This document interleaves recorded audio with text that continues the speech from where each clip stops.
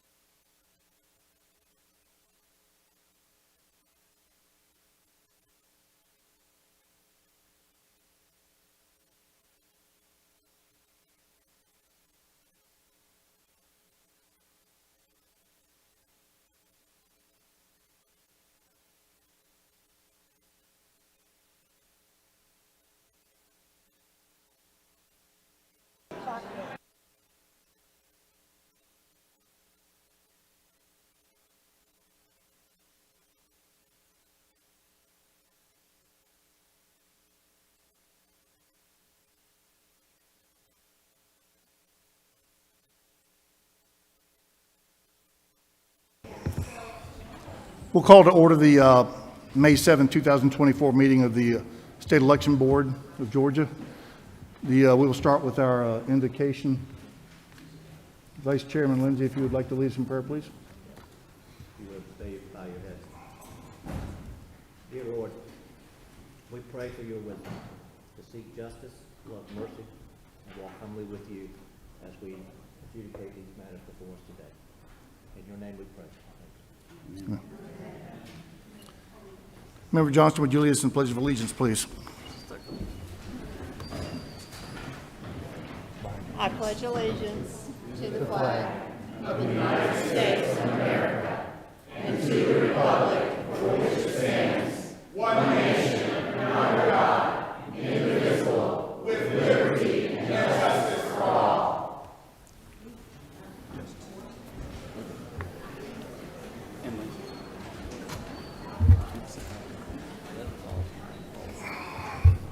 Thank you for being here today. For those of you that don't know me, and that would be just about everybody in this room, my name is John Favere. I've been nominated, or actually appointed as chairman of the State Election Board back in January by Governor Kemp, and have served since then.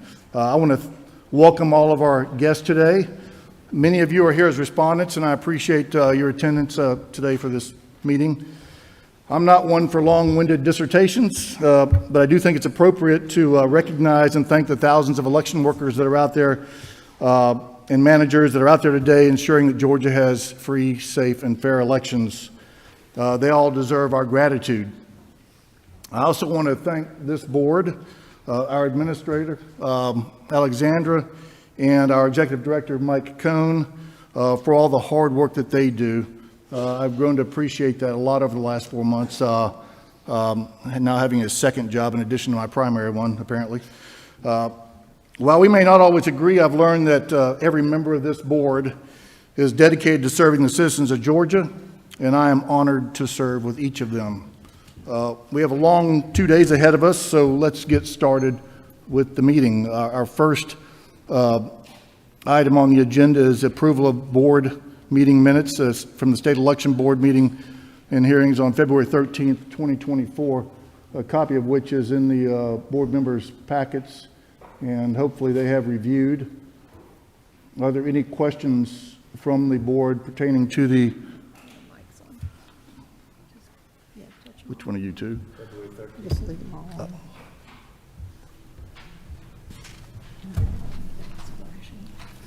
Yeah, I'm not a technology guy, so we'll have to figure this out as we go.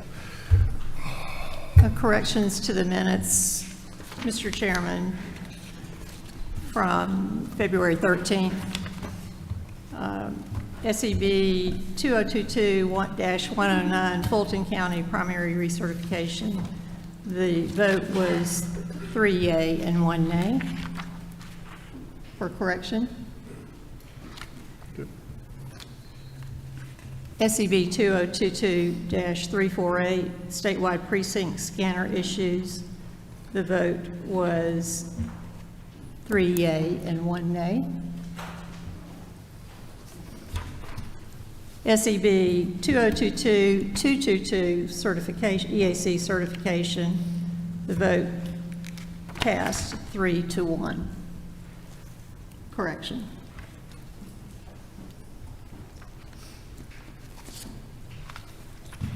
Are there any other corrections that the board sees?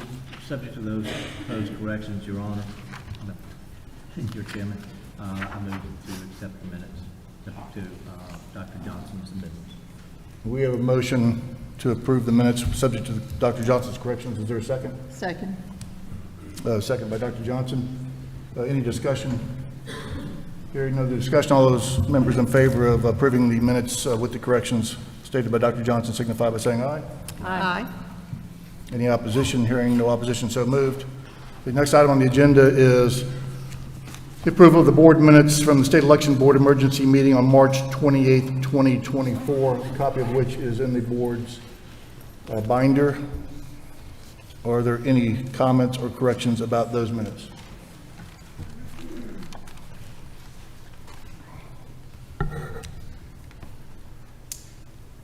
Move to accept the minutes. We have a motion from Board Member Lindsay to accept the minutes as presented. Is there a second? Second. We have a second by Member Johnston. Any discussion? Hearing no discussion, all those in favor of approving the minutes of the State Election Board emergency meeting on March 28, 24, signify by saying aye. Aye. Aye. Any opposition? Hearing no opposition, so moved. The next item on the agenda is public comments. There was a sign-up sheet prior to your entrance today for those. Yes. Mr. Chairman, if I have your leave, I would like to make a motion under a new business prior to going to public comments. The chair will hear your motion. I would like to move that our currently scheduled meeting in October, which is currently on the calendar for October 15th, that we move the date of that to October 8th, because October 15th is the first day of early voting for the general election.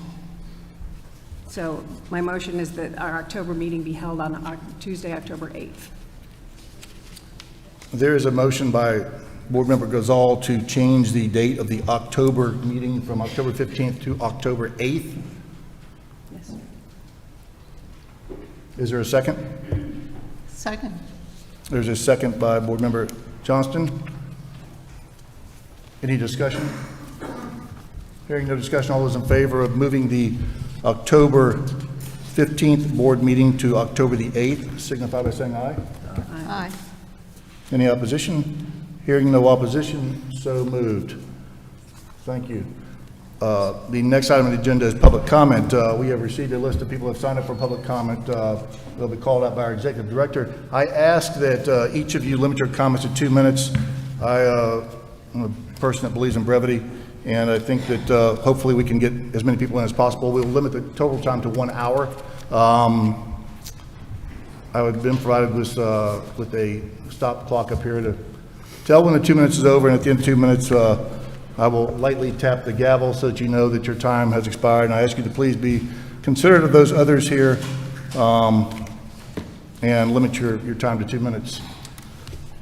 All right. Well, again, thank everybody for being here. We're going to start with, and I want to apologize in advance if I butcher your name. I'm trying to read your writing, so please forgive me if I mess your name up. But Susan Opperseth? Opperseth?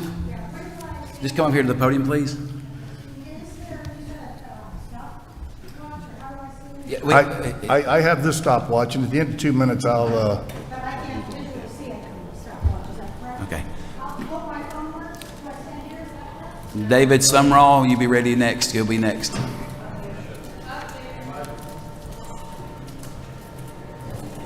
Good morning. My name is Susan Oppershuth from Fulton County. Last spring, I was elected to what I thought was a political party position at the state level.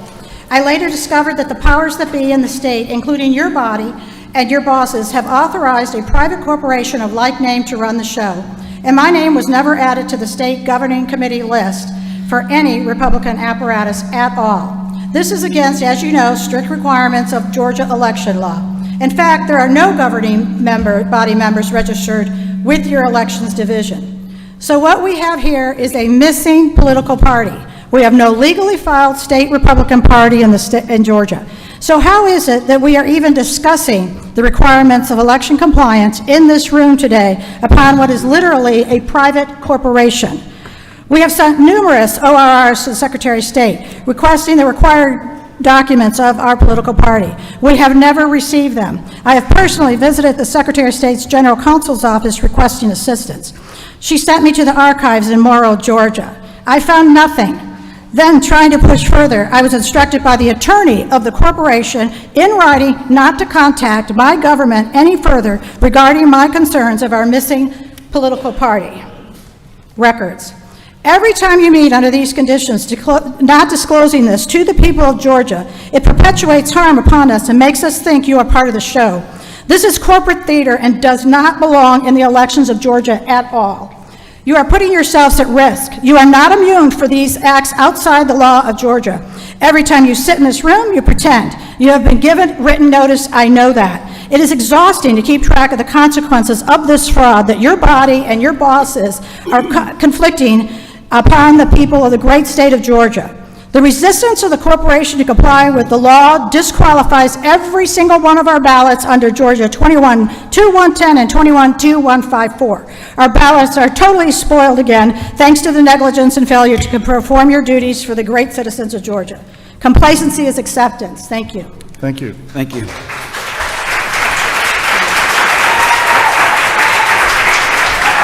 All right, next we have David Sumrall. On deck is Jamie Parrish. All right. My name is David Sumrall, an elector from Bibb County, Georgia. I request the Georgia State Board of Elections to give guidance to County Board of Elections on adjudicating voter challenges. Last week, I submitted 3 voter challenges to the Bibb County Board of Elections, totaling 791 voters. All 3 challenges were rejected by the Bibb County Board of Elections, citing a conflict with Federal Voting Rights Act's requirement that no changes be made to the voter rolls within 90 days of a federal election. Now, such interpretation makes voter challenges practically useless, since knowledge of a problem with a voter's registration would have to be known at least 3 months in advance, even though Georgia law allows voter challenges up to Election Day. This year, such voter challenges would not be admissible except for a couple weeks in late June due to the number of federal elections this year. Before rejecting the challenges, the Bibb County Board of Elections was questioning whether a residential address specifying where a voter actually lived was required for voter registration, even though I cited Georgia law and Judge Simpson's interpretation of the law in an April 3, 2018 State Election Board hearing, when he advised that post office boxes and commercial addresses were not acceptable addresses. Furthermore, they were questioning the evidence of voters who moved out of state and were registered out of state and even voting out of state. What evidence does the State Board of Elections consider valid for such challenges, and when can such challenges be brought? Please tell us. I've submitted a request for an investigation in the hope you will give us guidance. Also, I'd like to briefly express my concern about the discovery of how and where the master cryptographic encryption keys are stored in the Dominion system. As you're probably aware, Bibb released the database where they were discovered. I have some concerns about the potential for our elections, and so if you could please address that and give us guidance on that. Thank you. Thank you very much. Thank you, David. Next, we have Jamie Parrish. On deck, we have Sarah Thompson. Hello, I'm Jamie Parrish, Sandy Springs, Georgia. We Republicans like to throw around words like election integrity and party like it's candy. It's now the go-to political jargon that is our entree into, and if appropriate, our escape from any real meaningful conversations happening all over this state. I've been embarrassed by my own county party, the Fulton County Republican Party, for the last year, watching as witch hunts against people like me, whistleblowers. If you're lucky, they'll maybe return your phone call. It's become the norm. We may as well be smack in the middle of Maricopa County. But today we sit in front of the body in charge of our elections here in Georgia statewide. Not a single one of them, by Georgia law, have jurisdiction over any Republican lawmaker, organization, or voter in this state. Why, you ask?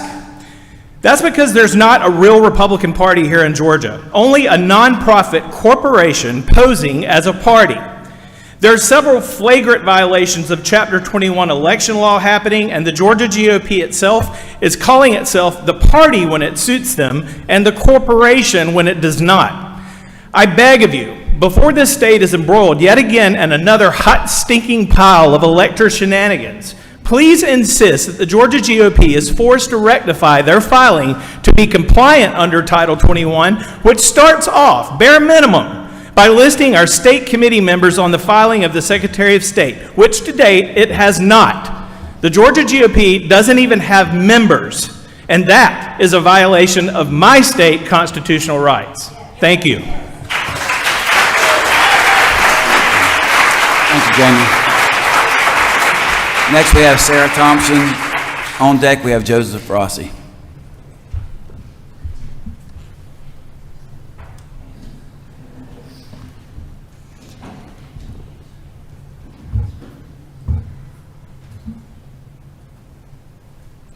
My name is Sarah Thompson. I'm from Bullitt County. As members of the State Election Board, you have obtained your positions through state public officials who have gained their seats through so-called state political parties or the so-called state political parties themselves.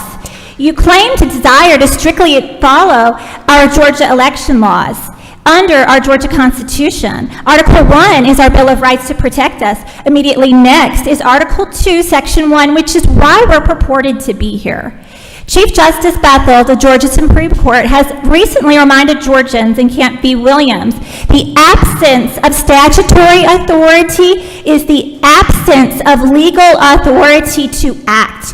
You are in dire straits, along with our candidates, their fees, and our ballots. You have not only failed to protect us, but actively support a private Republican corporation in conducting state election actions where there is no legal authority for the state to grant it. False allegations of state authority clearly egregiously hurt all citizens.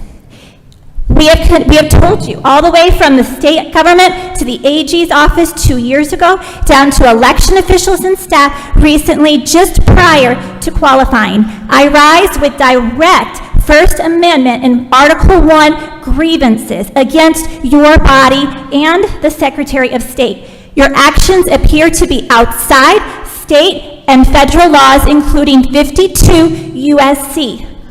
Our system of government is being actively subverted by this corporate scheme that used to be a political party prior to 2014. Here are the documents for this corporation. As was mentioned, there are no members. We now are in our 10th year with no members of a state political party lawfully operating in the state of Georgia. Please end the corporate election interference immediately. Thank you very much. Thank you, Sarah. Next, we have Joseph Rossi, and on deck, we have Tim Waters.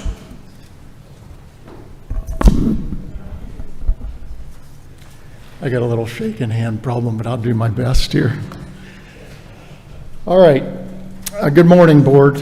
Thank you for your service, and good morning, other Georgia Patriots.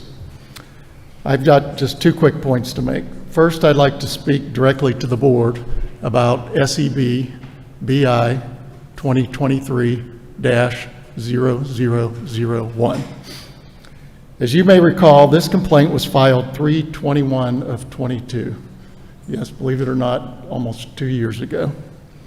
It requests an independent investigation of the Secretary of State's Election Division, and that's changed over time due to some constitutionality questions, but we're asking you to not investigate an elected official, rather to investigate the election office of the Secretary of State, none of whom are elected officials.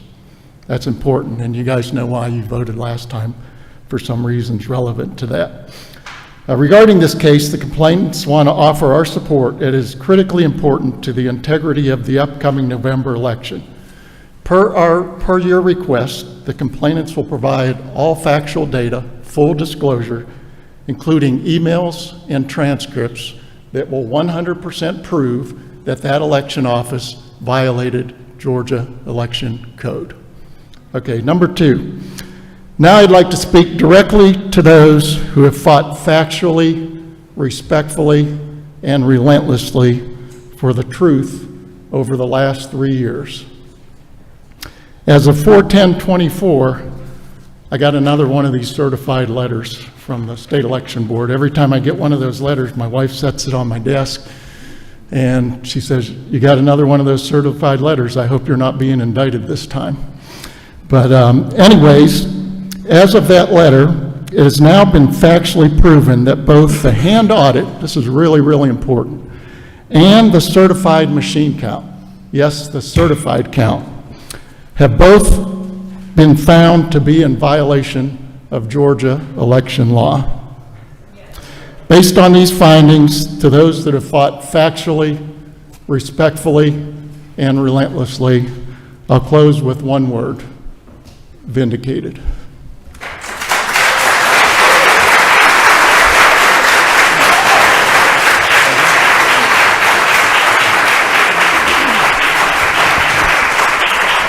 Thank you, Joe. Next, we have Tim Waters and Jeff Jolly on deck. Thank you, Mr. Chairman. Thank you, Patriots. I wanted to follow on with Joe's line of thinking with this, and that is, there are 159 counties in Georgia, correct? There are 159 election offices. False. There are 160 election offices in Georgia. The 160th resides in the Secretary of State's office. And at the time of the 2020 election, Gabe Sterling was the chief election implementation manager for this 160th state election office. 159 election offices in Georgia are subject to investigation by the SEB. A la Nadine Williams from Fulton County or Deborah Presswood in Houston County. Any of them can be investigated by the state election board. Now it's time for the board to treat Gabe Sterling as an unelected official the same way these county officials are treated. If he and this 160 office violated election law, which we can prove they did, they need to be investigated.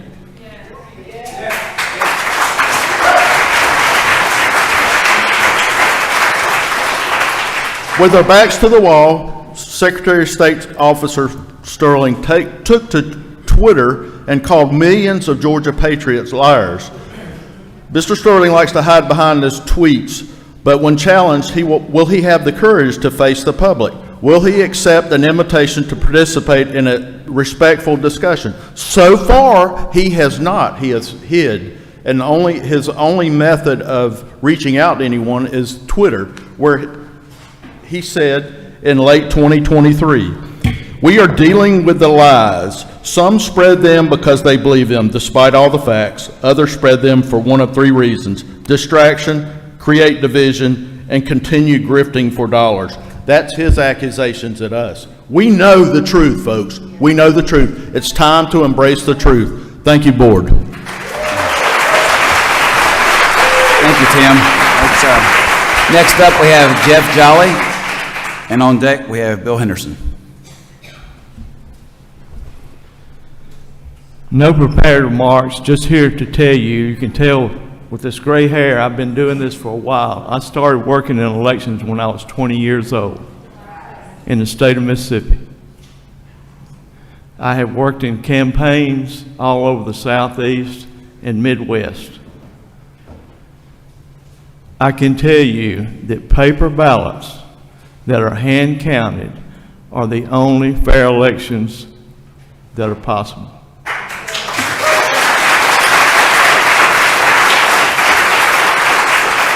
We have a governor who admitted at the Perry Fish Fry that any computer can be hacked.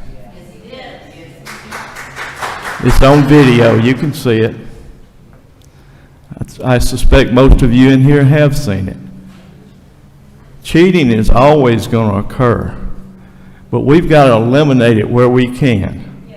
Paper ballots is the quickest and easiest way to do it and the least expensive. Thank you.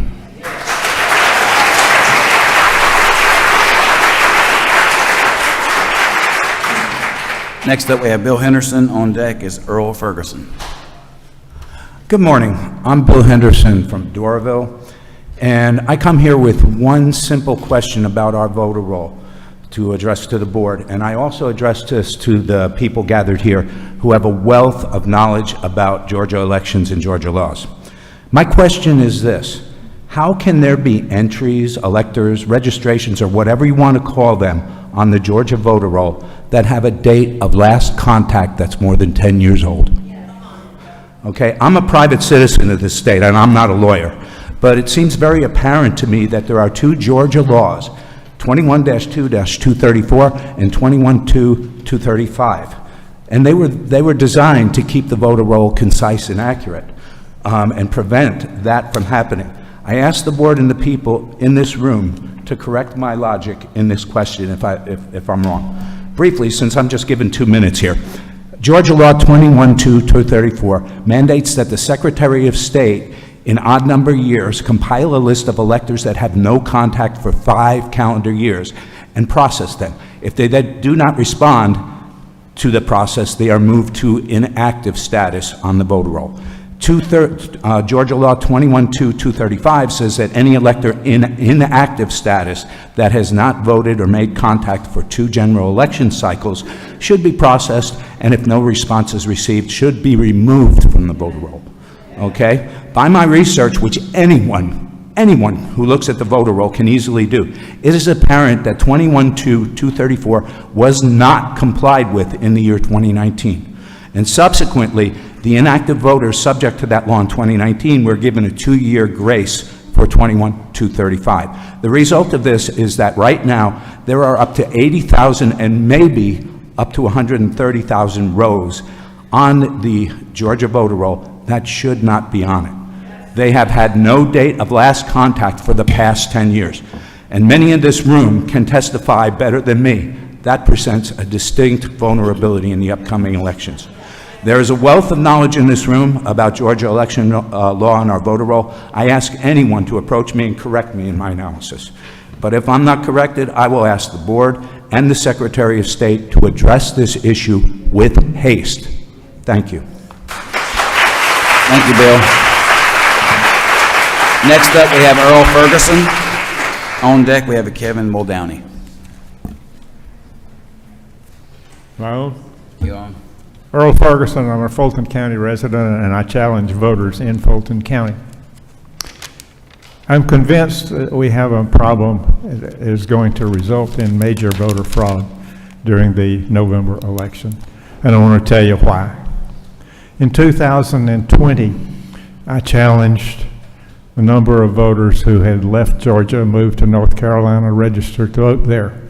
According to Georgia law, they are no longer eligible Georgia voters, and in 2020, the Fulton County Registration and Election Board approved my challenges, and those people were removed.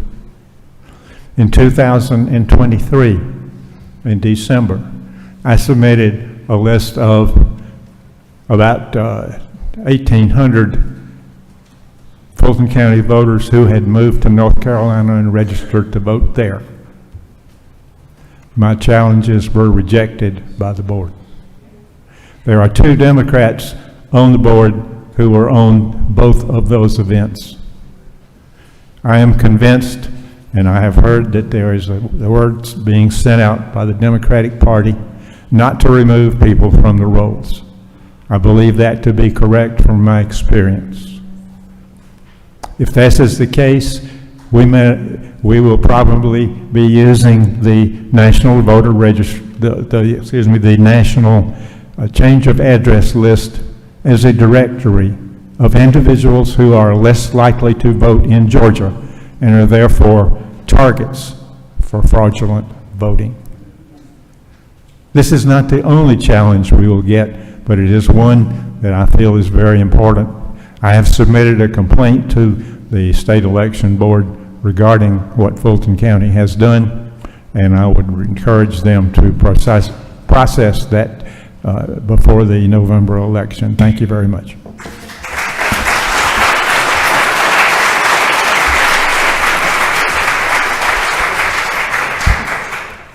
Next up, we have Kevin Muldowney, followed up by Matt Rowenzak.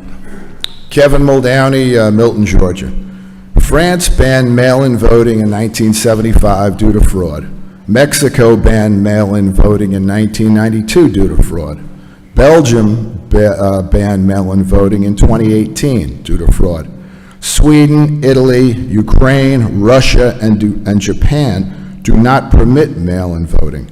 No Middle Eastern country permits mail-in voting. No Latin country permits mail-in voting. Some of these countries may allow this in some extreme conditions, but for the most part, they realize how problematic no excuse mail-in voting can be.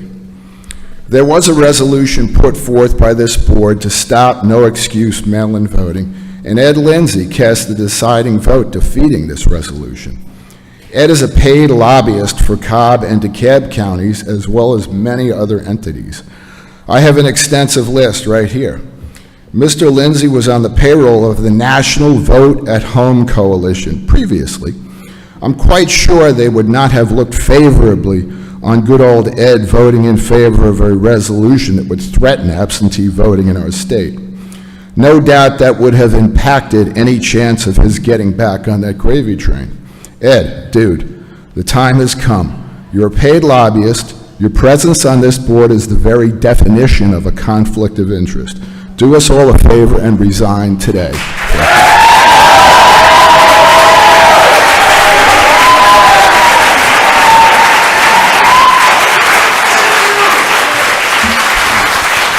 Next up, we have Matt Rollinsack.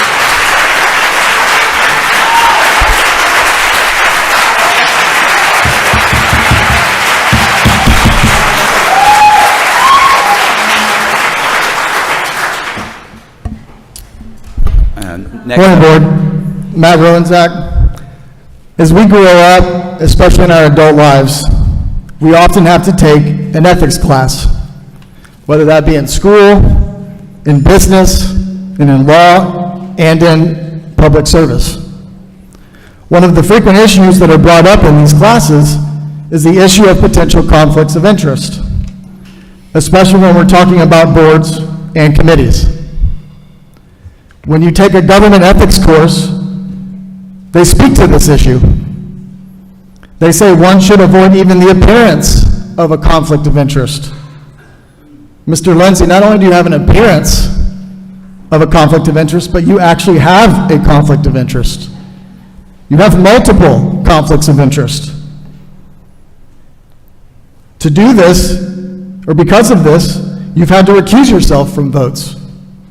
There have been other instances where it relates to Cobb, DeKalb, or a statewide issue where you should have recused yourself, which means we do not have a fully functioning board member.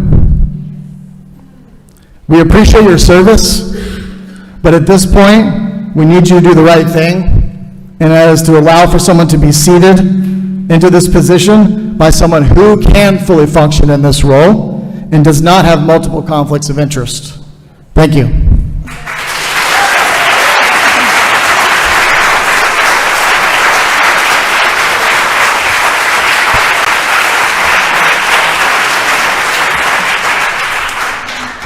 Are you Katie?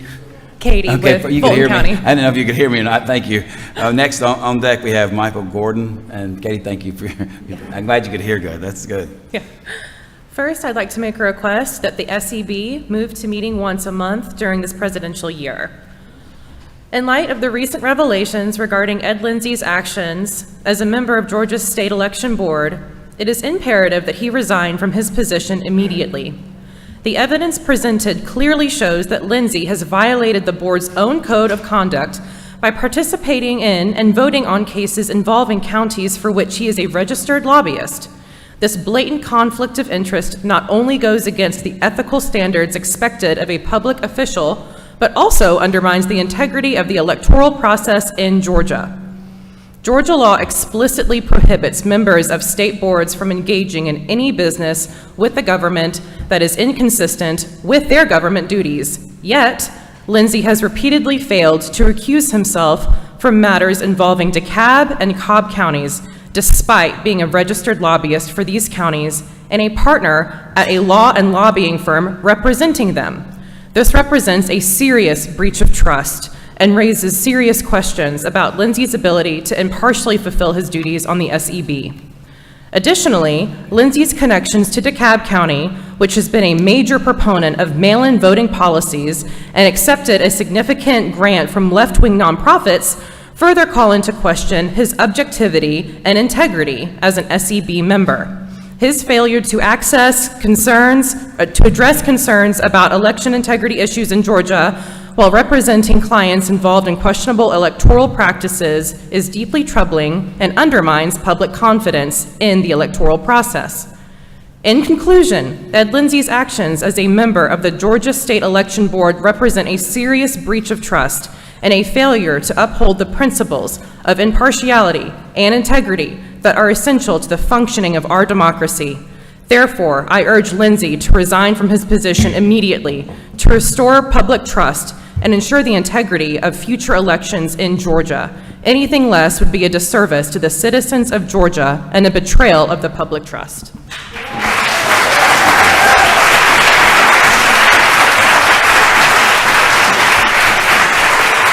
Next up, we have Michael Gordon.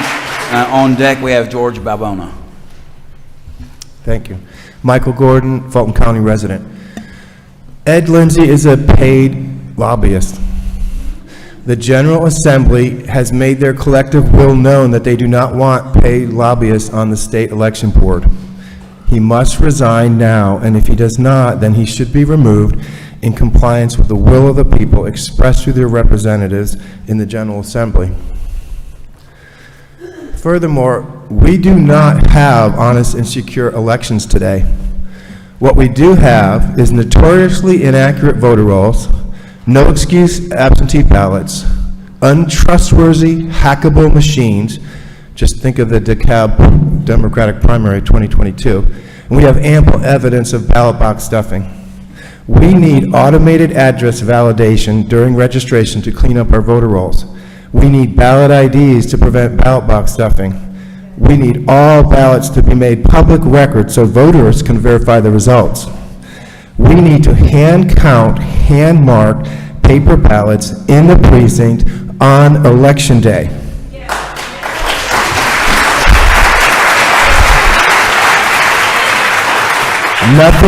Nothing less will restore confidence in our elections. Stop pretending we have honest and secure elections. Please fix this. Thank you.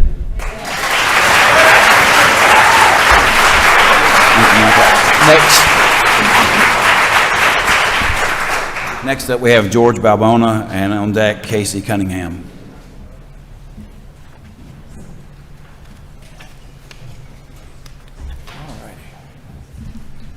I'll be brief. The primary duty of the SCB is to promote uniformity. This seems impossible since the SCB and SOS have more turnovers than a pastry shop. Earlier this year, the SCB announced that they had voted to not allow complainants to speak on their own behalf during SCB case hearings. There is no documentation of this vote for such a drastic and unconstitutional change to the fundamental operations of the SCB. Now more than ever, the SCB relies upon the information gathered during SOS investigations. However, there are no standardized procedures for conducting SOS investigations, nor are there standardized training requirements for SOS investigators. Sirakoth claims that SOS is currently updating and changing standard operations. The SCB and the public should be hearing about this. According to the SOS, they do not maintain a database or spreadsheet of submitted complaints, SOS investigations, or SCB cases. Prior to the recent hiring of Alexander DeHarden, the SCB did not keep a complaint sheet, a spreadsheet either. In short, the SCB reinvents the wheel each time they hear a case against a Georgia county without any knowledge of previous rulings regarding similar cases and without any notice or notion about patterns of previous violations. Given the SOS and SCB's current MO of self-inflicted amnesia, I believe that the least that should be done is to create a public-facing database of SCB cases and outcomes, which would greatly alleviate the SOS from having to process so many open records requests. Lastly, the only constant at all SCB meetings are the binders, which all SCB members are provided and which are never retained or made available to the public. I think it would be a far better use of taxpayer money if these binders were retained as well as made available to the public. Thank you. Thank you, George. Next, we have Casey Cunningham. On deck, we have Maribel Hodges. Hi, my name is Casey Cunningham. I'm from Milton, Georgia. You know, I run a company and we serve our customers. And when we don't serve our customers well, our companies go away. And today I'm asking you as a board to serve us, your customers, the constituents, well. And it begins with making a hard decision, but an easy one. Why is it easy? Because you want the integrity to not be questioned by what you do every day. But it's in question right now in multiple ways, as you just heard. So I'm representing the fact that Ed Lindsay needs to resign, and you need to force that resignation. And I'll give you 3 reasons why. The first one is Ed Lindsay's recent vote against halting no excuse mail-in voting reeks of a blatant conflict. He serves as a paid lobbyist for numerous entities, and so how can we trust that his decision-making is impartial when his financial interests are so deeply entwined with those he purportedly represents? Ed Lindsay, your conflict undermines the foundation of our democracy, and it erodes the public trust in our institutions. You need to resign. Number two, the ties between Ed Lindsay and the National Vote at Home Coalition cannot be ignored. The organization advocates for absentee voting, directly benefiting from policies that Mr. Lindsay supports. It's abundantly clear that his allegiance lies not with us, the constituents you serve, but it lies with the special interests that line your pockets, sir. So, that blatant favoritism has no place in our halls of governance. The third reason you need to resign, and the final one, this board, it is tarnishing you and your integrity and your credibility. How can we expect fair and unbiased decision-making when one of our own is beholden to outside influences? Your actions betray the trust of our community, and it's casting a shadow of doubt over the legitimacy of our proceedings. The time for action is now. Restore public trust. We cannot allow the corruption to continue and to loom over the board any longer, so I implore each and every one of you to join me in demanding Ed Lindsay's resignation. Let us send a clear message. Let you send a clear message that you will not tolerate self-serving interest any longer.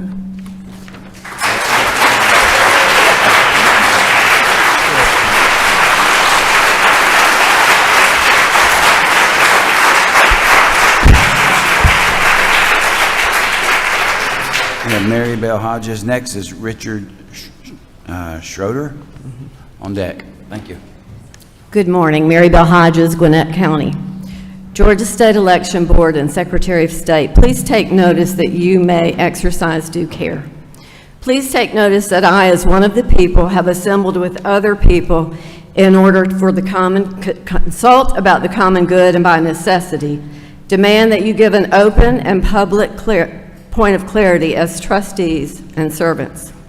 Please take notice that the people have all political power, and all power that you have as trustees, servants, and agents of the people is delegated and granted through various constitutions as trusts. Georgia Constitution, Section 2, Paragraph 1, all government of right originates with the people, is founded upon their will only, and is instituted solely for the good of the whole. Public officers are the trustees and servants of the people and are at all times amenable to them. Please take notice that the people have a right to regulate their internal government and have the guaranteed right to investigate, scrutinize, and make certain not only that an election isn't stolen, but that it is administered in the manner prescribed by law. If an election wasn't conducted or administered lawfully and correctly, John Locke, in his 2 treatises for government, declares that the whole election is invalidated and therefore no government is able to interfere with inherent rights and remedies. Please take notice that the people have a right to consult together for the common good, monitor and instruct public servants, and to receive assistance from others in America to better understand how to correct their servants, which must show that they have carried out elections in a way prescribed by the people through law. Yes. You have a duty, you have a sworn oath to the people, and I say, Lord, let justice run down like water and righteousness like a mighty river in Jesus' name. Thank you, Mary. Next, we have Richard Schroeder. On deck, David Cross. Richard Schroeder from Hall County. 2 minutes. I'm here today on behalf of my grandchildren. They deserve the same freedom and rights that were afforded me as I grew up in the United States of America. There's no justice in our nation. The Lord has given us dominion over everything in the first book of the Bible. These dominion voting machines have taken our dominion and stolen our votes for 2 decades. Our republic is in a serious downfall because of this. I have given the Haldeman report to you, the members of the board. I hope that you have read it and know that these dominion machines were designed and built to control elections. They are more insecure than the DRE system that they replaced. I have the code book here, where I find multiple infractions of the law that are being totally ignored. This makes our current system of voting totally unconstitutional. You are here to stand in the gap between 159 counties and the Secretary of State, who certified his own election. You have taken an oath to prevent fraud and deceit. We, the electors, have no transparent vote in this system that seals our paper-readable ballots and elects winners through a QR code that is unreadable and proprietary to Dominion. This is criminal. You need to vote today to unseal our paper ballots, count them, and if in fact there are discrepancies with the results of the 2020 and the 2022 elections, you must decertify these elections and do your job to restore our republic. Let's pray. Heavenly Father, we come to you today in great distress over our state of our nation. We in the state of Georgia have jeopardized the entire world through our corruption, injustice, and the dominion voting system. You gave us dominion over everything on earth in the first chapter of the Bible. Lord, we want our dominion back today. Lord, we pray for Dr. Jan Johnson, who has stood strong for what is right while serving on this board. Lord, we pray that you touch the hearts of the members of this board, sear their consciences as they vote on issues regarding the integrity of our elections. Lord, we pray for our new chairman. Give him the wisdom, discernment, and courage to make righteous decisions as he leads this board. Lord, return our dominion. We pray in the mighty name of Jesus.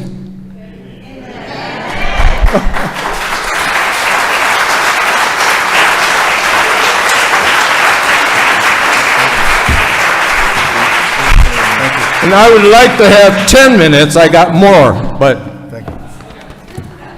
it is what it is. Thank you, Richard. Next, we have David Cross. On deck, we have Marissa Pyle. Be careful when you pray for wisdom. The Lord will give you problems to solve. My name is David Cross. I'm from Gwinnett County. Ladies and gentlemen, I want you to know that I appreciate you being here today, everybody here. I also appreciate the service of our board members, truly. I know that it's an unpaid job. However, I was informed recently that one of my proposed rule changes to strengthen chain of custody for mail-in ballots did not arrive in time. I mailed all 3 letters for the 3 rules with a return receipt request on April 10th. 2 arrived on the 16th and 1 arrived on the 20th. It took 10 days for 1 letter to arrive by mail to show how mail ballots securely arrive from the same state. I could have crawled here faster from Swanee, Georgia.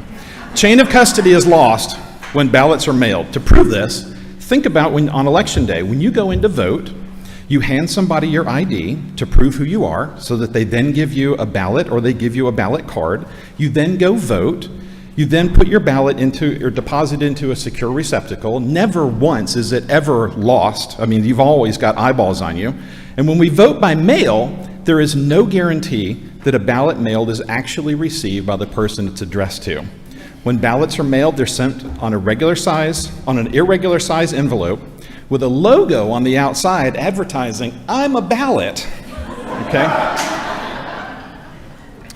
If a return receipt request document is mailed to this election board and it can't be received in less than 10 days, why should I believe that a first-class postage stamp is going to guarantee delivery of a ballot? We should be using Federal Express or UPS for guaranteed delivery, and they also have repercussions if they don't deliver it in time. Opponents will say that mailing ballots with secured delivery is just too expensive. If the state paid for mailed ballots in 2022 for the election and for the runoff, it would have cost about $6 million. Granted, that's not a trifling amount of money, but it is a rounding error in Georgia's $77 billion budget. The board has a duty not to the people who appointed you, but to the people of Georgia. I ask you, is $6 million too high a price for secure elections? Is this cost too high for the price of freedom? Thank you. Thank you, David. Next up.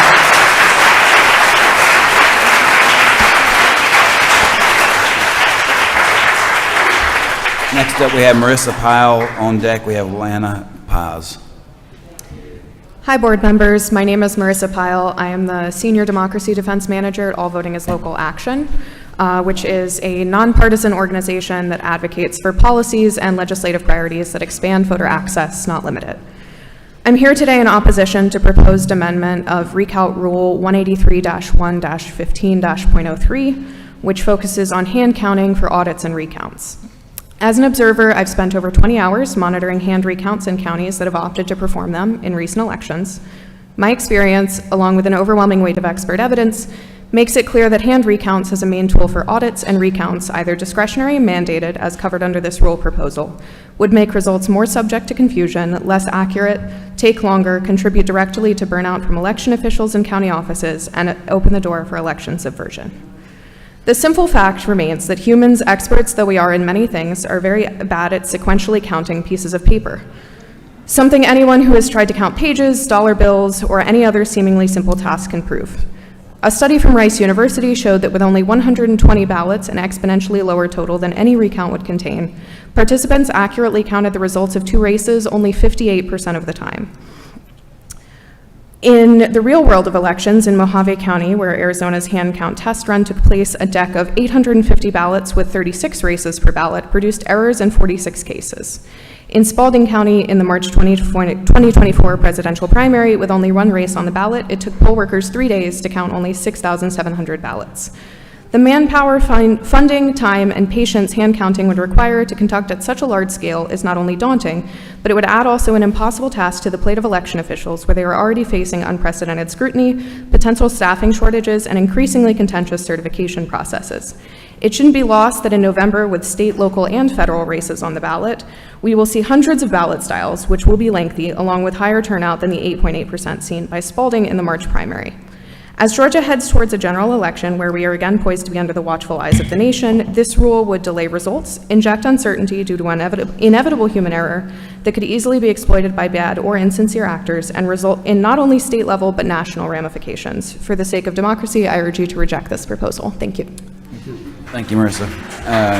Excuse me. Thank you. Next up, we have Lana Paz, and on deck we have Rachel Lastinger. Good morning, Mr. Chairman and members of the State Election Board. My name is Lana Goitia Paz, and I am the Georgia Campaign Manager for All Voting is Local. I want to address the petition to amend Rule 183-1-2.02 regarding election certification. While the proposed amendment's intent may appear commendable at first glance, I believe its implementation would introduce unnecessary complications and risks to elections in Georgia.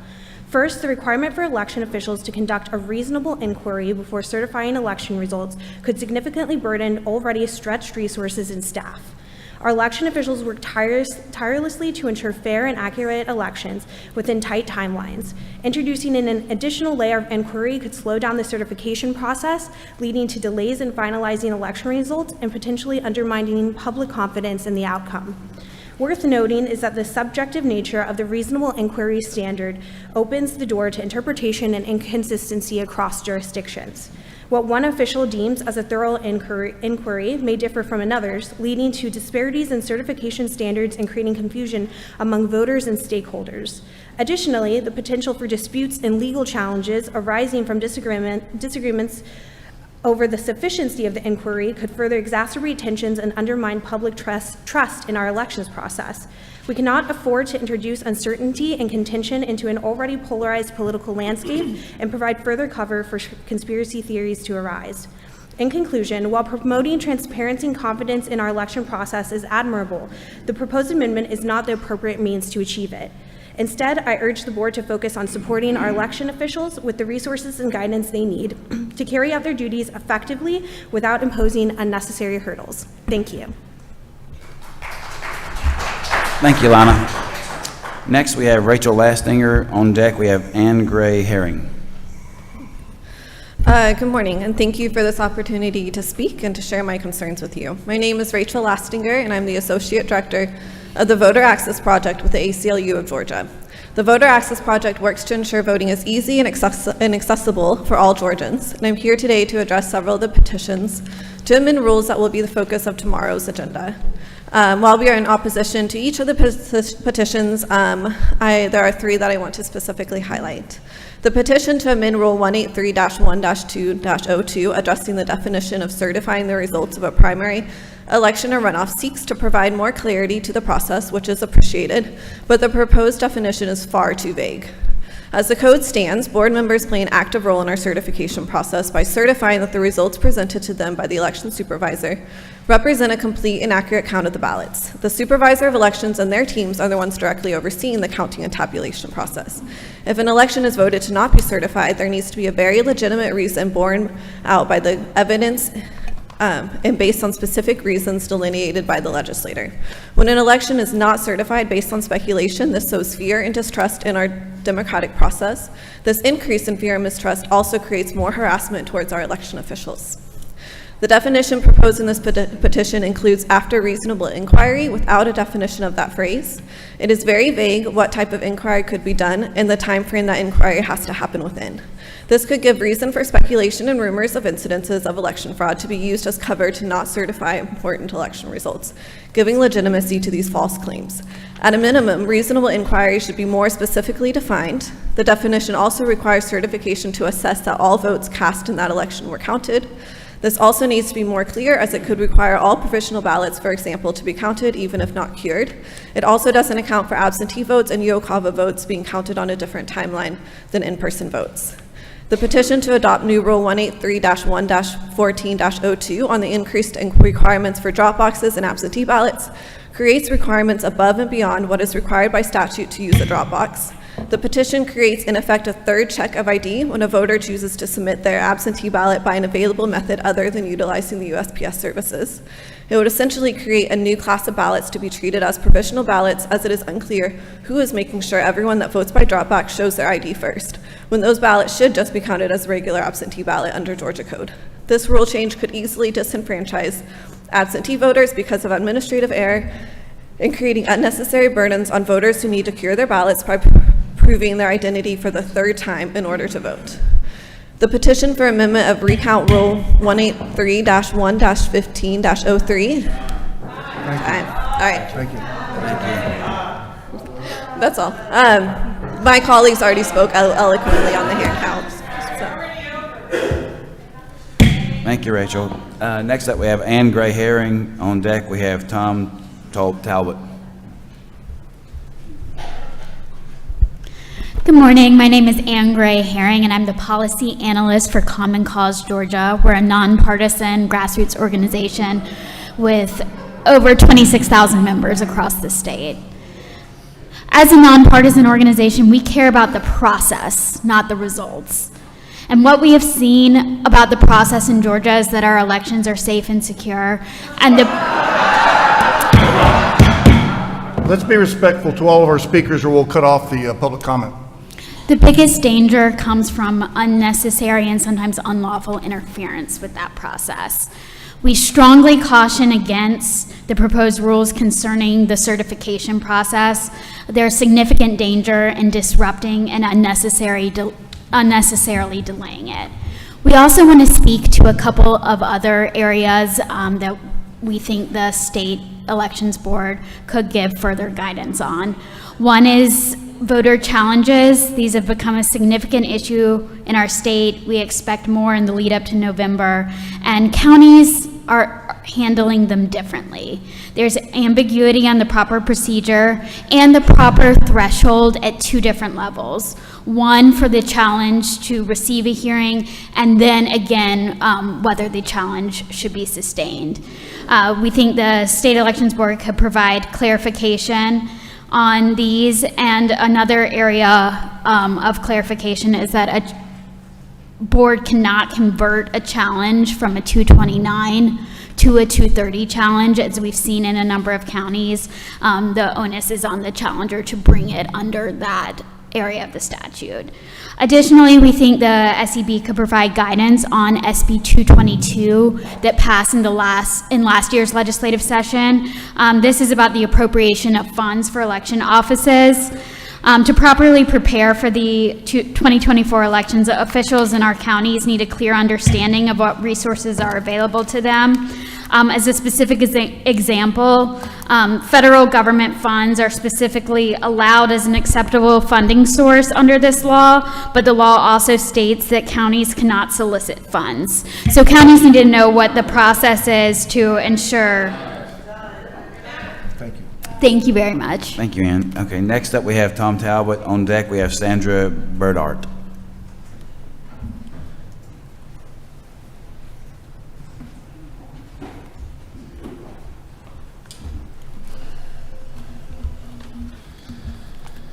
Good morning. First, I'd like to thank the volunteers that serve on this board.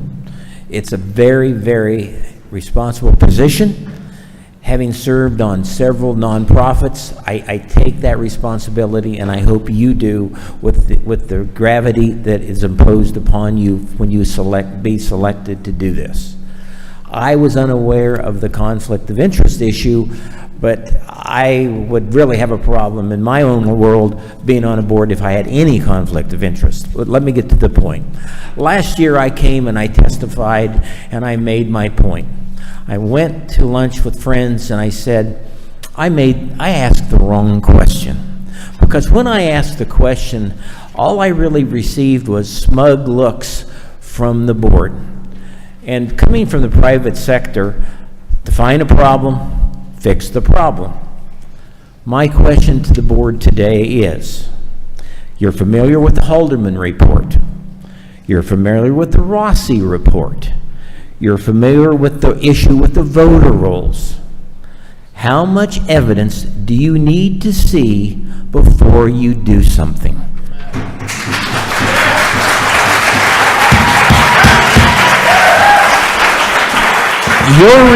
Your responsibility is representing the population of this state to do the very important job you are given, and that's oversight of our election system.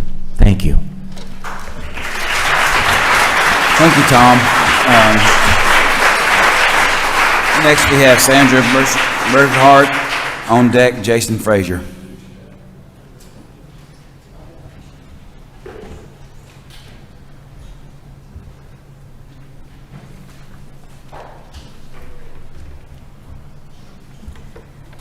Thank you. My name is Sandra Burkhart, and I am passionate about truth. When I witnessed the videotape of the State Farm Arena and watched my vote and the votes of many people who died be tarnished, it struck me to my core. And I pray that this board will have the courage to make a difference, because you have been placed in such a time as this to do something. I thank you and I pray for your courage.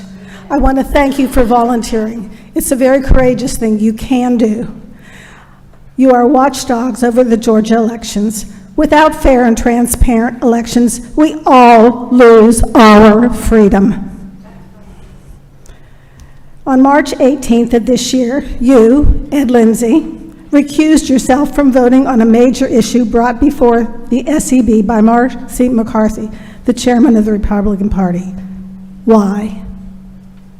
Was it because you recognized that you could not be an effective member of the SEB because you are well paid by lobbyists with conflicting interests?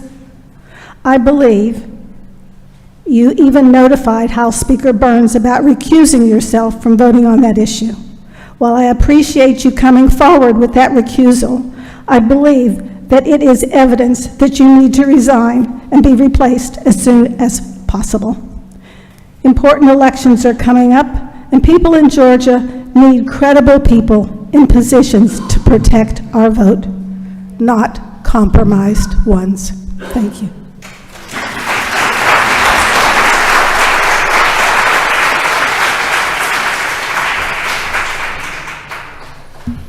Hello. Thank you. Okay, go ahead. You're on. Yes, my name is Jason Frazier from Fulton County. I definitely wanted to echo what a lot of people have been saying.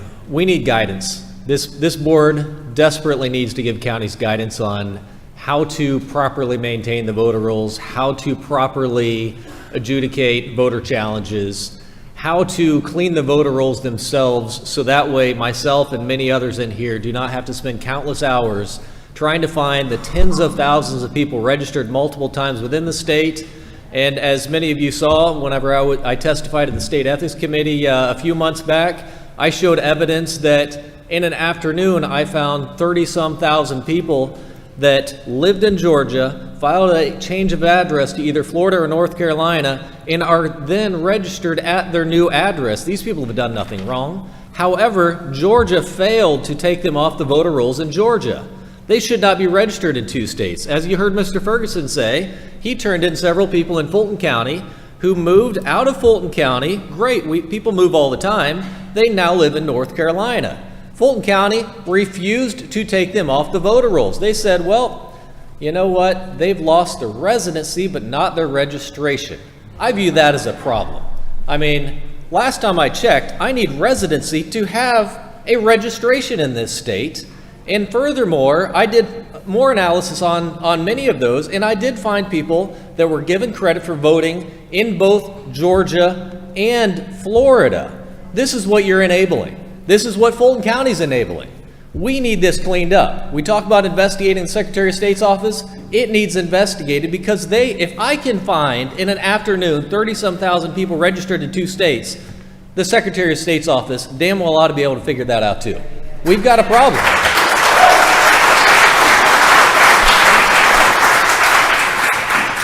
I am unpaid. Secretary of State's office is paid. They have employees. They need to be cleaning these voter rolls, and I only looked at 2 states at that point in time. There are a lot of other states. People move everywhere. And we have to pay for voter rolls in Georgia, whereas Florida and North Carolina, Ohio, and many other states have free voter rolls, which allow this to happen. But long and short of it is I shouldn't be doing this. The state needs to. I expect your help in that. Thank you. Thank you, Jason.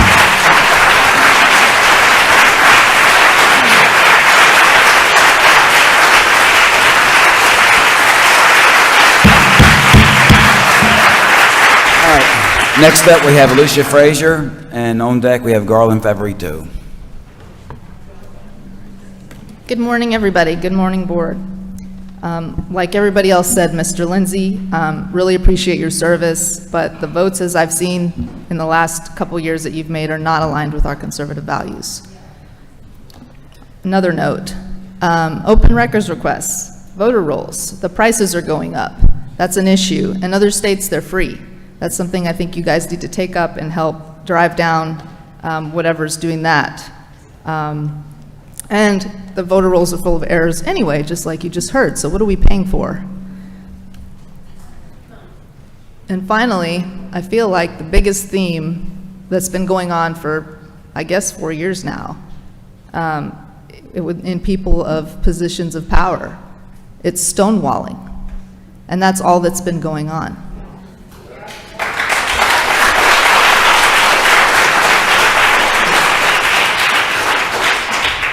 You have Mr. Rossi's case, who's been ongoing for the last few years. I've come in here and listened to some of the meetings, and you've spent hours discussing minute details, like was someone standing 149 feet or 150 feet from a pole? You strain a gnat, yet you swallow the camel. We are poll workers, many of us in here. We're data analysts. We've shown you indisputable data, so it's easy to see when you close your eyes. If someone is pulling your strings, resign and let someone else try.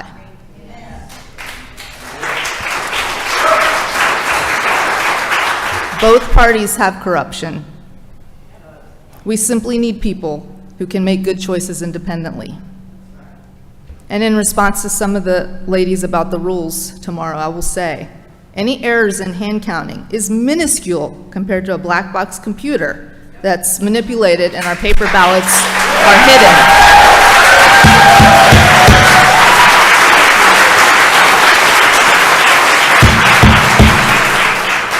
the work to hand count is minuscule when our republic is at stake.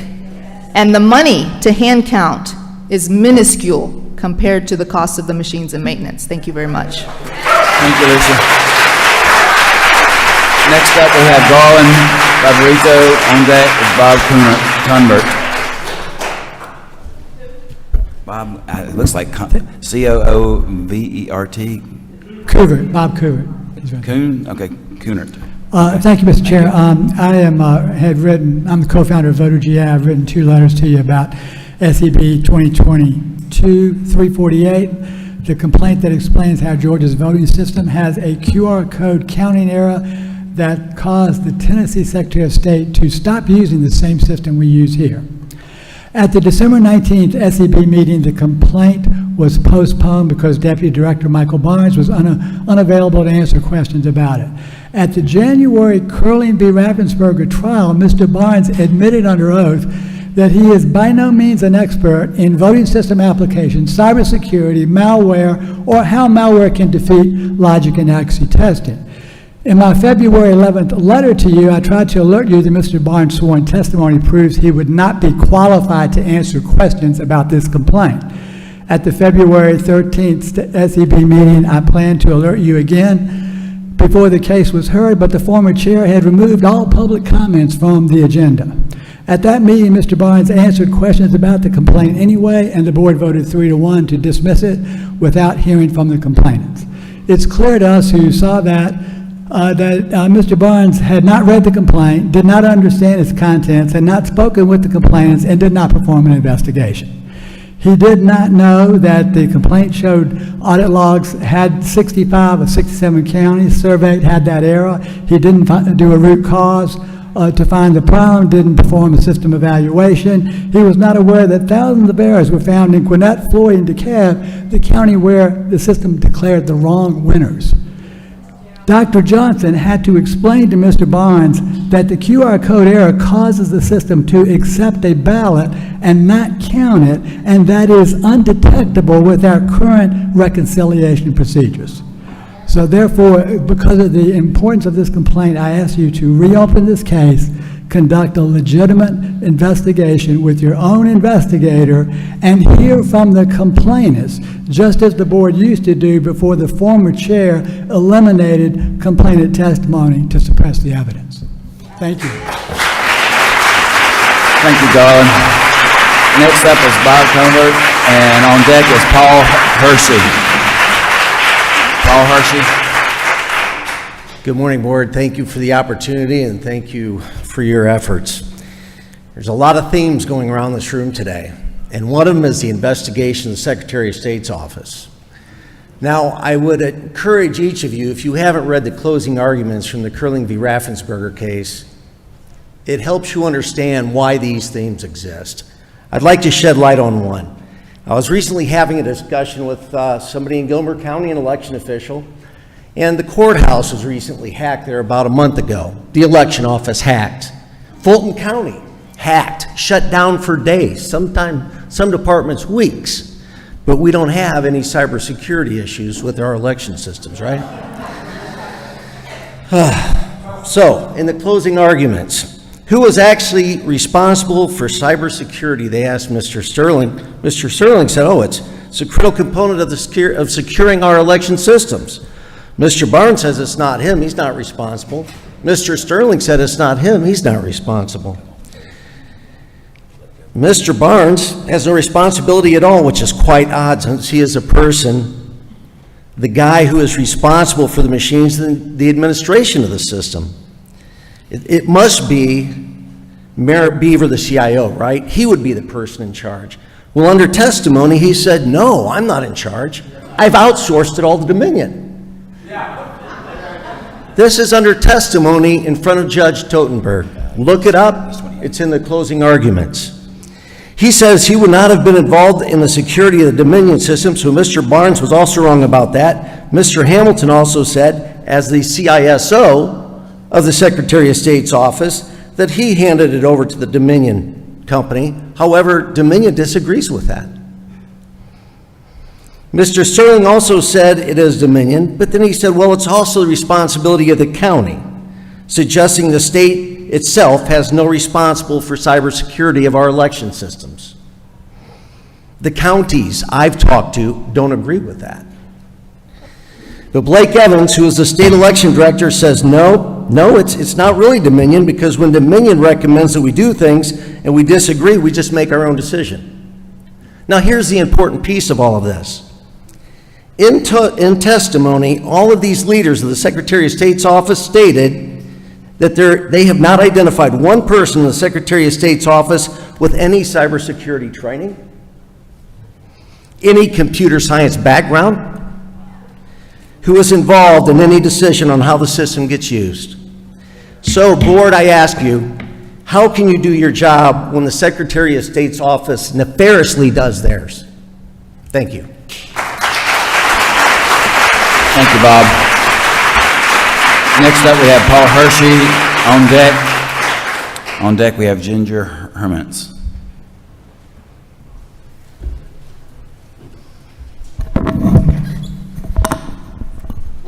Thank you, board members, for your service, and I appreciate everyone here today. I just have some brief points because everything I wanted to say has probably already been said before, but profiting from any decision by any state election board member is at the very minimum unethical. No excuse absentee ballot voting has been proven to be rife with fraud and abuse. Early voting causes chain of custody issues that cannot be resolved. And the state of Georgia needs to move to election day voting with hand-counted paper ballots.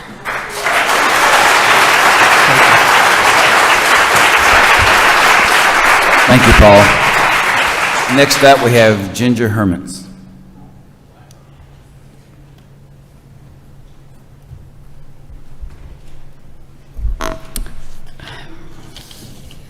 The word is maladministration. I was minding my own business, working to pay the bills, going to church, raising my family, paying taxes, just living. I had no interest in politics. I always took an effort in vetting my choices and always voted. For 4 decades, that's about all I did. Shame on me. I trusted that my representatives that we placed in office would represent us. Then 2020 happened. The fraudulent election in Georgia, in our state, not Michigan, not Ohio, but Georgia. I've lived in Georgia for over 40 years. I know my state. I started reading, listening, talking about what happened. Then I read a document and summary from the testimony from then Senator William Ligon, which presented. On the bottom of page 12, it says, and I paraphrase, the 2020 election was so fraught with systematic irregularities and voter fraud that it should not be certified. So I thought surely the governor would intercede to get this crap straight, right? But he didn't. I thought surely Senator Loeffler wouldn't certify, but she did. Surely mostly the GOP legislators would hold a special session and come to rescue, but they didn't. Surely the Georgia courts would intervene and straighten things out, but they didn't. So surely the State Board of Elections here would hear our evidence and take action, but no, you haven't. Most would say, even our own party have said, oh, we must move forward, but we can't, and we will not let this slide. This is the moment, it is the most pressing issue in our state and our country, and therefore the world.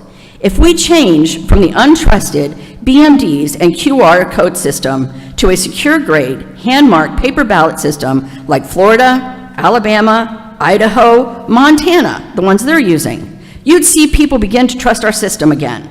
But no, here we are, 4 years later, to trust the system, and we are stuck with this crap. So I will end with this.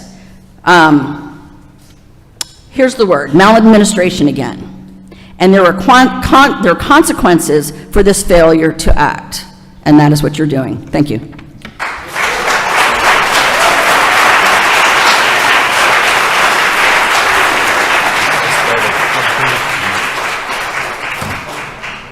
At the beginning of the meeting, the chair announced that there would be 1 hour of public comment and 30 people be allowed to speak. However, 44 have signed up to speak today, which should not have happened, but without dissent, the chair will allow the additional speakers to have 2 minutes each.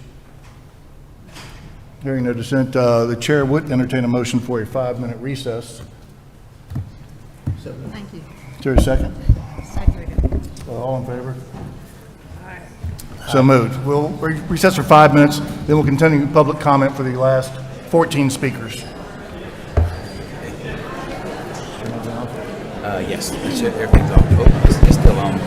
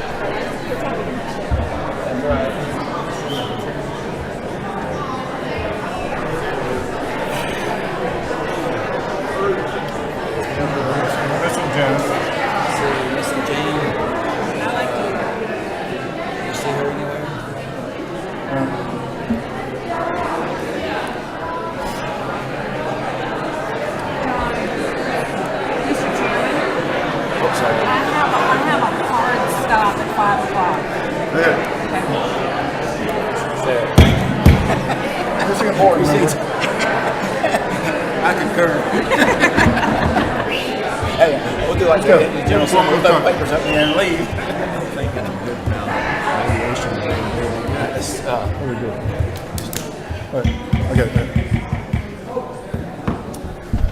All right. Thank you. That was a little bit longer than 5 minutes. We seem to be going over board day. We do have 14 more speakers. The board has been very generous in allowing some people to go over the time. I ask you to please keep it to 2 minutes. And when you hear the first light tap, that means your time is up. So please wrap it up pretty quickly after that. And if we keep down the clapping and standing and all that stuff, it'll help get us back on track a little bit too, please. Okay, all right, so next we have Field Searcy on deck, and then we've got Sam Carnline in the hole on deck, so appreciate you guys. Good morning, my name is Field Searcy. I'm from Grady County. I'm with Georgians for Truth. We've been before this board several times about a solution for our unsecure election system, and we're going to repeat it again today. The Georgia law provides in 21-2-334 that our county supervisors can, for any reason, go to hand-marked paper ballots. And we have the hand-marked paper ballots already. It's called the absentee provisional emergency ballot. It's the same ballot. It's just procedures handled, the chain of custody is handled differently. But we can go to hand-marked paper ballots today. We can scan them on the current scanners and get results that night, but we can also do a hand count before we certify these elections so we can have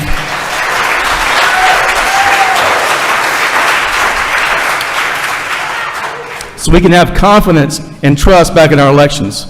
We often go and complain about Washington, D.C. is the swamp. We have a swamp right here in Atlanta, Georgia.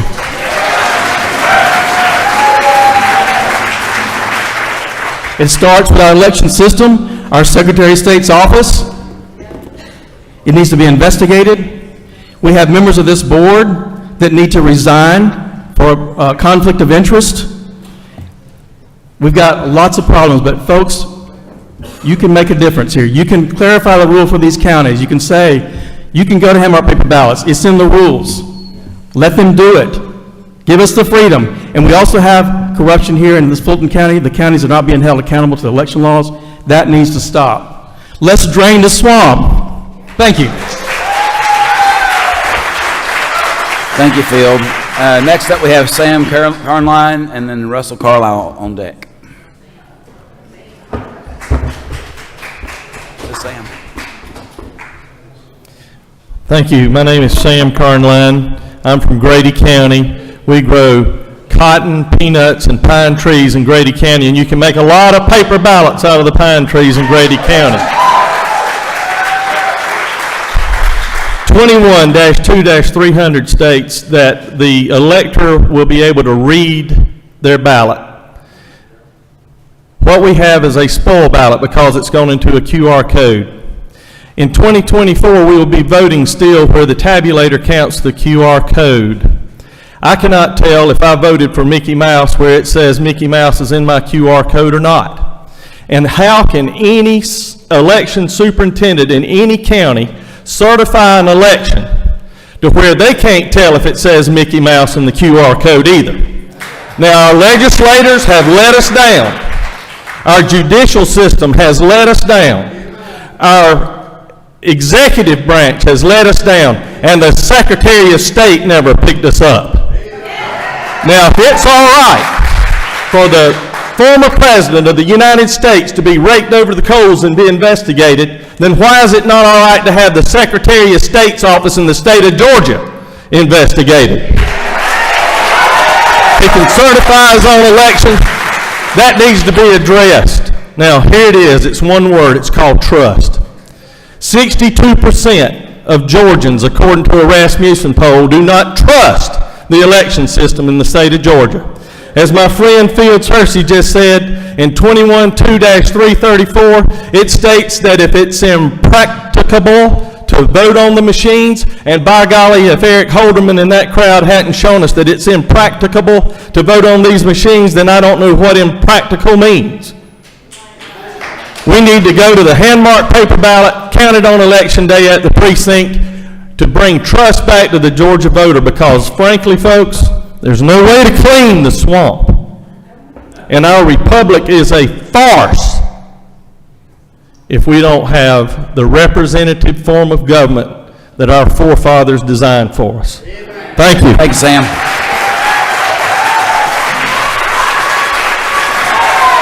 Next up. Thank you. Next up, we have we have Russell Carlisle's up, and then we have Nancy Saunders on deck. I'm sorry? Oh, you signed up twice. Sneaky devil you are. That'll make it 2 minutes shorter. Yes. Thank you. All right, next up is Nancy Saunders. Nancy? All right, please come up. And then on deck, we have Gary Coates, please. Thank y'all. Hey, Nancy Saunders, Fulton County, and first of all, I thank you all for the work that you do here. And I'm also sorry that I'm here, because I've known Ed Lindsay for a long, long time. And as a member of the State Board of Elections, you're required to avoid any appearance of conflict or impropriety, and we all know that. Unfortunately, Ed, you voted on cases that involved counties where you were also a hired lobbyist. And that certainly appears to be a conflict of interest. I've read the arguments, but it's impossible to come away with anything but that. That's resulted in a breach not only of the SEB Code of Conduct, but really more importantly, and you've heard it, it's a breach of trust of the very voters you were appointed to serve. And can I do that? Georgia voters must trust that we have free and fair elections. We must. And Ed, you've broken that trust. And for that reason, I respectfully ask you to step down. Thank you. Thank you, Nancy.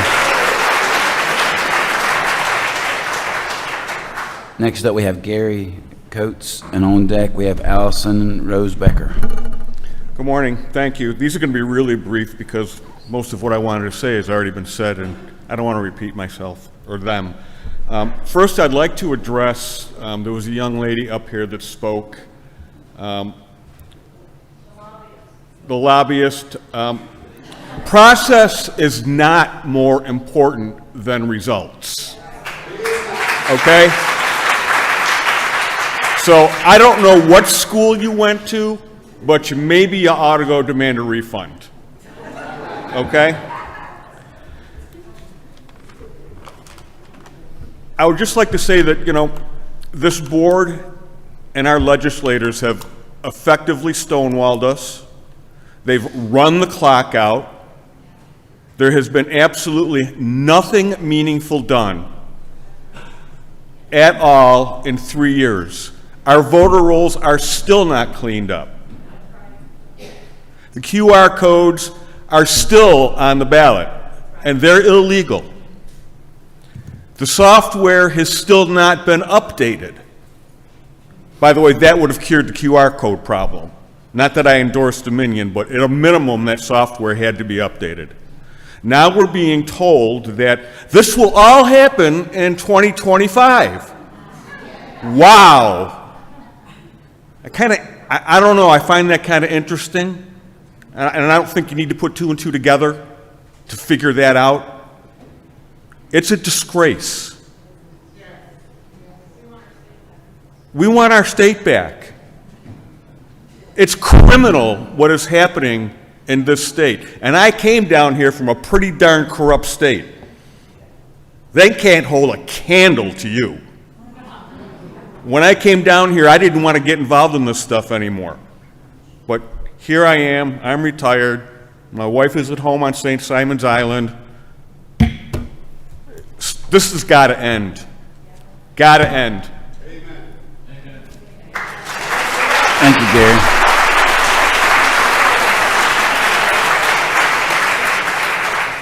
Next up, we have Allison Rose Becker, and then on deck, we have Derek Blassingame. Hi, I have worked for the last 3 years for some of the nation's top election integrity experts. And you know what? I can tell you from a national perspective, your state is one of the most egregious I've seen. I have heard incident after incident after incident of things that shouldn't be happening in any state. They do happen in all the states, but they're happening way too much in this state. You want to know why 2/3 of the country didn't trust the results of the 2020 election? Right here, Georgia. I mean, you've got a small county like Floyd County. They had under 3,000 votes not counted.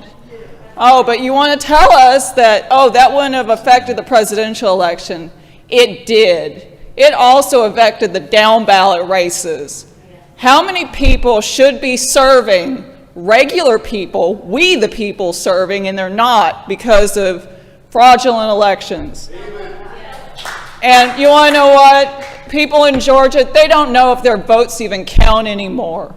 Do they count? If they are counted, are they going to be canceled out by a dead voter or duplicate ballot counts or anything else? And you know what? I was a lifelong Republican, but you know what? The Democrats and the Republicans, they're the same. The Democrats at least tell you what they're going to do to you. The Republicans say, we're for election integrity, we're your friend, and they stab you in the back. Now, you want to know what? I do have hope today. The people, we the people, as the Founding Fathers intended, are going to take back our elections, and we're going to take back our government. And you know what? We're not going to be beholden to career bureaucrats like Ed Lindsay, and we're not going to be beholden to career politicians like Raffensperger and Brian Kemp. Mr. Lindsay, please resign, and everybody, we need to vote Amish. Get rid of the machines. They're the big problem. And you know what? God will win in the end, and we will win. You people are the re-founding fathers. Thank you, Allison.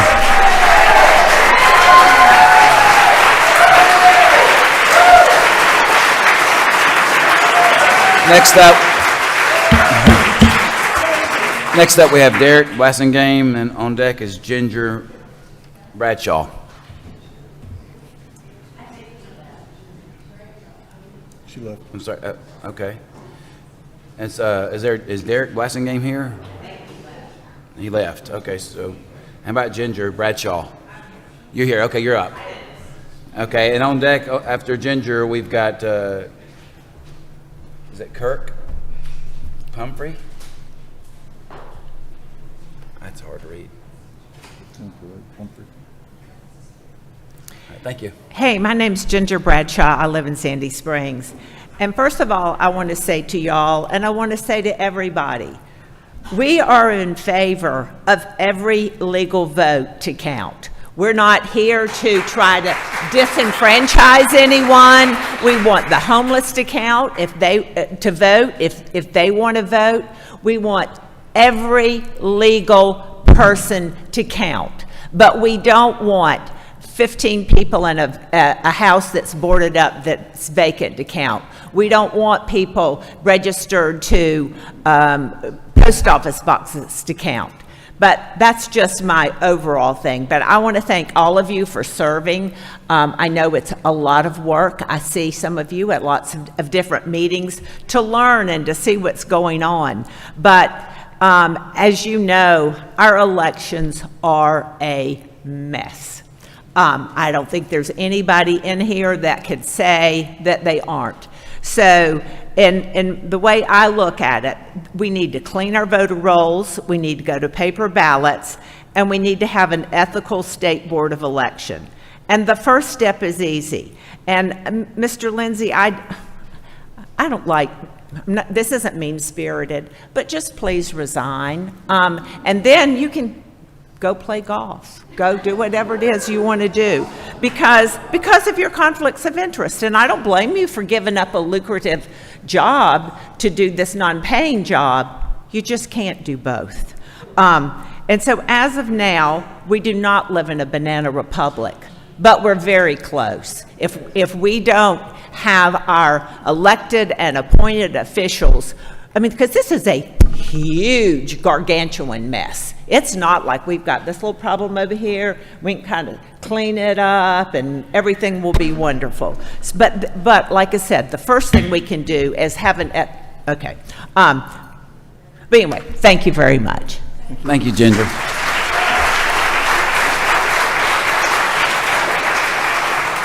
Next up, we have Kirk Pumphrey. Is it Pumphrey? Anybody? Is it Kirk? He doesn't want to speak. Okay, thank you. Yes. Oh, okay, no problem. All right, next up we have Gail Lee, and on deck we have Joan Webb.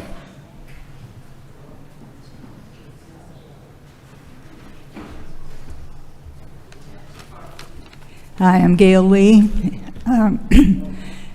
The notice letter the State Election Board sent Mr. Moncala was posted on social media.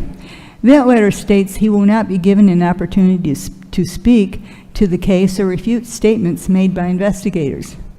This, I realize, is standard, but although questionable, SEB policy. But you're not dealing here with a felon voting or a person registering to vote using a non-residential address. You're dealing with the viability of the state's election, and it has consequences for our entire nation. To only consider the facts presented by investigators employed by the Secretary of State, who bears responsibility for elections and who has a vested interest in an exonerating judgment, would be an obvious stacking of the deck in the politician's favor. Therefore, as a citizen who is concerned that my civil rights may have been violated by election systems and/or personnel, I strongly recommend the plaintiff or complainant be granted a fair hearing, be allowed to speak, and if necessary, refute or supplement investigator findings. We the people want the truth, and we do not trust processes that suppress our voices. And thank you for extending the time. Thank you, Gail. Next up, we have Joan Webb. On deck, we have Pamela Reardon. This is basically a Me Too speech. I've met Ed Lindsay. I like him as a person, and then I found out that he works for DeKalb County as a consultant as well as Cobb County. And it's difficult for anyone to serve two bosses, two supervisors. And on those instances when recusal has been done, it has hindered the board in making a decision as far as 2 against 2 and in making any important decisions. So I do reiterate what others have asked. Thank you.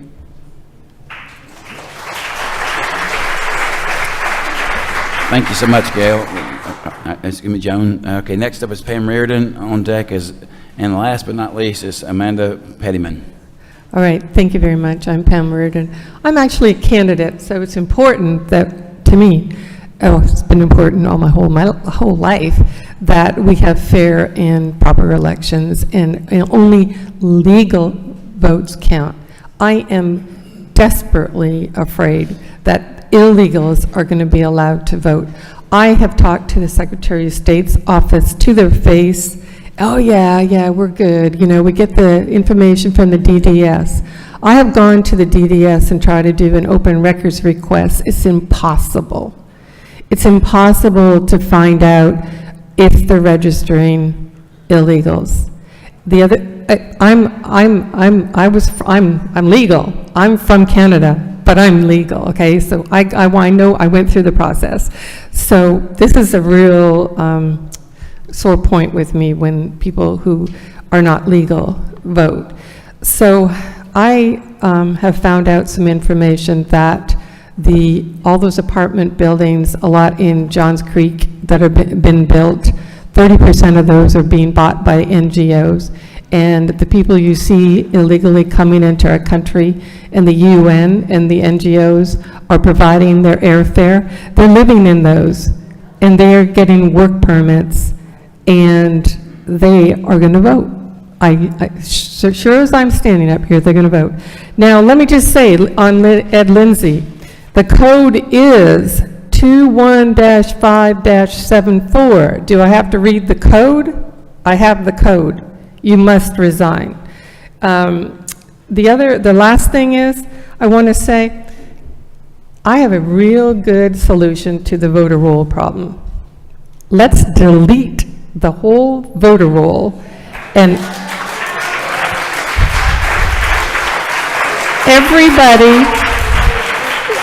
everybody sign up with your legal address and your legal ID to vote this time. So let's do that. We can do it. Thank you very much. Thank you, Pamela.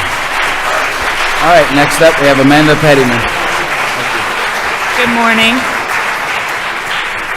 My name's Amanda Prettyman. I'm in Bibb County, and I want to make 2 points and then read Federalist 53.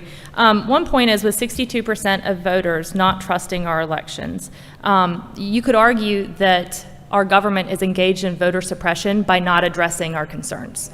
Number two, the encryption keys discovered from my county and others with the databases released suggests that perhaps every county is this way, and tells me that we're in a state of emergency. You have the complaint before you, I believe it's been submitted, and it shows that they are in plain text, unprotected, and gives access to all tools and information to manipulate, fabricate, produce, replace election results. And so I think Georgia is in a state of emergency. Our code already provides a solution for that. As Fields said, hand-marked emergency paper ballots scanned in our machines and then hand-counted with proper chain of custody. And so now I'll go to Federalist 53. And that was written by James Madison. I'm just going to read a portion of it, February 1788. It is an inconvenience mingled with the advantages of our frequent elections, even in single states, where they are large and hold but one legislative session in a year, that spurious elections cannot be investigated and annulled in time for the decision to have its due effect. If a return can be obtained no matter by what unlawful means, the irregular member who takes his seat, of course, is sure of holding it a sufficient time to answer his purposes. Hence, a very pernicious encouragement is given to the use of unlawful means for obtaining irregular returns. Were elections for the federal legislature to be annual, this practice might become a very serious abuse, particularly in the more distant states. Each house is, as it necessarily must be, the judge of the election's qualifications and returns of its members, and whatever improvements may be suggested by experience for simplifying and accelerating the process in disputed cases, so great a portion of a year would unavoidably elapse before an illegitimate member could be dispossessed of his seat, that the prospect of such an event would be little check to unfair and illicit means of obtaining a seat. All these considerations taken together warn us in affirming that biennial elections will be useful to the affairs of the public, as we have seen that they will be safe to the liberty of the people. And so, as you can see, to our founders, it was presumptive that election irregularities, be it error or fraud, would be investigated and acted upon quickly, and that has not happened here. So I urge you to consider it as you would if you went to the emergency room with chest pain, because this is one of the most fundamental rights, and it deserves the seriousness and expediency that you would be given there. Thank you. Thank you.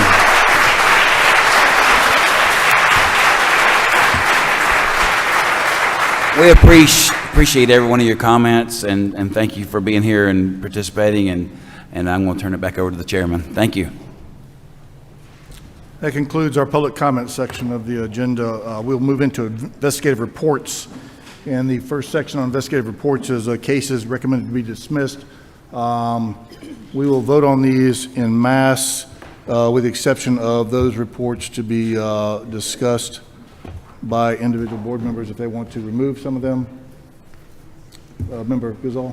Yes, Mr. Chairman, I would like to discuss case SEB 2021-058, which is tab number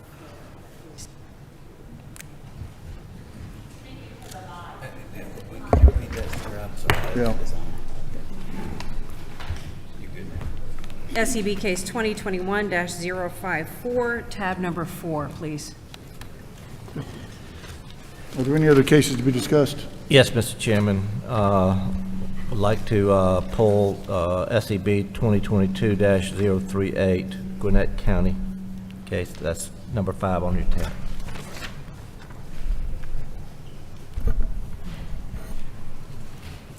Any other cases that the board would like to discuss in that first section?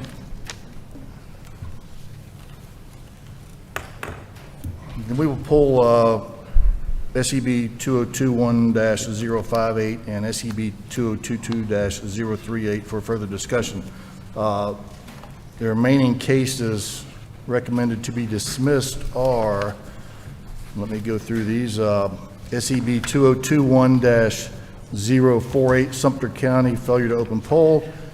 SEB 2022-129, Muskogee County, problems at the polling place. SEB 2022-182, Long County, absentee ballot issue. SEB 2022-194, Fulton County, Alpharetta Branch Library, ABA. SEB 2022-204, Forsyth County, residency issue. SEB 2022-253, Fulton County, early closing of advanced polling location. SEB 2022-275, Fulton County, improper campaign sign postings. SEB 2022-368, Fulton County, prohibited personnel practices by poll officials. SEB 2023-002, Morgan County, failure to open polls. SEB 2023-010, Gwinnett County, ineligible board member. SEB 2023-047, Fulton County, City of Milton, improper polling location changes. SEB 2023-093, Fulton County, City of Roswell, Johns Creek Water Treatment Plant, delayed poll opening. All of those cases have been recommended for dismissal by the investigators. The board has had their briefing book for about a week now and has had an opportunity to look at those cases.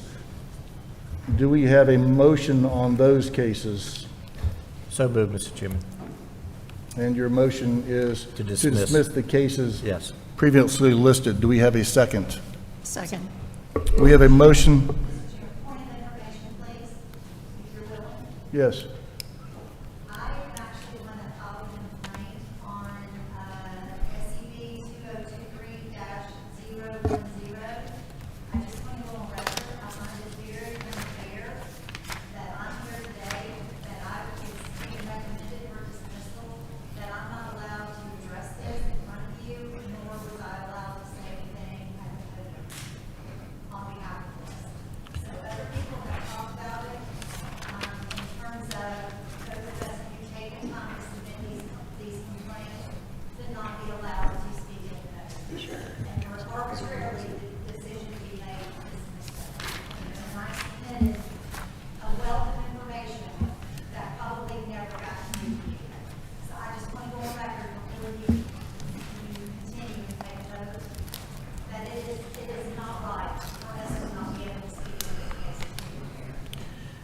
Mr. Chairman, Thank you. since she's here, I would move to amend my motion to hear separately 2023-10.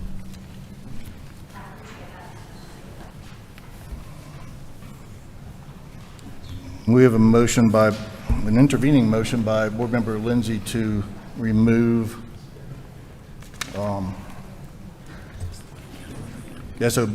SEB 2023-010, which will be removed. The remaining, I would move that the remaining cases that you cited, that you listed, be dismissed, Mr. Chairman. With that change that up. From there my is a previous motion to remove the remaining cases that have been listed. Do we have a second? Second. We have a motion and a second. Any discussion? Hearing no discussion, all those in favor of moving the cases previously listed, with the exception of the 3, signify by saying aye. Aye. Any opposition? Hearing no opposition, so moved. Sure. The board will now hear from the investigators on SEB 2021-058, multi-county excess voting. Okay. Following the November 2020 presidential general election, several states received complaints alleging cross-state double voter fraud. The Georgia Secretary of State initiated an investigation into voter fraud following this complaint. The Georgia Secretary of State's office initiated this investigation after 60 Georgia voters were identified by name and date of birth as voting in the Georgia and another state for the same November 2020 general election, which is a potential violation of OCGA 21-2-572 that prohibits repeat voting in the same primary or election. On February 8th, 2021, we received a spreadsheet containing 60 names. According to the voter registration system, ElectionNet, also known as eNet, 19 of the 60 people potentially voted in Georgia. The investigator inspected the documentation and noticed that 18 of the 19 alleged double voters had already been investigated under case number SEB 2021-138. One of the individuals, Nathaniel Brown, was not investigated. Further investigation into Mr. Brown's situation revealed that he voted absentee by mail for the Georgia 2020 general election on September 25th, 2020. Richmond County was able to locate the oath envelope for Brown. It is indicative that Brown did not vote. They could not locate it. So it's indicative that Brown did not vote, and a clerical error was most likely made giving this voter credit. During the investigation, Richmond County received vital records information on August 14, 2023, confirming that Brown is now deceased. The South Carolina Election Commission confirmed there was a match and that Brown voted early in person on October 28, 2020 in Lee County, South Carolina for the November 2020 general election. The allegation that Georgia voters voted more than once in the same election was unsubstantiated. The spreadsheet initially identified 60 alleged double voters in Georgia and another state by name and date of birth only. Following the Georgia Secretary of State's data match request using name, date of birth, and adding the Social Security number, that number was reduced down to the 19 that I talked about earlier, and ultimately, Mr. Brown was identified as having not been previously investigated. And based on that, this case is unsubstantiated. Thank you. I just wanted to highlight a couple of points. So based on publicly identifiable information on public databases, there were 60 potential matches. Is that correct? Yes, But correct. then using data that's only available to government databases, because these are unique identifiers, and this is non-public information. So 2/3 of the potential matches were eliminated. Is that correct? Yes, just about, yes, from So 60 down to 19. I wanted to make that point that the data that's available to the public is really incomplete. And when 2/3 of those were false matches, we're looking at a very dangerous practice if we're trying to use solely public databases to identify individuals, and that's why I wanted this case brought up. It's when the private, unique identifiers are matched, that is when we have a high level of confidence that we have matching voters, not using public databases. Thank you. I have no further questions on this. I want to clarify that 18 of the 19 have previously been disposed of, correctly? The 18 of the 19 voters have previously been heard or disposed? Yeah, they're in other cases, Right. some different cases, and they have not been heard. They So have those not are- been Those heard. are upcoming, yes. Okay, right. Yep. Okay. So I would move to dismiss this complaint with the rest of them. Are there any other questions? I have a question. Is the mic on? Mr. Chairman, a question for the investigator. I see that the absentee by mail application was found, but the oath envelope for Mr. Brown was not located. Did the investigator go further and look at the absentee voter list, like the numbered voter list that is provided with absentee voters? We have a problem there. Okay. So not finding an absentee ballot oath envelope is just not finding something, but was it confirmed that this voter's name was not on the absentee voter list? I'd have to take a look at the,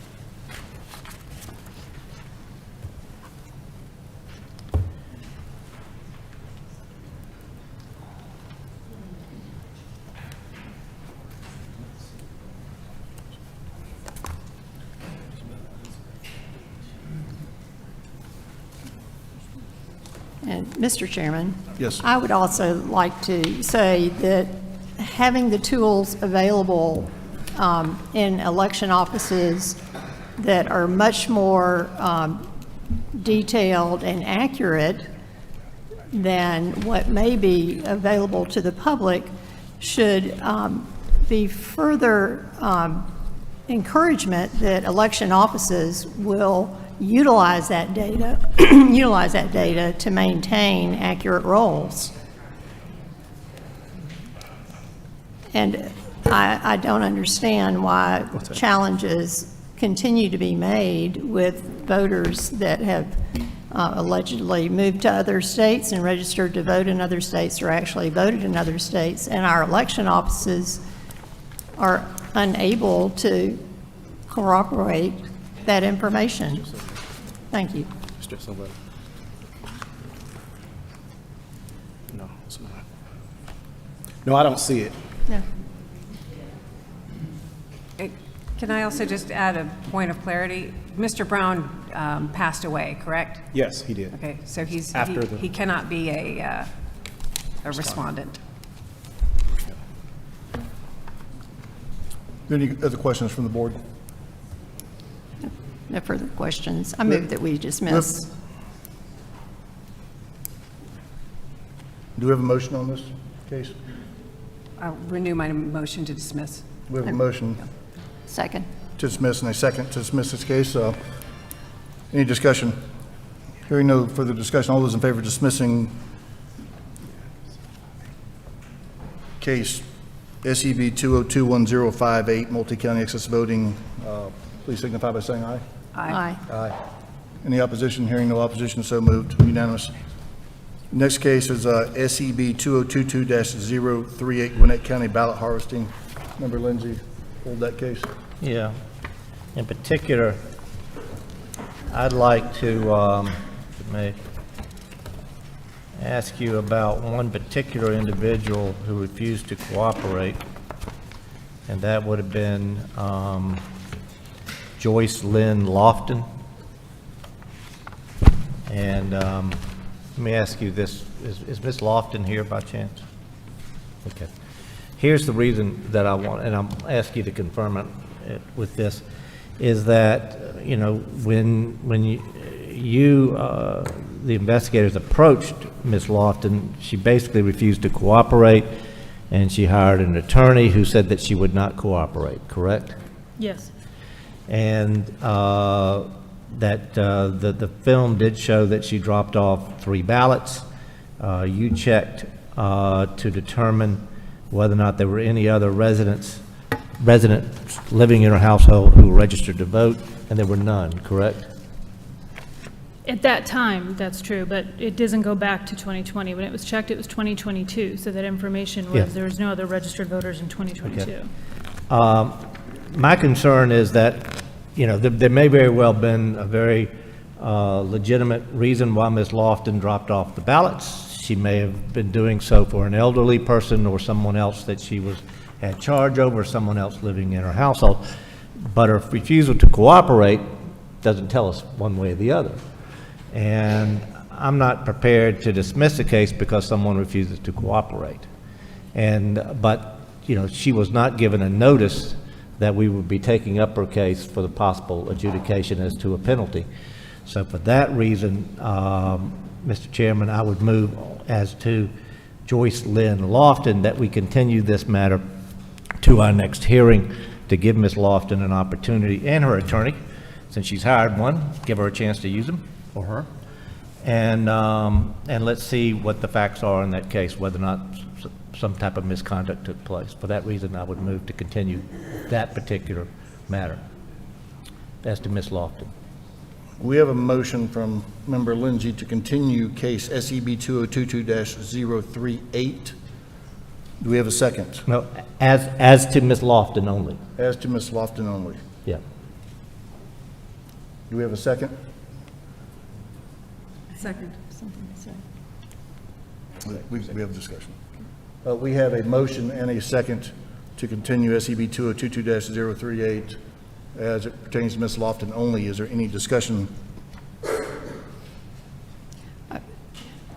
I would agree with the motion to continue and ask Ms. Lofton to appear, but I also would like to make a motion to continue another of these cases. Yeah, like I said, I just wanted to start there, and we can take up any other ones then. Okay. We have a motion and a second to continue SEB 2022-038. All those in favor signify by saying aye. Aye. Aye. Any opposition? Hearing no opposition, so moved by a vote of 3-0. The next case that was polled was SEB 2023-0. Mr. Chairman, I think Dr. Johnson wanted to address one other matter within that. Right. So I am more interested in number 4 of this case, the video showing a woman, a female, dropping off multiple ballots, and the video, review of the video shows maybe 15 or 20 ballots, and the person in the video appears to be an election worker. Are you referring to the same case? Same case. Okay. The investigative report says they could not identify the woman. Looking at the video, I could, minus the mask right here, she seems to be easily identifiable by somebody if she's an election worker and has worked in an election office. So I think it would bear further investigation. There are two cases that are described just like this in Connecticut and New Jersey, and where there is absentee ballot harvesting by election workers and deposited into drop boxes. So I think that it would bear further investigation to see if we could identify who this person is and establish if these were legitimate ballots that she was dropping off. Thank you. Point noted. This case will be continued to the August meeting, at which time there'll be plenty of time between now and then to further send questions to the investigative team. I think our investigator would like to comment, Jim. I didn't know if you wanted to hear what the investigator did for this case, though. Like, what they tried to find her. I mean, do you want me to go through what they did? Okay. So the investigator reached out to Gwinnett County Elections Director Zach Manifold. He was shown the photo of the female, and he advised he did not know who she was. They did confirm that the lanyard appeared to be a Gwinnett County election ID. The director passed around the photo in his office, but the identity of the woman was not determined. The investigator requested the list of Gwinnett County election workers for the 2020 election, and they provided that spreadsheet. The investigator conducted a driver's license check on 293 subjects to compare the driver's photo to the security footage. The investigator located a possible match. The female was interviewed in person but ruled out as she was much taller than the female in the video surveillance, and she also advised that the photo was not her, and he didn't believe so when he interviewed her. The investigator also learned of an incident where a Gwinnett County Sheriff's Office wanted poster was circulated on the internet using the photo of this female, and the incident was reported by 11 Alive News. The poster displaying the Gwinnett County Sheriff's Office emblem was confirmed by a representative of the Gwinnett County Sheriff's Office to be false, but the creator of the fake wanted poster was not investigated by the Sheriff's Office and not identified. But the incident didn't uncover any leads leading to the identity of the respondent as well. And when they tried to do facial recognition software, because she's wearing a mask, DMV said that they need the full face. So that was not an option for recognition software. So that is why they weren't able to identify that individual. But all that on the internet didn't lead to her identity either.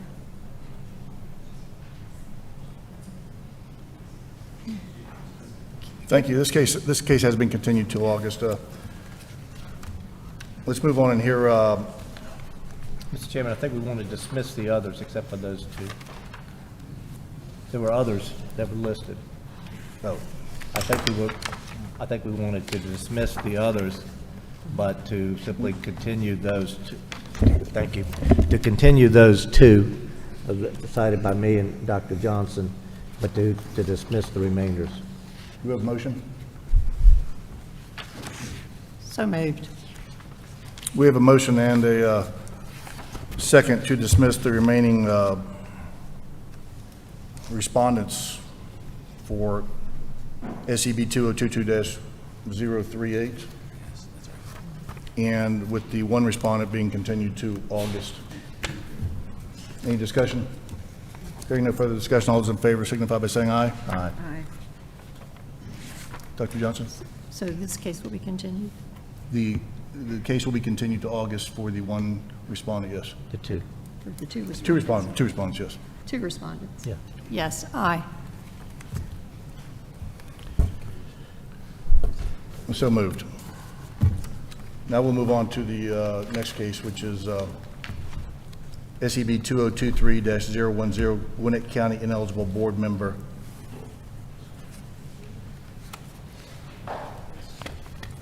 The Secretary of State's office opened this investigation in February of 2023 following a complaint from a Gwinnett County resident.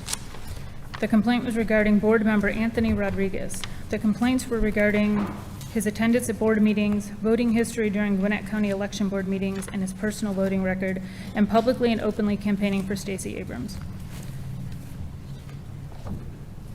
The complaint that had the purview of the Secretary of State's office was that of the improper campaigning activity by a county board member, a potential violation of OCGA 221-4, subsection C.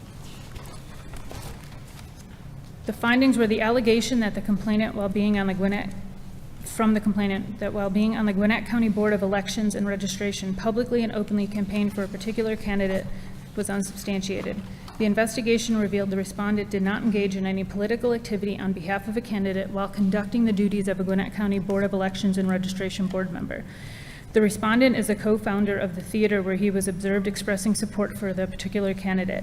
Whilst showing his support, the respondent was acting in the capacity of a private citizen, appearing to be exercising his First Amendment rights. There was no evidence presented to show or prove the respondent engaged in any political activity on behalf of a candidate while in the performance of conducting board member duties. If I may, Mr. Chairman, ask the complainant a question. Yes. Just, you heard the investigation. The investigation was that the board member didn't engage in political activity for a particular candidate while serving on the county election board, but did support a candidate in that individual's private capacity outside the board member. I just want to give you a chance. Do you have any evidence to contradict that? Evidence in terms of, I submitted quite a bit of evidence with the photos. Some of the photos were on his business site where she visited, but many of it was on his personal Instagram and Facebook page, openly supporting her. The issue with this board member is that he is our nonpartisan, or member at large board member. Okay, he is meant to be impartial, just like the chair here. That is what we expect our board members to be. Two appointed for each party and one nonpartisan.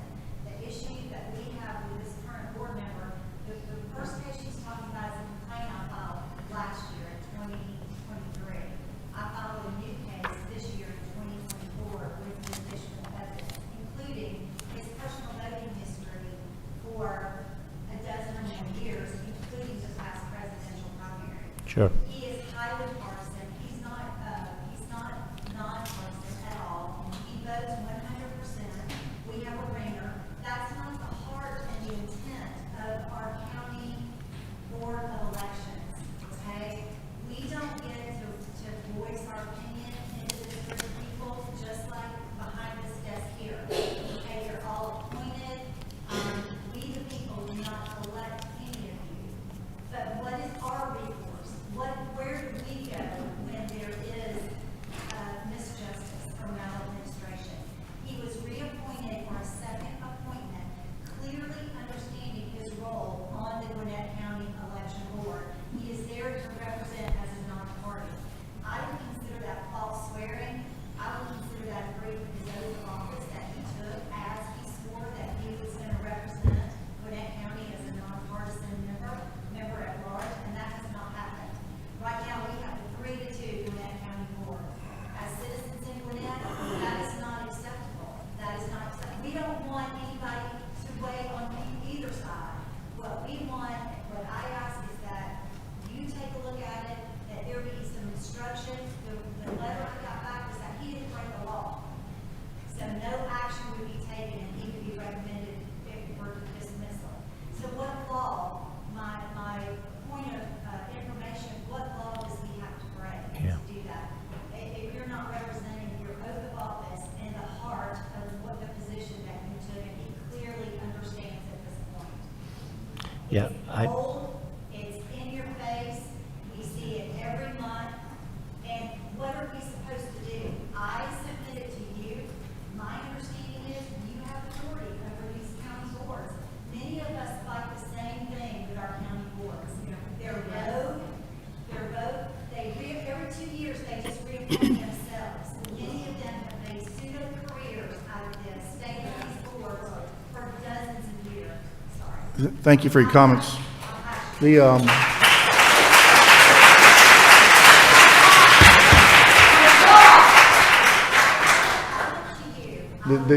I understand. The most frustrating thing sometimes is to say that our jurisdiction is limited, but it is. But however, I do hear you. And hold on. I do hear you, and I do agree with you. But let me finish. Let me finish. When you're winning, be quiet. And I'm hopefully you understand I'm joking a little. I would, Mr. Chairman, I do move to dismiss, but with a letter of instruction to the board chair that as a nonpartisan, he should refrain from partisan activities in order to instill greater confidence in the people of Gwinnett County. And that's my motion. Let me understand, your motion is to not dismiss, but to offer a letter of instruction? Yeah, offer a letter of instruction.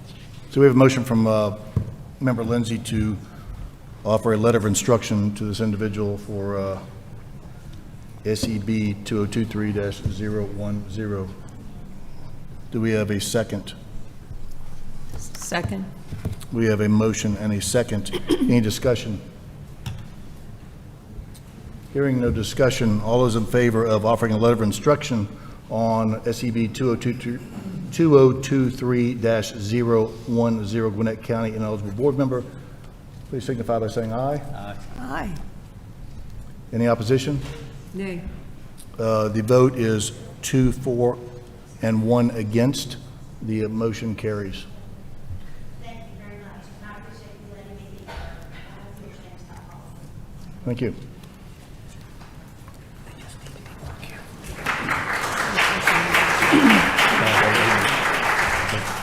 That concludes our portion concerning cases recommended to be dismissed. I think that it's an appropriate time to take a short lunch break.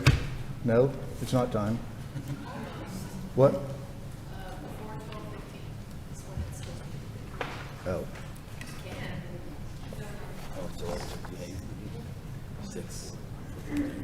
Okay, we'll move into violation cases recommended for letters of instruction for the first case on the agenda is SEB 2021-156 Clayton County failure to record assistance information.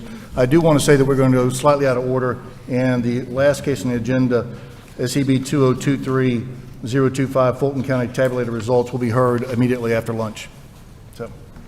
Mr. Chairman. Yes. A point of inquiry. Should we treat this, and this is truly an open question, should we treat this similar to how we treat dismissal, where there's no contention, or there's no disagreement within the board as to how to handle it, or necessity for a greater discussion? That can we simply deal with these en masse with a letter of instruction rather than going one by one? And that's a question for you and for the board. I mean, I'm sure that there may be one or two that folks want to pull to have them heard separately, but most of these would appear to be things that we could deal with en masse. The issue is that there are respondents here that may want to respond to these. Well, that's what I'm saying. If there is some respondent here that wants to be heard, then we should do them individually. But if there's not someone who wants to be heard, those perhaps we could simply dispose of en masse. Okay. Are there respondents here? Is there a respondent here for SEB 2021-156?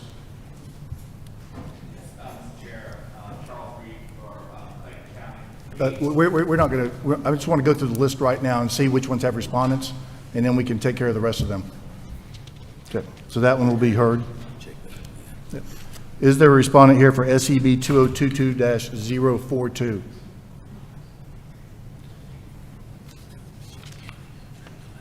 That is Bacon County. Is there a respondent here for SEB 2022-043 Fulton County Election 9 reporting? Yes, Ann Barbaugh, Fulton County, and I'll save you some time, and I'm here for 22, 356, and 370. Actually, not 370, but 356. But just 356? 370 is a Fulton County case, a Fulton County vote is not listed. So you're 356, 370, and 043? Not 370. Fulton County is not listed. It's happened in Fulton County. So it's listed on the agenda as a Fulton County case, but Fulton County itself is not. Understood. All right. Is there a respondent here for SCB 2022-090 Bibb County? I believe no longer for the Bibb County cases, but I don't intend to say anything, and would be happy to be included in the en masse. Okay. That's outstanding. Mr. Chair. Yes. Mr. Chair, thank you. Since these are all cases of violation, I think they all deserve to be heard. If whatever we do, if we dismiss, that's great for the respondent. But if we're suggesting that violations have been found, I think it's the proper thing to do to hear these cases. Some may be referred to the Attorney General, some may be issued letters of instruction or reprimand, and some may be dismissed. But I would like to hear all of them.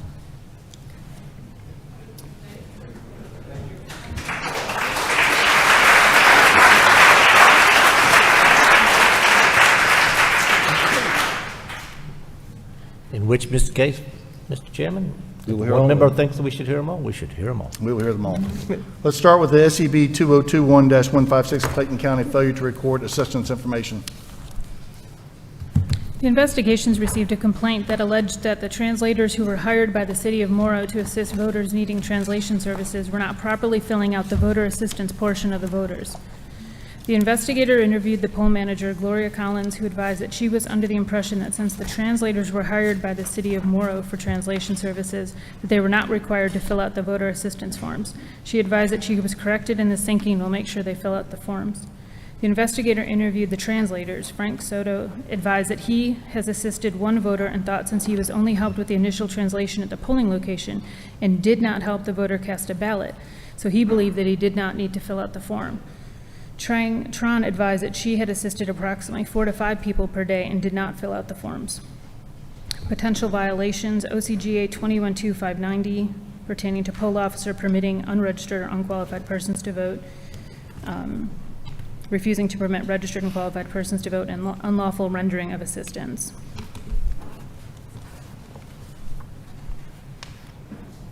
Is there a respondent for SCB 2021-156?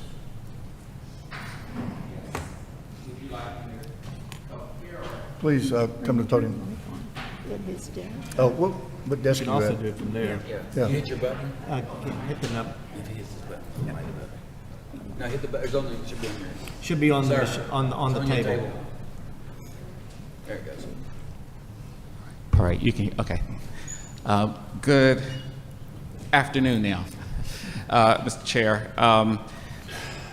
Charles Reed for Clayton County, and I have here Elections Director Shauna Dozier, our Registration Manager Scott Brown, and also Ms. Collins, who's the poll manager here. For this matter, we're okay with the letter of instruction, although we do believe that there's some question that's actually, it should actually be dismissed because it's not clear that there was actually a violation of the law. First, on October 21st, 2021, Director Dozier reached out to the Secretary of State's investigator, Frances Watson, via email to inquire about a sign because she had received some comments or questions from Morrow people talking about the role of the translator at the voting precinct. And she had, so after some back and forth, Investigator Watson asked whether translators were reading the ballot to those who do not speak or read English, and if so, she asked for confirmation whether the translators and poll workers were completing the assistance portion for each person that provided translation service for the ballot. Director Dozier stated, and this is all in the email, that not only had staff been trained to have anyone who assisted to sign the application, she had a staff member physically go out that day to verify that that would have been done. Mr. Scott Brown, he went to the polling location and confirmed that there was no translator that had accompanied anybody to the voting booth. He observed the translators sitting alongside the wall and not near any machine, and that there may have been some translators who assisted voters in the instruction portion prior to going to the machine, but no translator actually assisted the voter in making their vote. And at that time, because it was physical forms, they would have had to sign the form, signing the oath of assistance. And Gloria, who is a longtime poll manager, she is well known for, as we say, running a tight ship. She does not let anybody just roam around. She had all of the translators sitting alongside the wall. So we do not believe that there was any issue with a translator physically walking up next to or assisting someone in actually casting their vote. And if you look at the language of 21-2409, subsection A says, no elector shall receive any assistance in voting at any primary or election unless he or she is unable to read the English language. Subsection B specifically also says, any elector who is entitled to receive assistance in voting under this code section shall be permitted by the managers to select any person of the elector's choice, except such elector's employer or agent of that employer or officer or agent of such elector's union to enter the voting compartment or booth.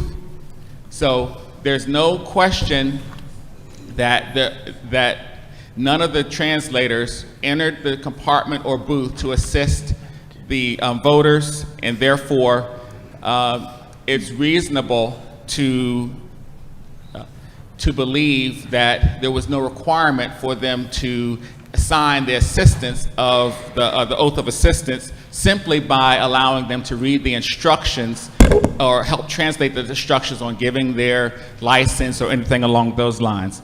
But in an abundance of caution, what we have done since 2021 is that we have trained the poll managers that even if there is someone who is assisting in helping to translate the instructions, that they are also to sign the oath of assistance. And so while we were requested to be dismissed and based on that, we're okay with receiving a letter of instruction if that's the will of the board. And I have the interested parties here to answer any questions of any board members. Thank you. Thank you, Mr. Reed. I have one question. Did the voters need assistance in reading the ballot, actually? In actually reading the ballot, that's the candidates on the ballot? Not to my knowledge. The only issue that that had come to the county or to the county's question was whether the translators had actually accompanied the voters to the booth. And we had when we went there, the poll manager said that that had not happened, and there was only the initial conversations with the outside of the polling booth that the translators had assisted a handful of people. Thank you. Yes, Member Gazal. I think it's important to highlight the fact that both state and federal law require that the state allow voters to have this assistance if they need it. And I would also, I will move to issue a letter of instruction in this case. I would also ask that the Secretary of State's office, or the General Counsel's office, provide formal guidance to all of the counties regarding when the signature of a translator or assistant is needed, at what point in the process, so that every county is able to understand exactly what this law requires and are able to train your poll managers and poll workers accordingly early in this stage. So that was a two-part, one motion and one request. Your request will be forwarded. Yes. Your motion is to offer a letter of instruction Yes. on SCB 2021-156 Clayton County, failure to record assistance information. Do we have a second? Second. We have a motion and a second. Any discussion? Hearing no discussion, all those in favor of offering a letter of instruction to Clayton County on SEB 2021-156, signify by saying aye. Aye. Any opposition? Hearing no opposition, so moved.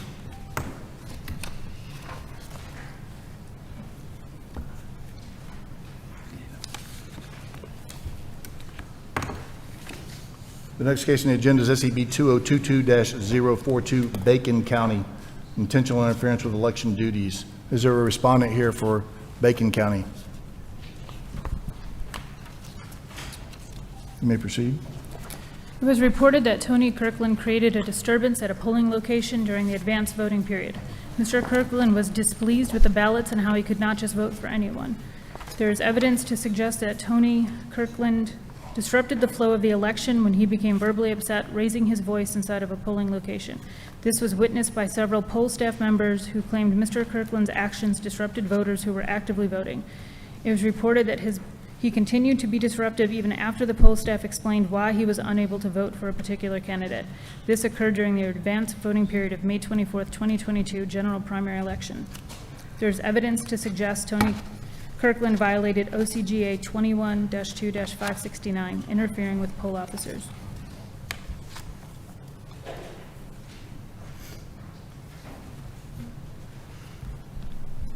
Are there any questions from the board? Mr. Chairman, I have a question. Were the voters unable to vote because of Mr. Kirkland?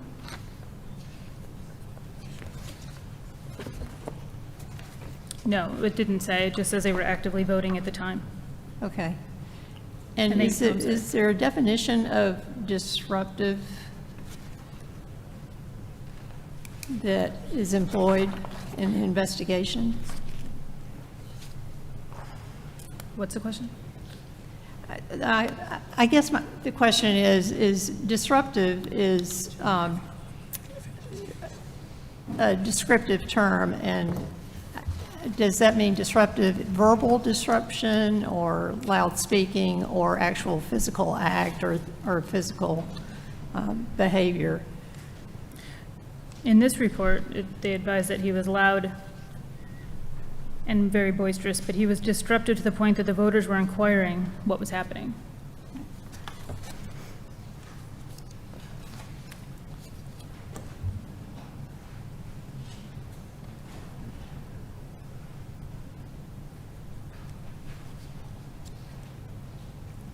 Mr. Chairman, I think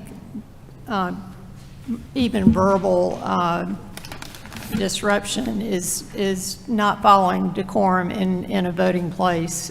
It's, we should be respectful and go into the voting facility, the polling place, and make our vote and leave. If there's a problem, as our code instructs, the superintendent is to be notified if there are issues and not to take out some frustration and anger on poll managers and poll clerks. So decorum is important, and elections I know are sometimes close and contested, but I would move that we issue a letter of instruction for Mr. Kirkland. We have a motion to issue a letter of instruction on SEB 2022-042. Do we have a second? Second. We have a motion and a second. Any discussion? Hearing no discussion, all those in favor of issuing a letter of instruction on SEB 2022-042 signify by saying aye. Aye. Any opposition? Hearing no opposition, so moved.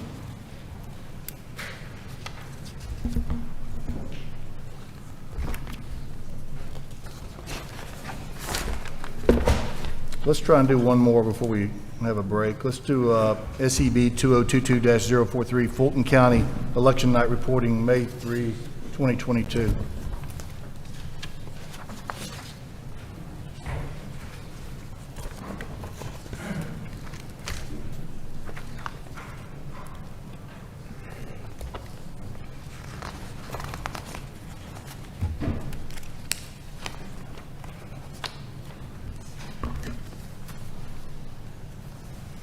Okay, 2022-043, Fulton County Election Night Reporting.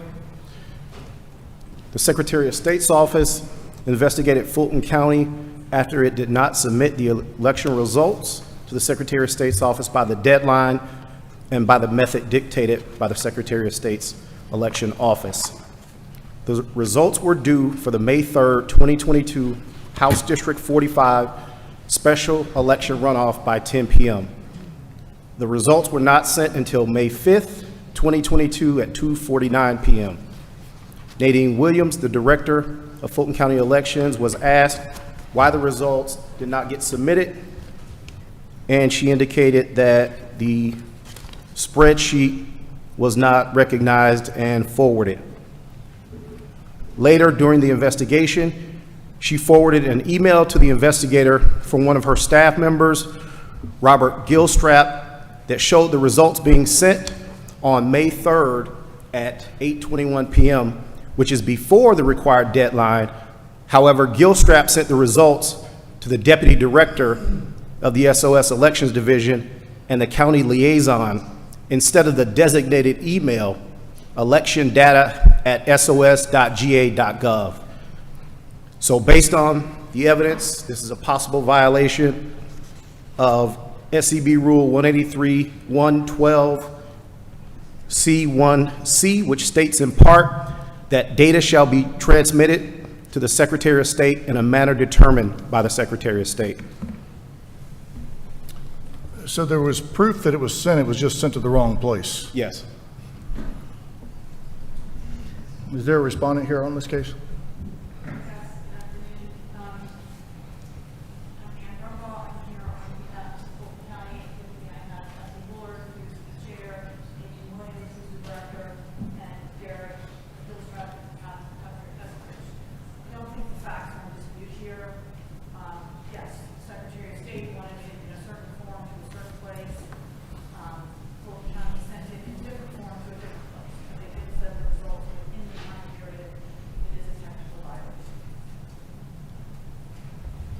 Are there any other questions from the board?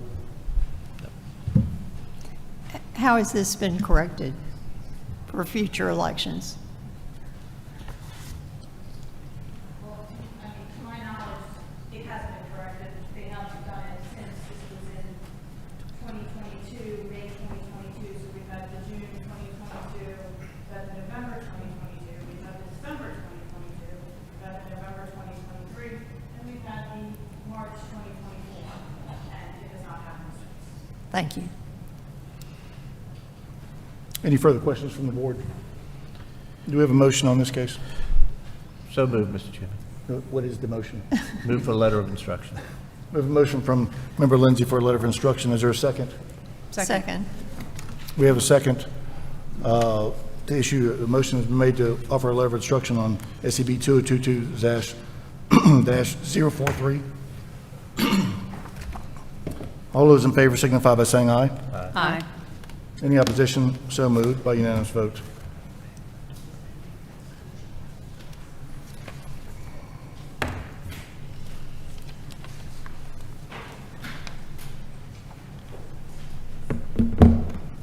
Is the board's pleasure to continue or take a break?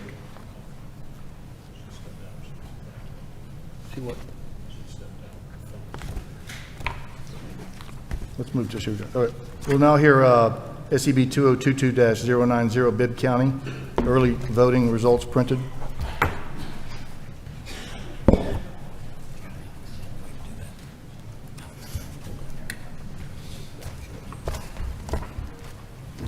Allegation 1, the poll watchers alleged that they witnessed the advanced voting tabulation results being printed on 3 scanners at the Bibb County Board of Election advanced voting location. The results were allegedly printed by the chief registrar and other poll workers who followed her directions.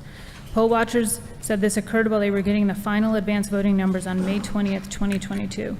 Allegation 2, a poll watcher alleged proper protocol was not followed when the poll manager printed advanced voting tabulation results on 2 scanners located at the Elaine Lucas Center advanced voting location. This allegedly occurred at the close of polls on May 20th, 2022. The investigation revealed that the tabulation results tapes were printed early at both the Bibb County Board of Election advanced voting location and the Elaine Lucas Center advanced voting location. This was witnessed by poll watchers at each of the locations who apprised the office of the Secretary of State as to what had occurred. The individuals responsible for the tabulation results being printed early at the Bibb County Board of Election advanced voting locations were identified as the chief registrar. The individual responsible for the tabulation results being printed early at the Elaine Lucas Center was identified as a poll manager. Both admitted to printing the tabulation results early and have since been educated on the proper procedure. The investigator spoke with Bibb County election supervisor, who advised that the early tabulation was a mental lapse on the part of the poll managers and had not been done in prior nor subsequent elections. The election supervisor took precautions and secured the bags containing the tabulation result tapes in a locked drawer in his office, where they remained until after the close of polls on election night. The potential violations are for the Bibb County Board of Elections and Registration, Veronica Seals, former chief registrar, and Barbara White, poll manager. There's evidence to suggest that Bibb County Board of Elections and Registration and Veronica Seals violated SEB Rule 183-1-14-.14, subsection 5B, early absentee ballot processing. And there's evidence to suggest that Bibb County Board of Elections and Registration and Barbara White violated the same rule.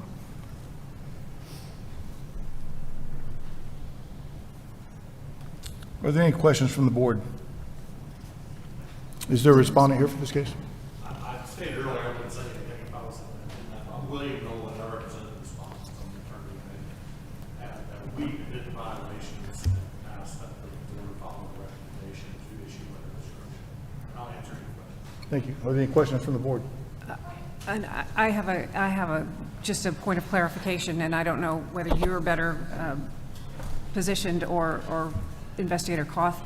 Just to clarify that once the tabulator tapes were printed, they were secured properly from that night on until election day? Thank you. I would move at the proper time to issue a letter of instruction.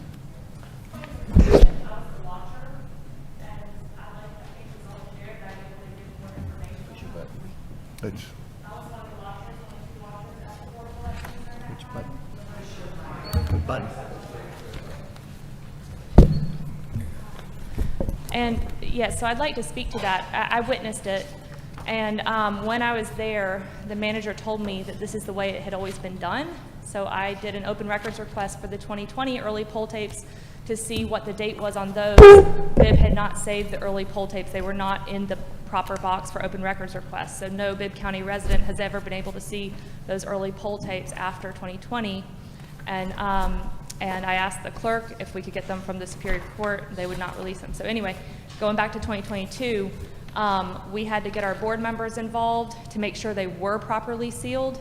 And then this has since, I haven't submitted a complaint, but this has since occurred again in this presidential preference primary at Theron Ussery. We have 3 early voting locations, 2 satellites and 1 being the central. So just it seems that we're struggling with following proper protocols. And then this time also, the watcher who was there at Theron Ussery who reported it to me, she had been the one that also witnessed this in 2022, so she knew what needed to happen with these being properly sealed. And our supervisor did not initially tell the person to seal them. We had to get our board member involved again to get them properly sealed so that the early results couldn't be leaked.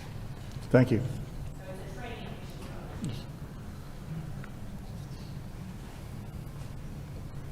Any further comments from the respondent?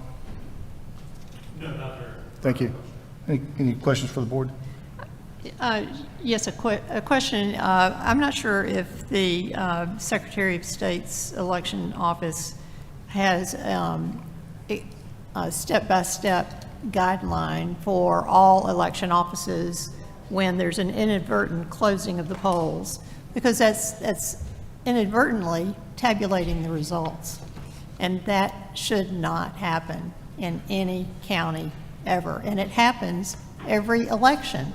And it's a Dominion problem because it's very easy to, rather than shut down the tabulator, to close the polls. And if it's not an experienced poll manager, apparently it happens frequently enough. So I would kindly request the Secretary of State's election office provide a certified letter to every county defining the proper procedure for instructing poll managers what to do as far as shutdown versus closing, and a step-by-step guide for inadvertent closing of the polls resulting in tabulation tapes, including tape storage, memory card management, notification to the superintendent, and make a record of that action taken. If you'll supply that recommendation to Alexandra, she'll forward that to the Secretary of State. I will do that. Thank you. Any further questions?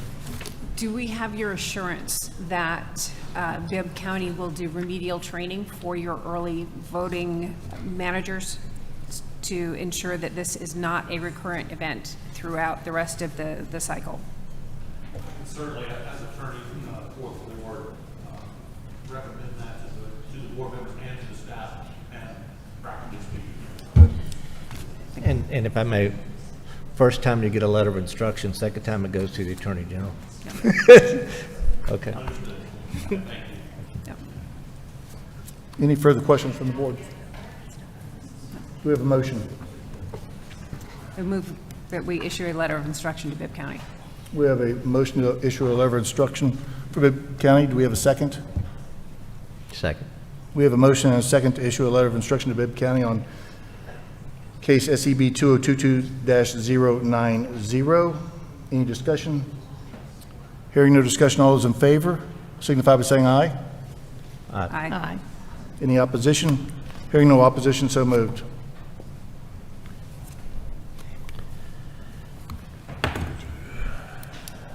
The chair at this point would entertain a motion to recess for 45 minutes for a lunch break.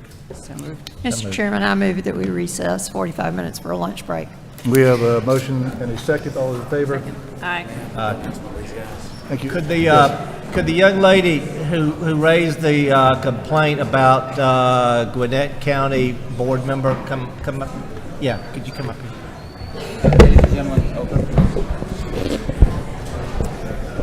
For those of you who are staying around, there's two places to eat. One's over on Washington Street. There's the Twin Towers across the street. There's a eatery in the bottom of the basement. If you guys are going to stay around, it's the easiest place to find something to eat is those two places.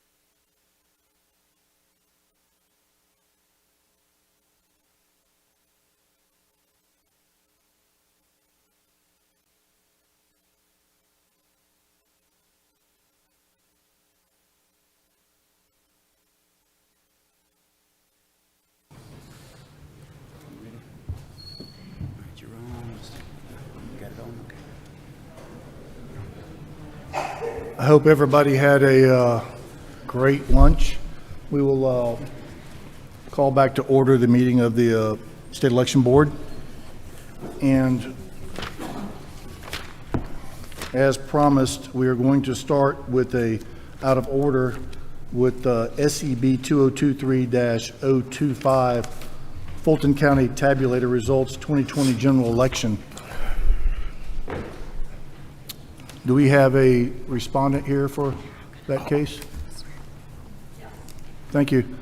Would the investigator please, we'll recognize Charlene McGowan with the Secretary of State's office. Thank you, Mr. Chairman. I'm going to assist Investigator Brunson in the presentation of this case. As you know, this case has presented or generated a great deal of speculation online, and there's been a lot of chatter about it. So I just want to start out the presentation of this case by giving the board some big picture context of what happened here. So the complainants in this case claim that there is missing documentation for about 42,000 votes for the recount of the presidential contest in the 2020 general election. This is simply not true, and it's not corroborated by the findings of this investigation. We know there are not missing votes because we have the paper ballots that document those votes for this election. The paper ballot is the record of the vote. It is the most important document, and it is what is used to tabulate the vote and to tabulate the results. So as long as we have that paper ballot, we have the paper trail that accurately records the voters' choices. Now, we have all of the paper ballots for Fulton County for the 2020 election, and we know that because we have counted those paper ballots 3 times. They were counted in the original tabulation. They were counted by hand in the risk-limiting audit, and then they were counted again during the machine recount, which is what is at issue in this case. And all 3 counts confirmed the results of the presidential contest in 2020. So you will hear a great deal during this presentation about documents such as ballot images, batches loaded reports, and tabulator tapes. And all of those documentation, they're all very important, and we expect that the counties will keep those, maintain those, and make sure that they are complete. But it's important to note that they play no role in the actual tabulation of results in an election. Again, those results are determined by the paper ballots, which we have for 2020. And the conclusion of this investigation, which we will get into the details of in a minute, is that Fulton County used improper procedures during the recount of the presidential contest in 2020. The investigation also shows that there are some duplicative ballot images in the ballot images that Fulton County provided. And this suggests that some ballots may have been scanned more than once. But what cannot be decided conclusively or confirmed conclusively is whether or not those duplicative ballot images were included in the count. So we don't know for certain whether or not those were in the tabulated results, and we will get into why that is during the case presentation. I also think it's important to note that what happened during the recount was documented in real time. So we know what happened back in 2020, and the results of this investigation don't change any of the things that we already knew back then. It simply confirmed what everyone already knew. And the reason we already knew that is because there's contemporaneous documentation of what happened back in 2020. This very board appointed an independent monitor to monitor Fulton County throughout the 2020 election, including during the recount. And the monitor's report notes what happened during the recount, and we have that as part of this investigative file. The Secretary of State's office was aware of what happened at the time, and the Secretary's office worked with Fulton County to make sure that they got to the final and correct results of the recount. And what happened is also recorded in the board meetings, or the board minutes of Fulton County's Board of Elections meetings that they had to certify the results of the recount. So we know what happened at the time. The investigation has confirmed what we already knew, and there's nothing new that we have learned as a result of this investigation. And most importantly, nothing about this case changes the results of the 2020 election. Those results are accurate. They were accurate at the time in 2020. They are still accurate now, and nothing about this investigation changes that. And I will turn it over to the investigator now to present the details.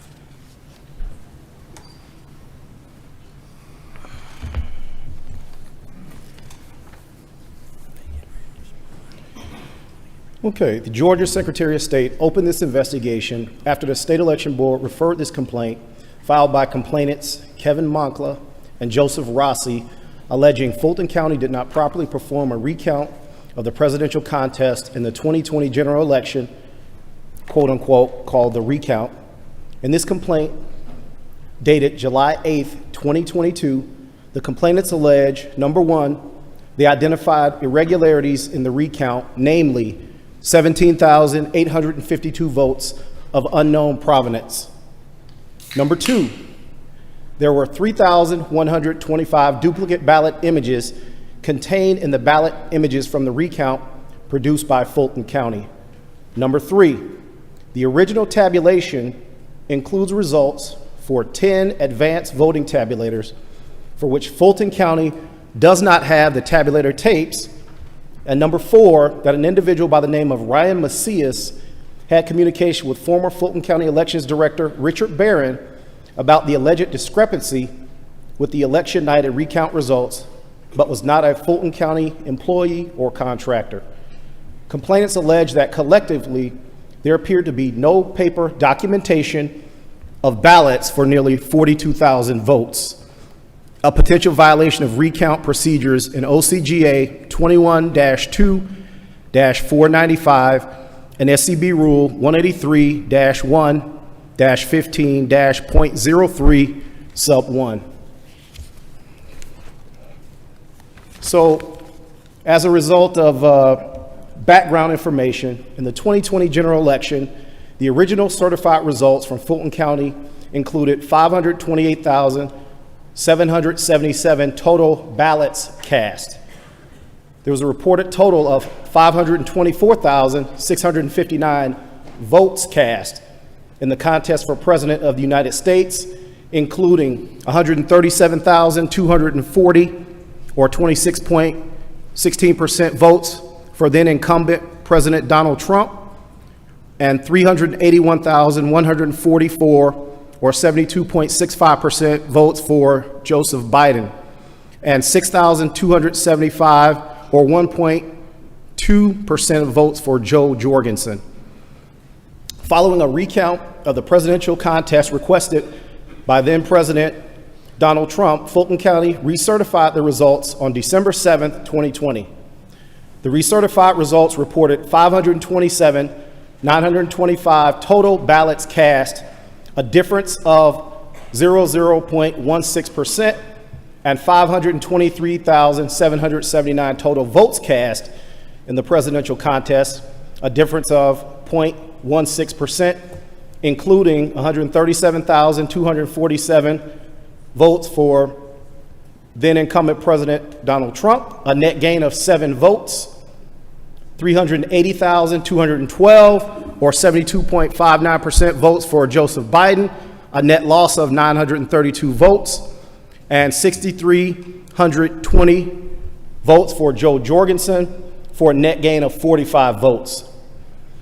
In preparation for the 2020 general election and pursuant to an October 2020 consent order, the State Election Board contracted with Seven Hills Strategies to serve as an independent monitor for the 2020 general election. One of Seven Hills Strategies' responsibilities was to observe tabulation on election day and any post-election audit or recount. On January 12, 2021, following the general election and subsequent runoff elections, Seven Hills Strategies prepared and submitted a post-election executive summary, which is exhibit number 3 in the investigation. The summary indicated the monitor observed every aspect of the respondents' election processes, and at no time was dishonesty, fraud, intentional malfeasance observed. Under the topical heading, quote, the recount, the executive summary noted several issues that included poor record keeping, which led to other procedural problems for Fulton County throughout the recount process, namely, Fulton County failed to properly follow protocols for backing up and uploading data to servers, resulting in errors, and Fulton County inadvertently named 2 scanners with the same name, causing delays in the completion of the recount. In August 2021, pursuant to a request from members of the Georgia General Assembly, the SCB appointed a performance review board to examine issues with Fulton County's election process. On January 13, 2022, the PRB issued a report of its findings, which is exhibit number 4 in the complaint. On page 9 of the report, under the topical heading, double scanning of ballots, the PRB noted one of the allegations leading to the General Assembly's August 2021 request for this review was that ballots were being double scanned. The PRB further referenced in its report, in part, that a contributing factor to the possible double scanning of ballots likely included poor batch management and storage practices.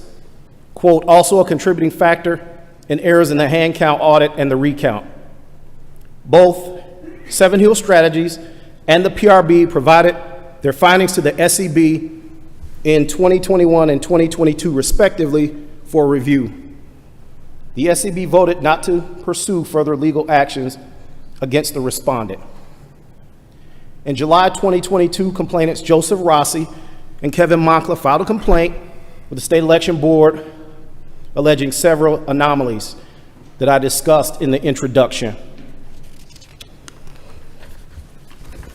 So now we'll get into the investigative summary.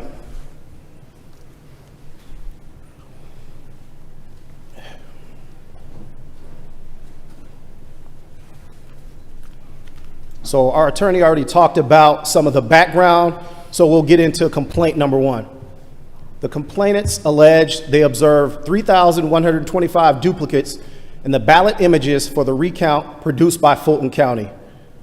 The SOS Investigations Division reviewed the documentation submitted with the complainant and subsequently sent 3 investigators to the Fulton County Elections Office to conduct an independent review of the batches of ballot images identified by the complainants.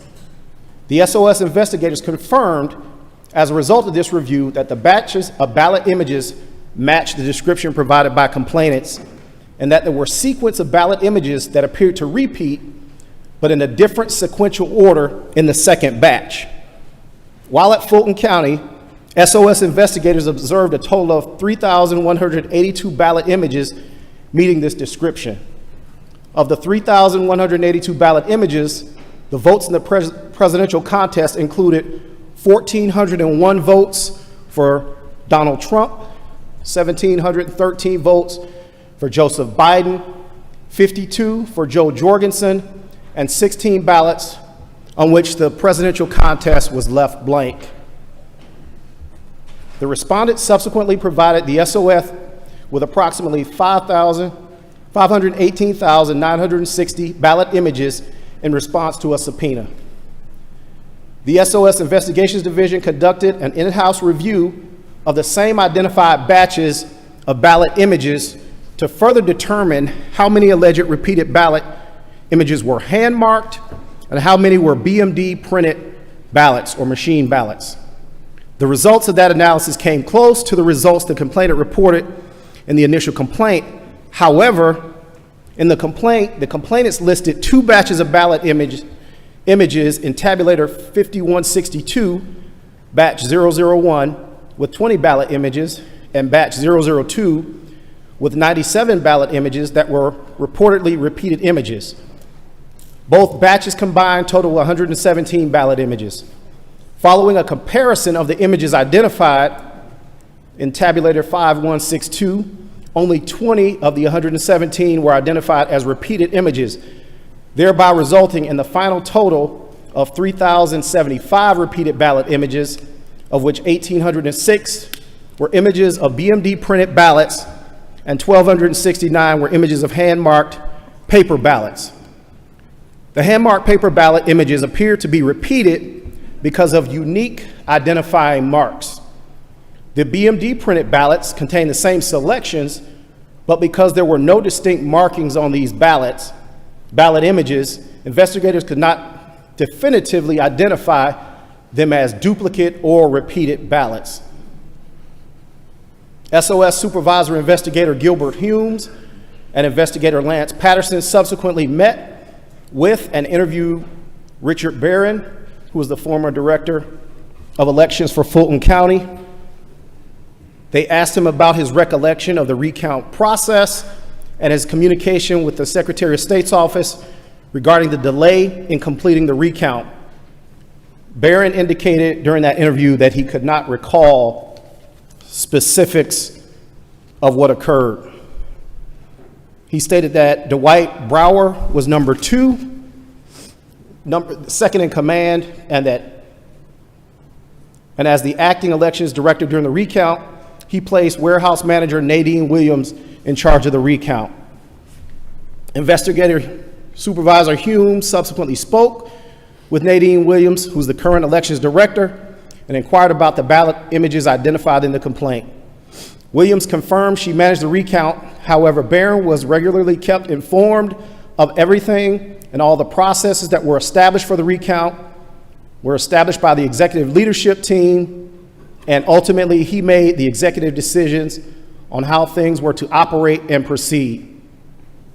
Director Williams told investigators because the same groups of sequentially ordered ballot images were found in 2 separate batches, but in a different sequential order in the second batch, it was most likely the result of poor batch management during the recount. This was an issue that was brought to light in 2021, and changes have since been made by respondent to the ballot scanning process. During the recount, respondent had 1 person assigned per scanner, and that person was responsible for scanning the batches, and after scanning each batch, placing the scanned batches in a box marked completed batches. According to Williams, when she became elections director, she assigned 2 persons to a scanner to scan batches.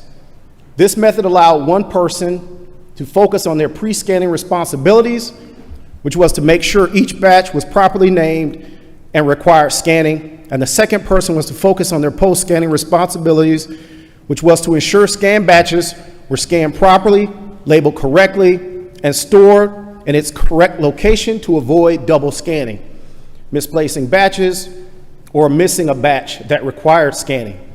William further reported the implementation of this process was successful as the 2022 general election process experienced far fewer problems than in 2020.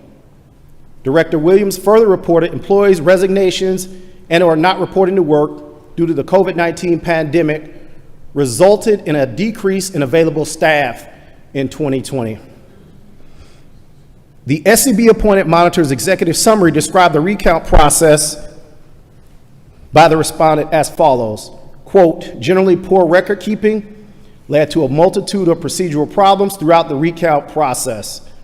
For example, the monitor observed that Fulton County leaders were sending out individual ballot batches instead of full boxes, and with this process, it would not be difficult for a batch to be forgotten or fall to the wayside as it changed hands. When this practice was discussed with Director Williams, she acknowledged such practices as those identified by the monitor could have potentially led to ballot images being uploaded twice during the recount, but could not state for certain whether that was the cause of the potential duplicative ballot images. Respondent reported that since 2020, they have implemented processes to make sure that after full batches of ballots are scanned, they are immediately secured in an area designated for already scanned batches. So that's complaint number 1 as far as the investigation. Complaint number 2.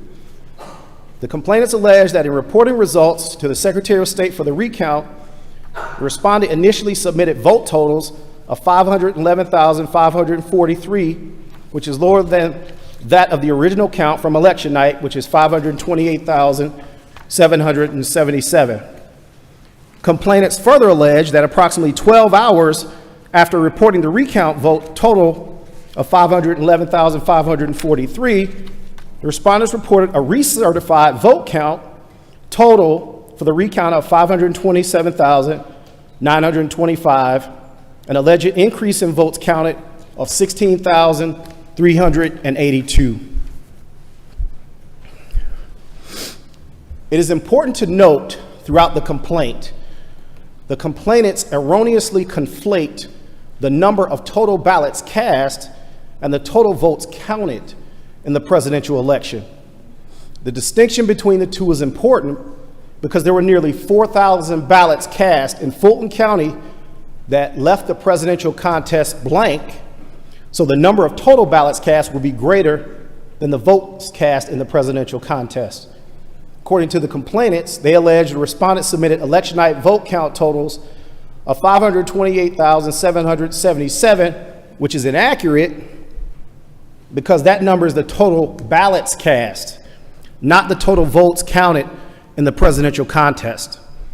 According to the original certified results, the correct number of total ballots cast in Fulton County for the 2020 general election presidential contest was 528,777, and the total votes counted was 524,659, and that's part of exhibit number 5. Approximately 4,118 ballots did not record a vote in the presidential contest, either because the voter left it blank or the ballot contained an overvote. In support of complaint 2, the complainants rely on 2 batches loaded reports they received from Fulton County in response to an open records request. Complainants allege that the first batches loaded report, BLR1, indicated 511,543 votes were tabulated and published, and the second batches loaded report indicated 527,741 votes were tabulated and published. Complainants questioned how the respondent was able to, quote unquote, find more than 16,000 votes between BLR1 and BLR2. The complainants pointed out that a batch loaded report is a product of the Dominion Election System server, EMS, that shows all batches of ballots that have been counted, along with the status of each batch. However, a county is not mandated or required to use the BLR feature in EMS, nor is the BLR used to report election results to the Secretary of State's office. Rather, it's a mechanism that exists to aid counties with the tracking and reconciling of batches and number of ballots scanned. The BLR is also a running document, meaning it is one document in which the totals will constantly change when updated, and each update overrides the previous total amount. In column H of the BLR in the complaint, the column reads published. It should be noted for the record, published means the data can be viewed and or printed in report format. Respondents provide the SOS Investigation Division with the final BLR, and the final tally on the BLR for the recount was 527,925, which is exhibit number 6 in the report. Throughout the complaint, the complainants incorrectly referred to ballots cast as votes counted and referenced that a BLR was used by Fulton County to report official vote count results when such a report is not used for that purpose. The question remained as to how Fulton County reconciled the discrepancy between BLR1 and BLR2. Counties report all official election results through the election night reporting, or ENR system.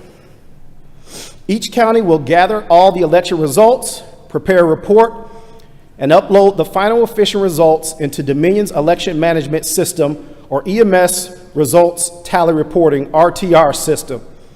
The RTR is the main application for post-voting activities. It receives election results from the tabulators, allows for validation of the results, and reports the results. The counties are then required to export and upload the RTR results into the ENR, at which time the election results are received by the Secretary of State's office. This is the process that all counties follow when reporting election results information to the Secretary of State. During the recount, Fulton County performed 3 uploads reporting results, with the first being on December 3rd 2020 at 12:16 a.m., showing total ballots cast as 525,365, with total votes cast in the presidential contest as 521,452, which is exhibit number 7.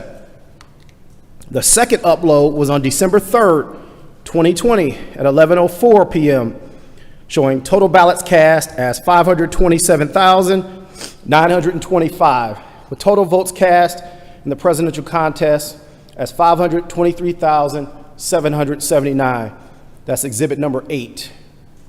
And the third upload was on Friday, December 4th, 2020 at 12:27 p.m., showing total ballots cast as 527,925, with total votes in the presidential contest 523,779, same as the second upload, exhibit number 9.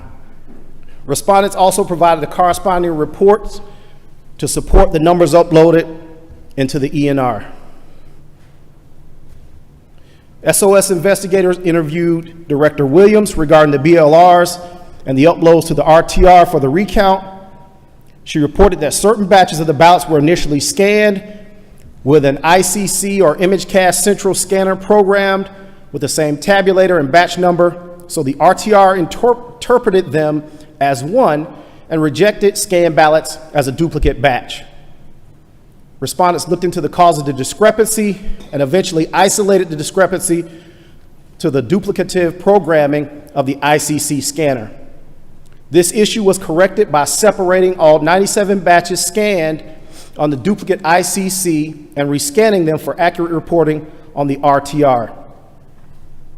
Prior to rescanning, Fulton County made sure representatives from each political party, the SCB's independent monitor, and others were aware of the discrepancy, what caused the discrepancy, and were present to witness the rescan. Respondents confirmed at that point they had a total of 506,127 scanned ballots. After they rescanned the initial rejected batches of ballots, totaling 21,798 votes from the tabulator 816, Exhibit 10, the final total ballot scanned was 527,925. Respondents acknowledged BLRs were referenced during the status update discussion about the discrepancy, but only used them as a reference in trying to determine what went wrong and how far off they were in the count. There is no record of the respondents submitting official results to the Secretary of State's office on December 2nd, 2020. Complainants have further alleged that the respondent failed to provide all ballot images from the recount in response to an open records request.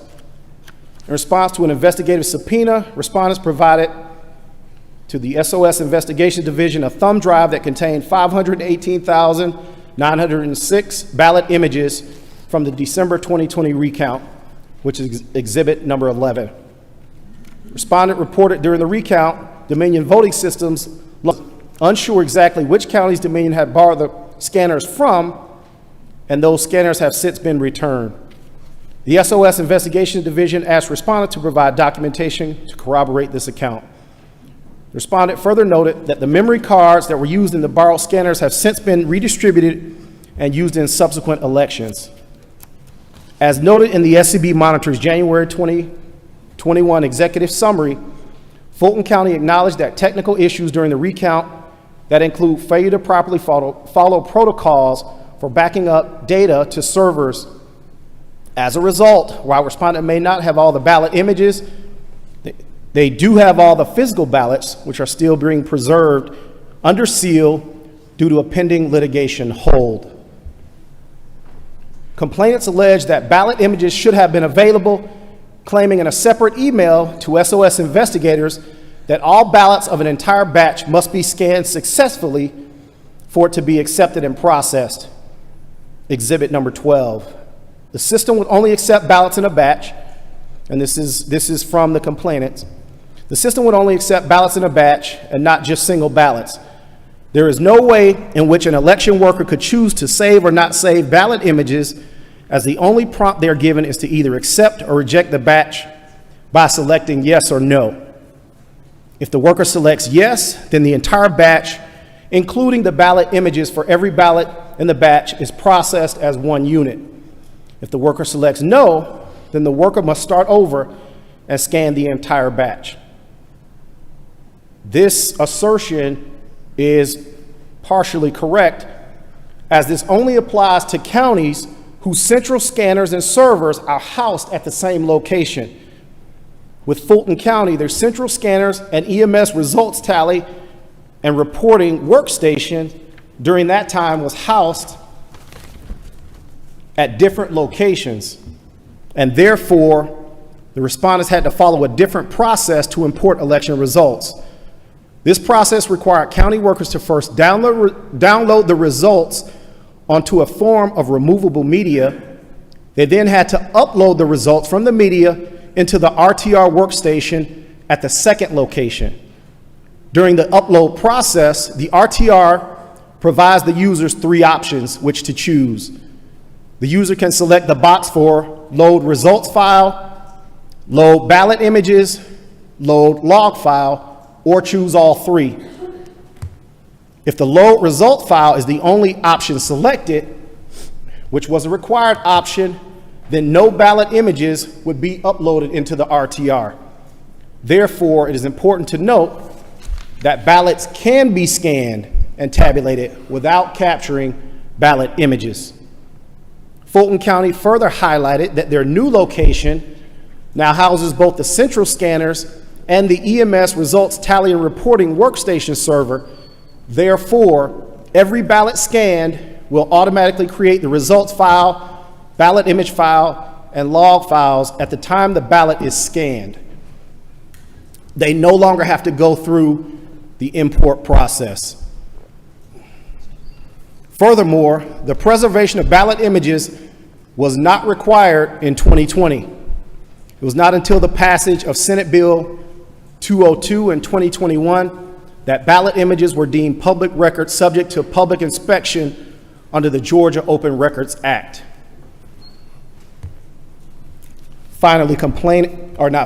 Complaint number 3. The complainants alleged the original election night vote count included results for 10 advanced voting tabulators, also called precinct scanners, for which Fulton County has no records. In support of this claim, the complainants reported that they submitted an Open Records Act request for the tabulator tapes for 10 advanced voting precinct scanners in response to an Open Records Act request, and a Fulton County employee responded to this request by stating the requested documents do not exist. Complainants thus concluded that no documentation for the 10 advanced voting tabulator exists, and that no documentation of the ballots tabulated on those scanners exist. It is important to note the purpose of the tapes. The tapes are produced by the precinct scanner after the polls have closed. They serve as a paper backup to the memory card that stores ballot tabulation and are not part of the process by which official results are reported by counties to the Secretary of State. On January 8th, 2024, the respondent advised SOS investigators that they have all documentation for the precinct scanners in question. However, storage issues have been complicated after Fulton County relocated all its records to its new warehouse. The respondent escorted SOS investigators to the location where the 2020 election records were being stored and said that they would search for supporting documentation and provide it to investigators. Between March 5th, 2024 and May 3rd, 2024, the respondent provided the Secretary of State's investigators with documentation on the 10 AV tabulators, and that is in exhibits number 13A through J in the file. This evidence consists of zero tapes, opening the polls zero count forms, daily recap sheets, and result tapes. The respondents also provided photographs of 9 of the 10 scanners, including their serial numbers. She also provided sworn affidavits from 8 poll managers who attested that the ICP scanners in question associated with the advanced voting locations that they manage existed and were utilized by voters to scan their ballots during advanced voting for the November 3rd, 2020 election. Accompanying each affidavit was a copy of a tape, either zero or results, or a recap sheet to show signatures on the affidavits match those on the election record. Fulton County provided documentation to evidence the existence of the 10 tabulators in question, which show 12,799 of the 20,713 questioned ballots. Respondent advised they were still in the process of searching through approximately 700 boxes of 2020 records for the recap sheets and or results tapes for the AV locations. The actual paper ballots are also still preserved. The complainant's assumption that because tabulator tapes have not been produced, then the paper ballots themselves are unaccounted for is simply incorrect. Complaint number 4. The complainant alleged that an individual by the name of Ryan Macia had communications with former Fulton County Elections Director Richard Barron about the discrepancy with the election night and recount vote results. Complainant stated Macia was not a Fulton County employee, Happy Faces employee, Fulton County contractor, nor a Fulton County vendor. The respondent provided a memorandum of understanding between the Elections Group LLC, where Macias was employed, and Fulton County Board of Elections and Registration, which was signed off by the Fulton County Manager and Fulton County Attorney, approving the Elections Group to serve as a consultant for the 2020 general election.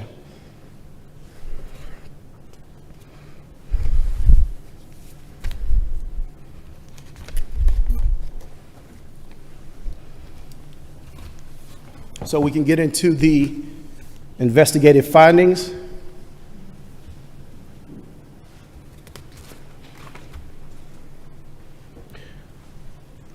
For complaint number 1, the complainant's allegation that Fulton County had multiple batches of ballot images that were repeated in another batch was partially substantiated. The investigation identified a series of BMD printed ballots and hand-marked ballots repeated in the same order in a separate scan batch from the first batch. A review of the hand-marked ballot images appeared to be duplicate ballot images based on the unique markings on the ballot.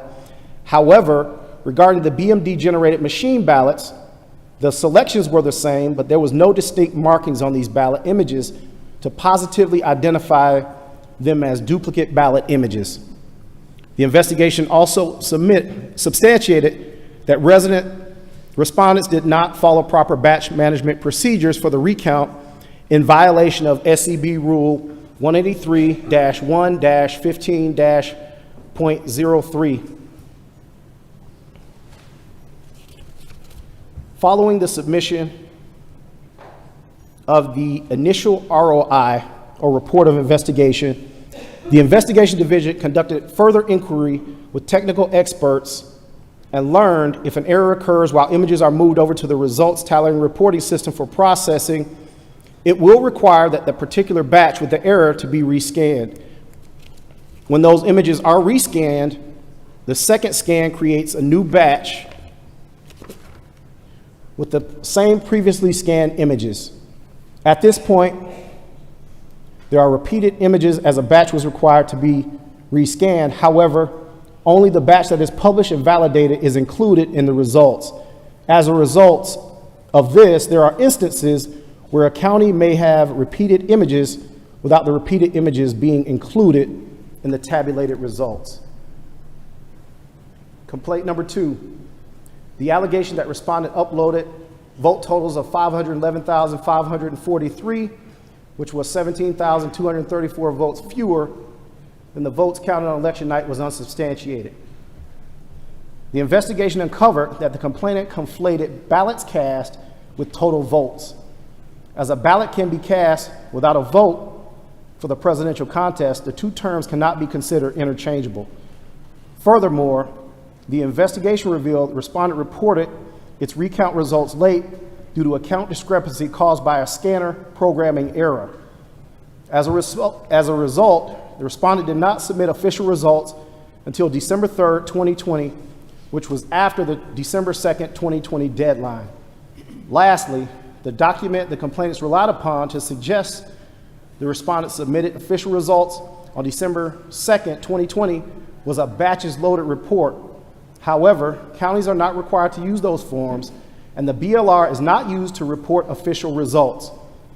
Respondents acknowledge BLRs were used in discussions about the discrepancy, but only as a reference in determining what the totals were and should have been and in determining the cause of the discrepancy.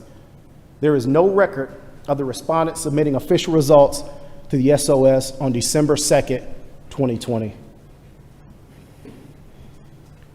Complaint number 3, the allegation that Fulton County did not have records for 10 advance voting locations for the November 2020 general election was unsubstantiated. The respondent provided documentation to establish the existence of the 10 tabulators. Number 4, the allegation that Ryan Macia was not a contractor with the Fulton County Board of Elections and registration or employee, etc., was unsubstantiated. The respondents provided a memorandum of understanding signed by the county attorney's office and the county manager's office approving Ryan Macia to serve as a consultant for the respondent during the 2020 election cycle. So for potential violations, there is sufficient evidence to suggest respondent violated SCB Rule 183-1-15-.03 regarding recount procedure when respondent failed to ensure the recount was completed through a precise control process that ensured for each ballot scanner using the recount, no more than one ballot container was unsealed at any given time, and failed to ensure a clear audit trail was maintained at all times during the recount. And that's the case. Thank you very much. I think that what we'll do is hear from the respondents first, and then if the board has questions to ask, they can ask questions. Would the respondents like to, if you'd press your button there, then I'll turn on the mic. I know. That's one. Yeah. Okay. Hello? What's that? Yeah. Well, thank you for that very thorough analysis of the allegations. I'd just like to say on behalf of my client that they have cooperated fully with the investigation. They've spent countless man-hours of their own searching through old boxes, looking for all this documentation from 2020. We don't really disagree with the findings of the Secretary of State's office. We would simply request that this board issue a letter of reprimand in this case, consistent with what this board did in February with another Fulton County case about the 2022 election. In both cases, the issues did not involve anyone's vote being denied. And so the decision was made in February that a letter of reprimand was sufficient and that it was not necessary to send this to the Attorney General's office. So we would ask for a consistent response in that because of that. If you all have specific questions as to the facts, I'm happy to answer them or refer to several members of senior staff here. I'm not going to go into each factual allegation, except to say that, as has been stated several times, this has been addressed. This is now the third time we're addressing these issues. The first time was the, I think it's the Seven Hills independent monitor who was on site the night of the recount. He actually noted, I think it's allegation number 2, where there was an ICC scanner. Well, there were 2 scanners that were named the same thing, so that when the second scanner was uploaded, it basically deleted the first scanner's results. And so that's why there was a discrepancy, and that's why there was a second, Fulton County figured out, we've got a problem, several thousand votes, what's the problem? They figured out what had happened, and they reloaded the votes, and we had the results that were consistent with both election night and the hand audit. That's already in the Carter-Jones report at pages 6 and 13, if you want to go look at it. So that is not new. The other issues were also brought up in both the Carter-Jones report and the performance review, so these are not new things. As a result of those two independent investigations, we now have a new board, a new senior staff, a new location, which is enormous and beautiful and can fully handle the 500,000 or 600,000 votes that will be coming in November, which was not the case in 2020. And because it was not the case in 2020, there were some workarounds, and there were some, as the investigator stated, you know, not everything was being done in one location, and we had to do it in different locations, and that meant there had to be some patchwork things, which may have led to some of these problems. So we have a new board, we have a new senior staff, we have a new place where we can do everything in one location, and we have multiple new standard operating procedures, which have been put in place over the last 6 elections since the 2020 election. So we have a 3.5 years of a compliant, cooperative, new elections board that is making changes, is succeeding at those changes, and we just need to go forward now and think about 2024 and let Fulton County... Let's be respectful to our speakers, please. Let Fulton County demonstrate that it has got the right operating procedures, that it has got the right staff, and it has got the right location, which will enable them to go through these processes smoothly, transparently, and accurately. Thank you. Thank you. Does the board have any questions?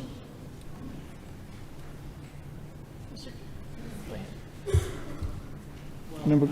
Let's take it up. I mean, two different directions, if I may, Mr. Chairman. I think there's some questions about. Okay, I just turned on the mic. Thanks, guys. Sorry about that.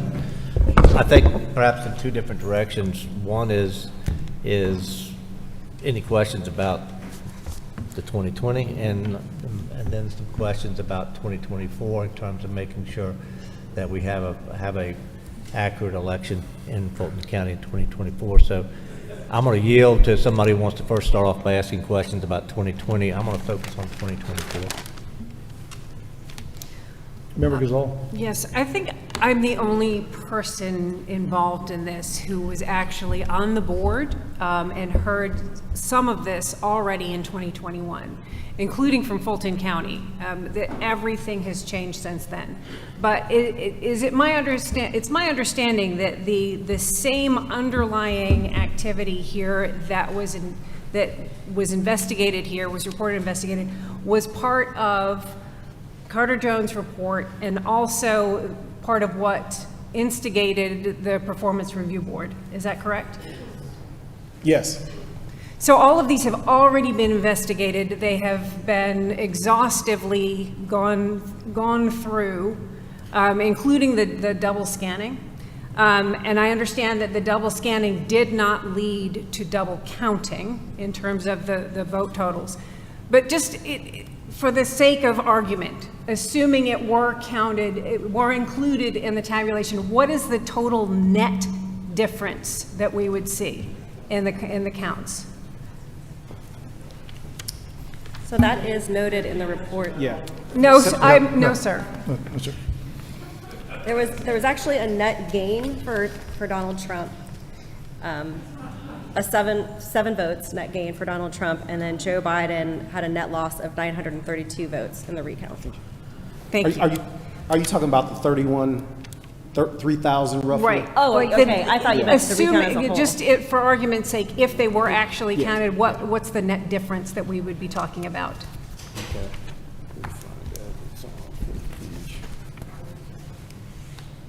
Okay, so there were 1,401 votes for Donald Trump and 1,713 for Joseph Biden, 52 for Joe Jorgensen, and 16 which were left blank.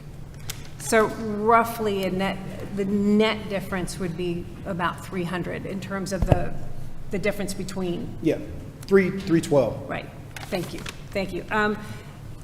Can I also assume that there were poll watchers from all parties involved in all of the early voting locations contemporaneously?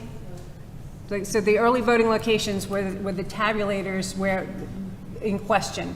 Did they have poll watchers at that? I'd have to defer. At that time? Yes, poll watchers were present in all the advance voting locations for both parties. Did you receive any contemporaneous reports of problems with the scanners or anything like that? No, I did not. So were poll watchers able to be present when these early voting locations were closed down?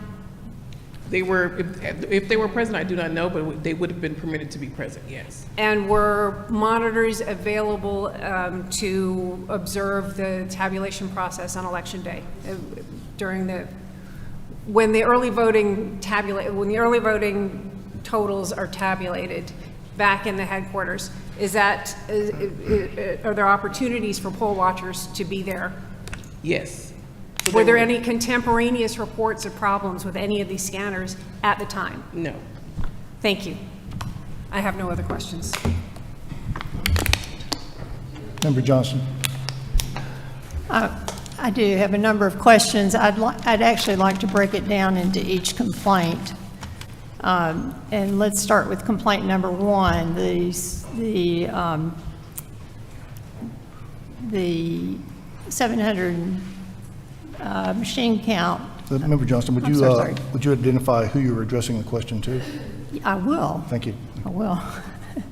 So, machine count 2. So, 17,352 ballots counted without ballot images is the complaint. Does the count for the investigator, does the count, or Ms. McGowan, does the count 528,777 represent the ballots cast from the November 3rd election day? Yes, that's what's in the report. Okay, and that's correct.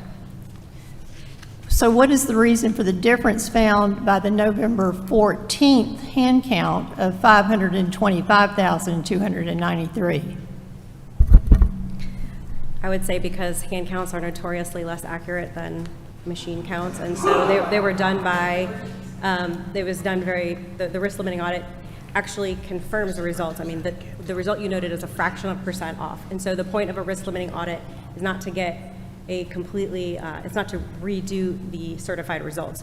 The point of the risk limiting audit is to confirm the accuracy of the certified results, and in this case, the RLA did that. Accurate is not 3,484. The risk limiting audit was counting total votes cast for president. So again, you are confusing total votes cast for president with the total ballots cast. And so the total ballots cast are the 528,777. As we already noted, not everybody cast a vote for president. And so what the risk limiting audit was only an audit of the presidential race. And so those were the total votes cast for president that were counted. Did we not account for every single ballot that we had in the risk limiting audit? Yes, of course, every ballot was counted. So there should have been 528,777 ballots with an accounting for each candidate and no votes? The results of the risk limiting audit are posted up on the Secretary of State's website. They were not all included as a result for this particular report, but those numbers are there. And again, the risk limiting audit was only off by a fraction of a % from the certified results, and it did confirm that it was accurate. I'm sorry, over 3,000 is not a fraction, and it's not minute. It All actually right, is. next question. Hold on, she was going to respond. Go ahead. No, it is a fraction of a %.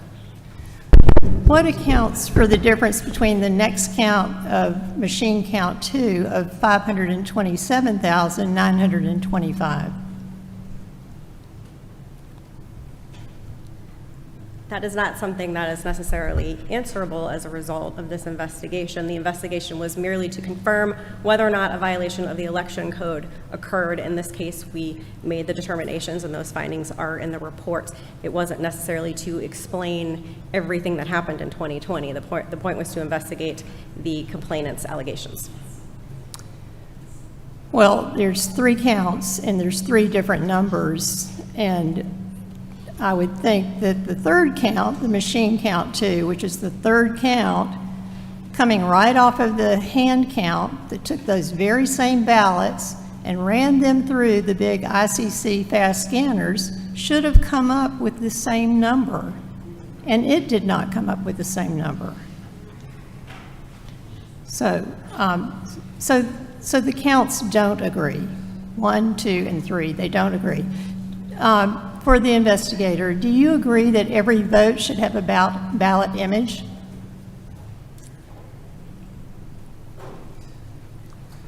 At this point in time, no, it wasn't required. I didn't ask if it was required. Do you agree that it should have a ballot image? Again, the ballot images should be recorded.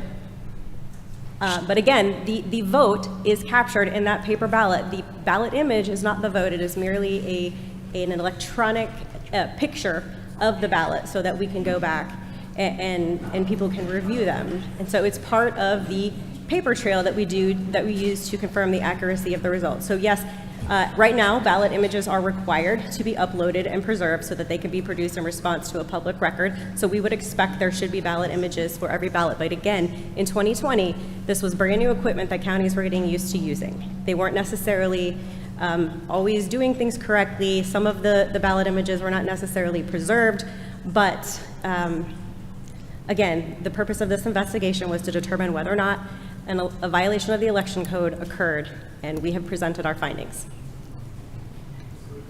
Great. That still doesn't answer the question. Should every vote have a ballot image?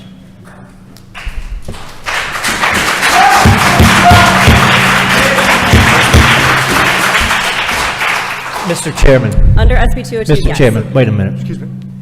You know, during the time of the public getting a chance to respond, we get rather loose when it comes to applaud and everything else. But we're now in the investigative phase, Mr. Chairman.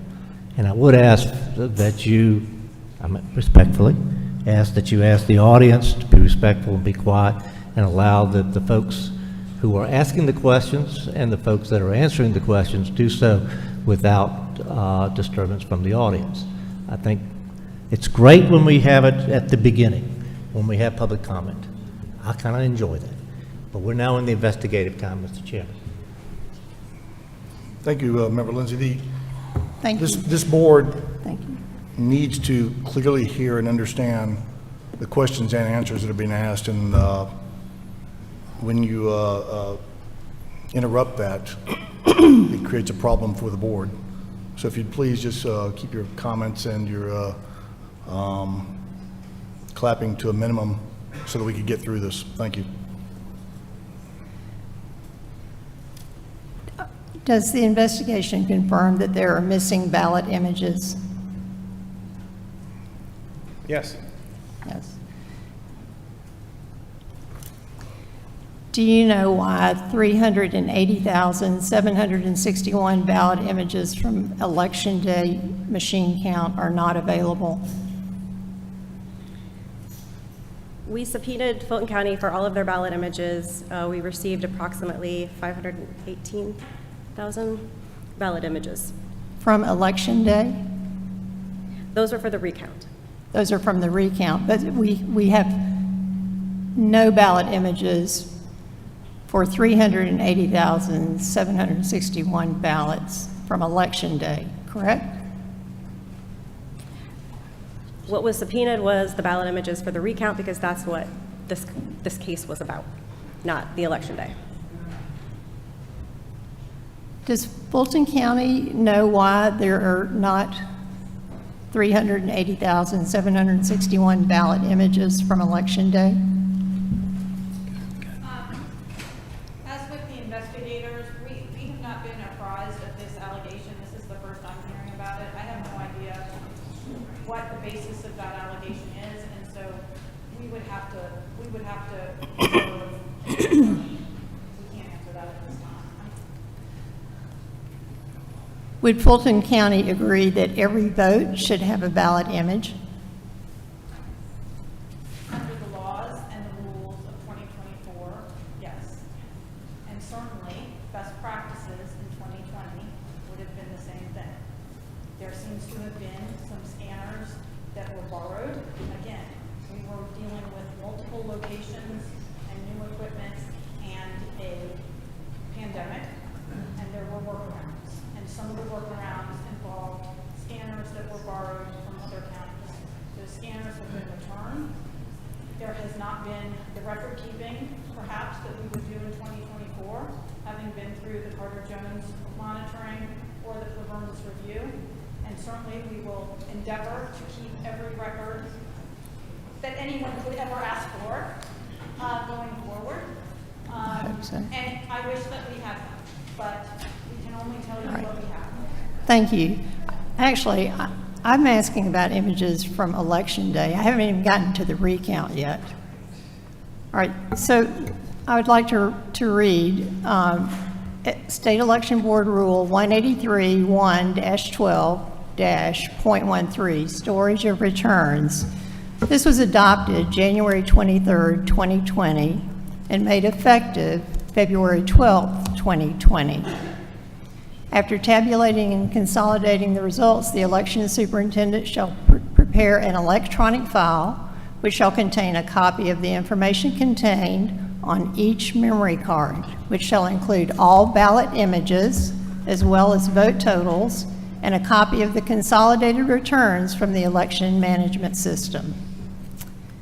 Further, the electronic file shall be stored on a secure medium, placed in a sealed envelope or container, and shall become a part of the election materials, which shall be deposited with the clerk of the Superior Court, along with the signed results tape, along with the paper ballots given to the clerk of the Superior Court. So were the ballot images required to be kept and stored?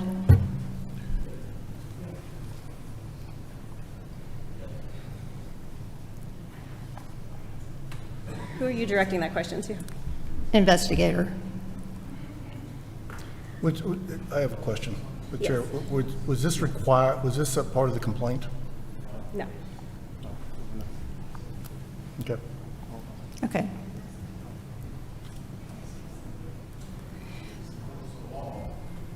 And if the board wants to consider additional rules or additional possible violations, you're certainly free to do that. Thank you. For the investigator, did the investigator find the 17,852 ballots that correspond to the missing ballot images in the recount?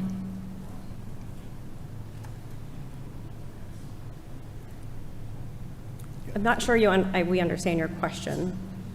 Could you please restate that? So if there has to be a ballot for each vote, or a ballot image or a ballot for each vote, and there are 17,852 missing images, did the investigators look further to find those actual ballots? What the investigation determined was that there were 21,798 missing ballots when you do not conflate ballots cast and votes cast. So because they had an ICC tabulator that had a duplicate name and those images were rejected, when it was rescanned, it was 21,798 ballot images that were found and added to the 506,000 for the 527,925 ballot cast total amount. So Thank you. tabulated 816, where it had the 21,798 ballots. Thank you. I'm trying to get to the point of finding evidence that 17,852 ballots actually exist. So there either need to be ballot images, or we need to go look at the ballots. the paper ballots. Well, that It's was- very simple. As I explained at the beginning, we have the paper ballots. The paper ballots exist. There's no 17,000 missing ballots. The discrepancy, the 17,000 discrepancy was because of that scanner error, the programming error in the scanner. That got corrected.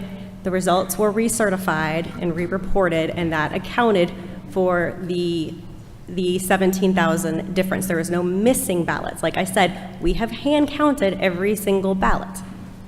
Great. No, please. Then let's look at the paper ballots.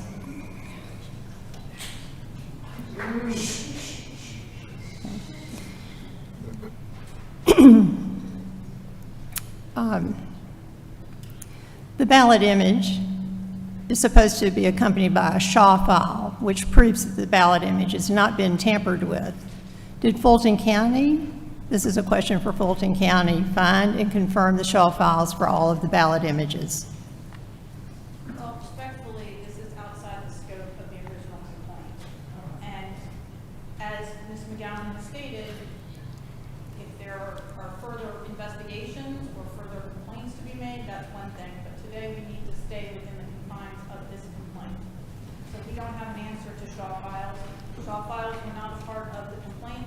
They're not a part of the investigation. Thank you very much. This is about the vote totals in an election, and the SHA files are part of the evidence that shows that the vote was not tampered with, that the ballot or the image of the ballot was not tampered with, and it actually exists. And actually, I did request the SHA files. I asked for that 4 months ago, and I'm sorry that you were not informed. So were the SHA files, and that, to go further, the SHA files are part of the electronic record that should have been kept according to State Election Board Rule 183, 112.13. So it's simply a matter, and those are retained by the superintendent and the clerk of the court. So an unanswered question. Okay.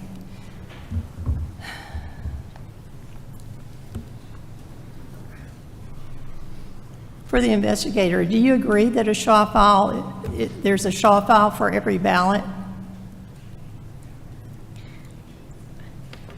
I'm admittedly not a technical expert. I am legal counsel to the Secretary of State's office. I expect there would be, but again, that was not part of this investigation. Okay. I asked for a technician to be here to answer some of these questions. Is there a technician here that could answer these questions?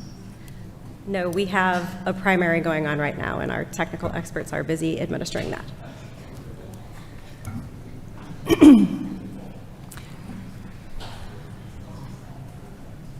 For the investigators, do we need to go to the clerk of the court and examine the electronic file and the physical paper ballots? No, this has been an exhaustive investigation. We have spent hundreds of man-hours on it. As counsel for Fulton County reported, they have been very cooperative. They have spent hundreds of man-hours while they've been administering this primary that is going on right now. So we feel like this has been exhaustive. We've researched all of the documentation that we need to reach our conclusions. It's hard for me to reach a conclusion that thousands of ballots actually exist. So the only thing I would recommend is that we go to the clerk of the court, obtain the electronic file that should contain all of the ballot images and the physical paper ballots for review.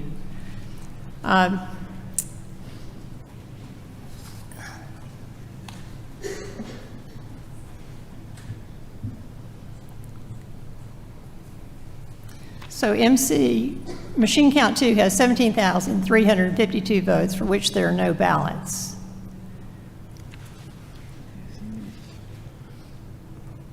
And still no ballot images.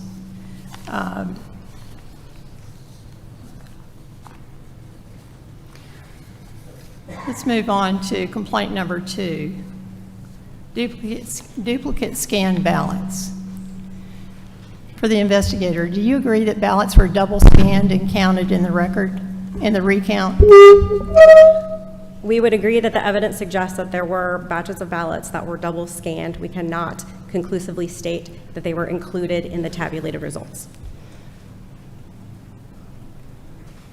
They were scanned but not counted? We cannot conclusively state that they were included in the tabulated results. And this was discussed in the report materials that you received.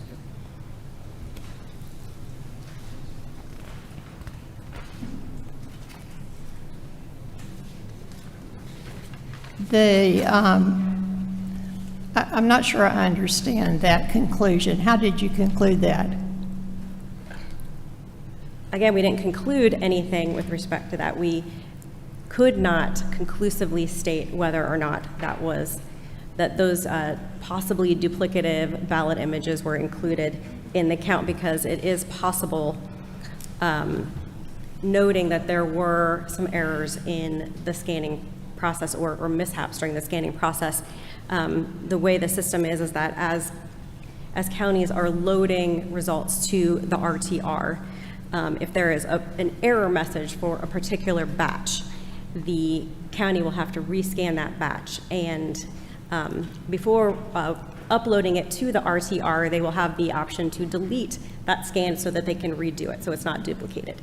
They have to delete both the ballots or the results as well as the ballot images. It's possible in this case that they were having to redo a batch, that they deleted the results part of the file, but not the image part of the file. And so there is a way that it is possible for there to be duplicative ballot images that appear within the images, but not necessarily with the count. Again, we can't say conclusively one way or the other, because ballots are anonymous and there's no way to know for sure.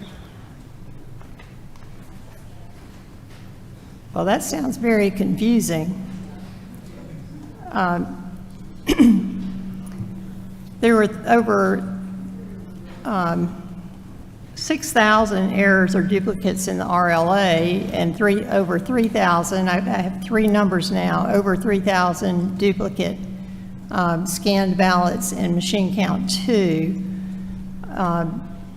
But you're saying that they may not be duplicate ballots or duplicate counts? When we reached out to our technical representatives, they basically explained it this way. When the results are being uploaded into the RTR, if an error is found after the scan, the initial scanned ballots, the images will be there. But once they rescan it, you will have a second set of ballots scanned during the second scan, but the second scan or the second batch that's scanned, those results are tabulated when those results are tabulated and published. So you can have multiple scans, but the second batch that's included in the results are the ones that are tabulated and published. So the first, second, third, however many prior ones are discarded, and only the final scan is the count? Well, they will be in the system unless deleted, but they won't be included in the results. So the images are there, but they're not counted in the results. Right, because they recognize them as duplicates. Correct. And then the user has to accept, tabulate, and publish. Is there any way for them to accept all the duplicates? And that's a little more technical, but that I do know that the system allows the user, give the option to rescan, accept, and then you will have double images, repeated images, I should say, but it doesn't necessarily mean that all the images were included in the results. Let me ask a question. There were 3 counts on this, right? You had the original election night, you had a hand recount, then you had a machine count. All of them came up with substantially the same numbers, within 1,000 or 2 votes, whatever, correct? Correct. So in order for somebody to be duplicating counts, they would have had to do it in all 3 of the counts. An election night, plus the hand recount, plus the final count, correct? To be consistent. It had the same fraud, Correct. same collusion in Correct. all 3 counts. Correct. In order for that to be the case. Yes, sir. Was there any evidence of that happening? No, sir. Thank you. Does Dominion have the ability to detect duplicate ballots?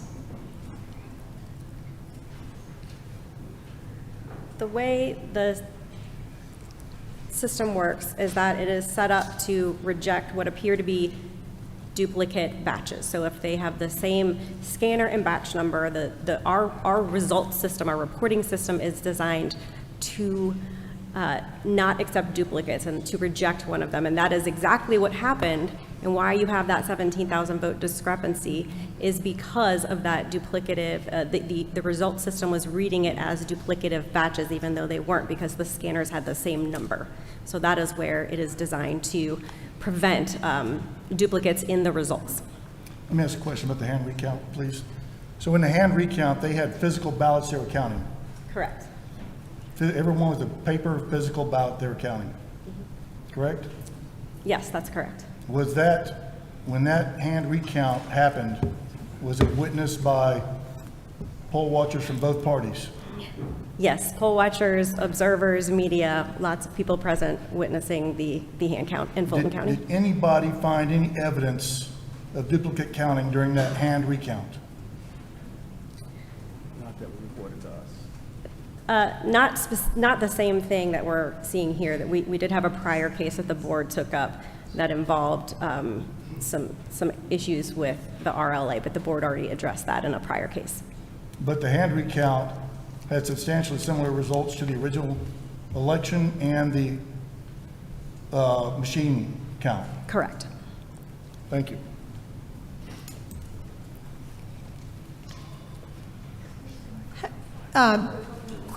Question for the investigator. How would you identify a double scanned ballot?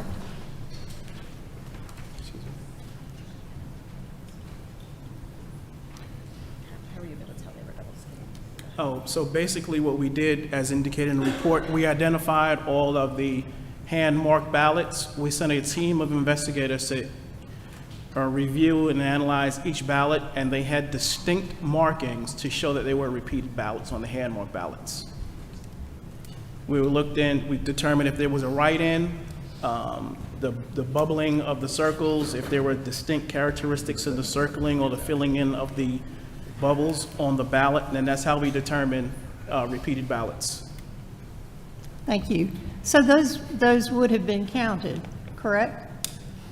Not necessarily, only because if those ballots were scanned and were part of a batch that was rejected, the images were captured in the system, but once rescanned and then it was tabulated and published, then those ballot images would have been captured. So you can have multiple ballot images without being included in the results.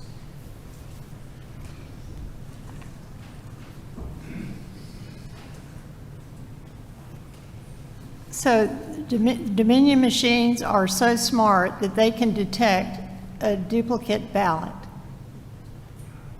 A duplicate batch. Yeah, A it duplicate- detects the scanner number and the batch number, and it can reject things that have the same combination of those numbers. Did that occur during this recount? Yes, that's exactly what is detailed in our report. That all of the duplicate batches were detected and deleted? No, that there was an incident where, because two scanners were programmed with the same number, that certain batches of ballots were rejected because of that programming error. Oh, I understand. But the report, the allegation is from Mr. Rossi that 3,125 duplicate ballots were counted. I'm not talking about the ICC 14 scanner that ballots were misnamed and reloaded on it. I'm talking about 3,125 duplicate ballots that were counted. And again, as we concluded, and it's in the report, we did partially substantiate that we believe that there are duplicate ballot images. Whether or not those were actually included in the tabulated results is inconclusive. Well, what do you believe? What do you believe? Let me ask a question. You made a comment you didn't know whether they're included, but you just told me that you had 3 different counts that came up substantially. One of them was a hand recount. So if there were duplicate ballots, it would have shown in the hand recount along with the other 2. I think that's a reasonable assumption also because the results of the recount were actually lower, somewhat lower, marginally lower than the originally certified results. So if you had 3,000 ballots that were counted twice, you would expect the results to be larger by that amount. Right. So in the hand count, Governor Kemp's team found 6,653 errors or duplicates. So, and that was in the count, and the totals were given. And to my knowledge, those count totals have never been amended or reversed. And likewise, the 3,125 that Mr. Rossi found are duplicate counted ballots. Could I ask Mr. Rossi, am I interpreting this correct?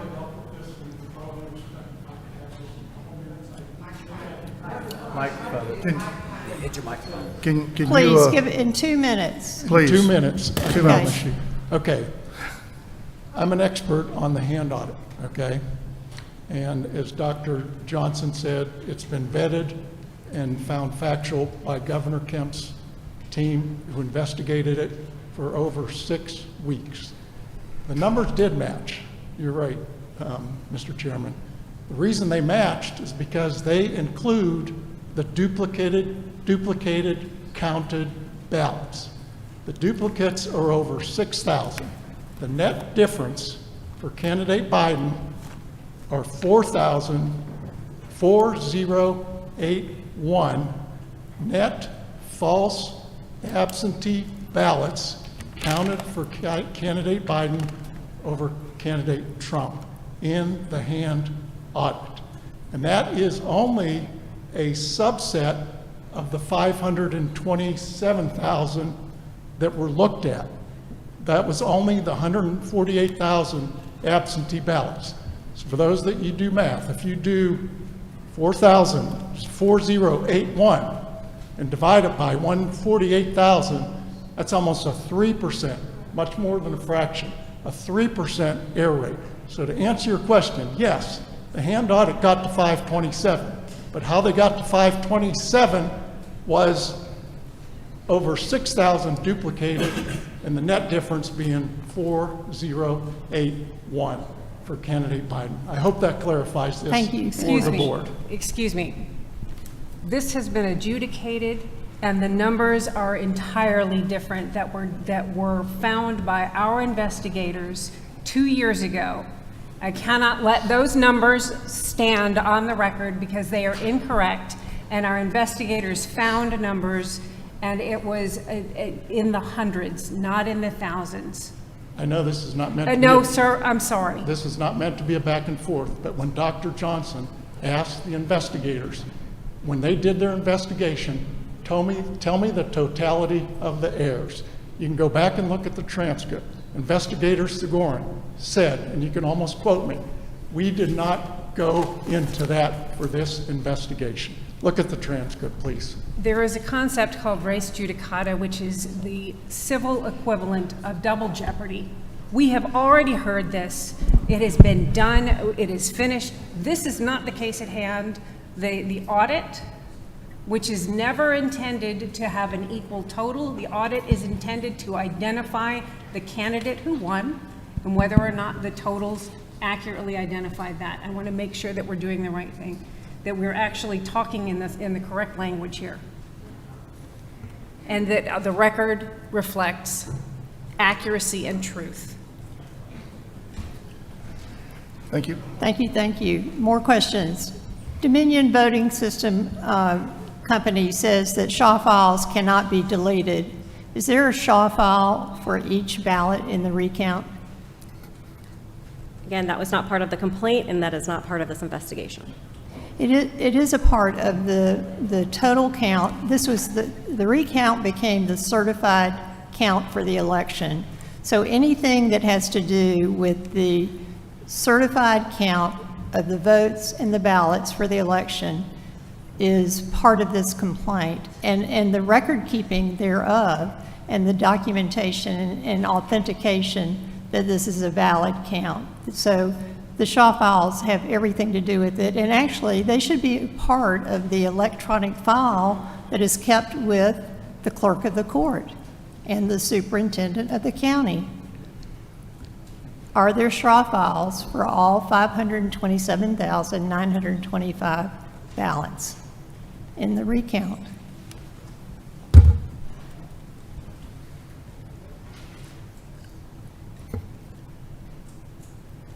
We didn't obtain a SHA files. Yeah, so that's not part of this investigation, and maybe Fulton County can shed more light on your question, but that was not part of this investigation. Thank you, because I asked for that 4 months ago. So it is, and I'm given the duty to investigate, so it is part of the investigation. So I'm sorry that it's not available.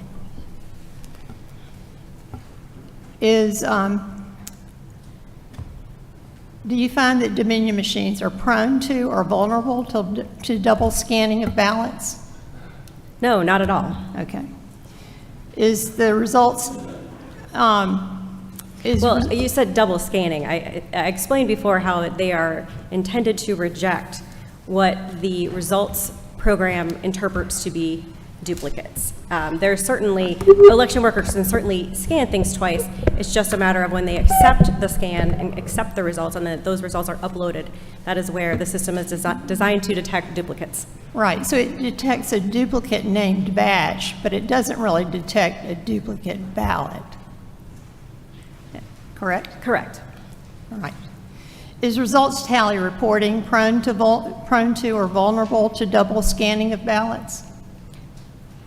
Uploading of ballots? You're mischaracterizing what the RTR is. The RTR is to report results, so it doesn't. I'm sorry, claim that. votes, to be correct.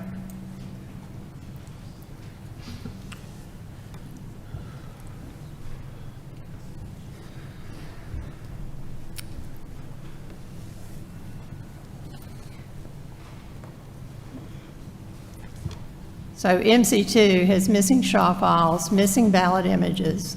So without a ballot image, without a SHA file, it's really not a valid vote until proven otherwise, which means asking for the paper ballots. So let's move on to the third complaint. It's the issue of 10 tabulators with inadequate documentation from the election day.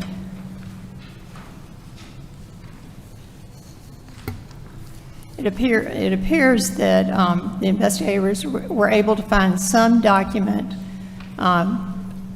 concerning 10 tabulators. How were they found? I think Fulton County can provide an answer for that. There was extensive man-hours spent going through boxes and boxes and boxes and more boxes. And so that's how they were found. Obviously, that's how the zero tapes were found. That's how the results tapes were found. That's how the scanner recaps were found. There were then poll manager affidavits, which were filled out, notarized. You all have copies of those. And then there are photos of these scanners, which were identified from the zero tapes and the results tapes, which would have had serial numbers, and then taking those serial numbers and finding those scanners. So that's how the documentation. Thank you. Thank you for finding the serial numbers. The complaint 4 months ago, I asked for supporting documentation that showed the use of the scanners in the election, and the evidence provided included 7 opening zero tapes, 2 closing results tapes, 2 daily recap sheets. But these 10 scanners have no ballot images associated with the ballots that were scanned on those scanners. They have no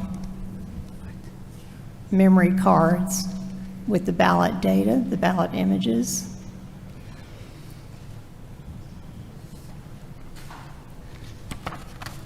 So the question is, associated with each action of the scanner, which is actually our ballot box, so it's the vote counter and the ballot box sort of rolled into one, there's a chain of custody, a documentation that every ballot that's put in there and scanned should be validated, documented, reported, and documented. And that election material should be preserved. So I did a spreadsheet, a chart, and of all the things that are needed, from acceptance testing of the scanner to serial numbers to logic and accuracy testing proof, a scanner test security form, a transport manifest, opening seal numbers on the scanners, the little seal tag, protective tag, opening zero tape, proving that there are zero counts on those scanners, and opening protective count number, which is the count on the scanner of total ballots that have been run through that scanner to date. Also, a chain of custody form should the ballots be taken out of the ballot box because it gets too full. A daily recap form, a security seal on the memory card, closing result tape, which is a closing tape that's printed out that says this many ballots have been scanned on this scanner. So you have a match from a zero tape to the closing of the poll tape. Closing protective count number to make sure that the total ballots that have ever gone through that machine equal the same thing. Along with the votes, the ballot recap I mentioned, an envelope that would be transmitted with the tapes, the memory card, and along with the scanner, a consolidated return sheet, ballot images, voter binder certificate, and a numbered voter list to match with how many people voted at that polling place, with the number of ballots that were made and the number of votes that were and the number of votes that were counted, along with SHA files, log files, and the whole electronic file of the memory card. There are over 150 missing pieces of information that I asked for on these 10 scanners. And all of these have an associated law code number or a state election board rule. So I would consider this over 150 violations if these are not produced, if they're not available. Well, we weren't asked for them. The complaint did not allege that. The complaint alleged that 10 tapes that should have been run the night of the election or at the end of advance voting were missing. We have provided documentation that shows that those scanners existed, that they were taking votes, and that chain of custody, at least insofar as what happened at the precinct, was followed. We gave you that information. We have given as much information as we have been asked for. We have gone above and beyond. We are certainly welcome, should people ask for information more, we can provide it if we can find it. But again, we are running an election now. We will be running an election in November, and doing what's right in 2024 is more important than coming back and rehashing 2020, when it was counted 3 times, and when there was a Carter Jones review, Mr. Jones, who was there that night, Mr. Jones, who observed some of these problems, but didn't observe them all, and a performance review. So I would respectfully ask that you issue us a letter of reprimand. We understand that we were not perfect in 2020. We are committed to being much better in 2024, as again, we have new board, new staff, new building, and new procedures. We have 6 elections since 2020 in which these problems have not presented themselves, and we would ask that we move on to the rest of this agenda.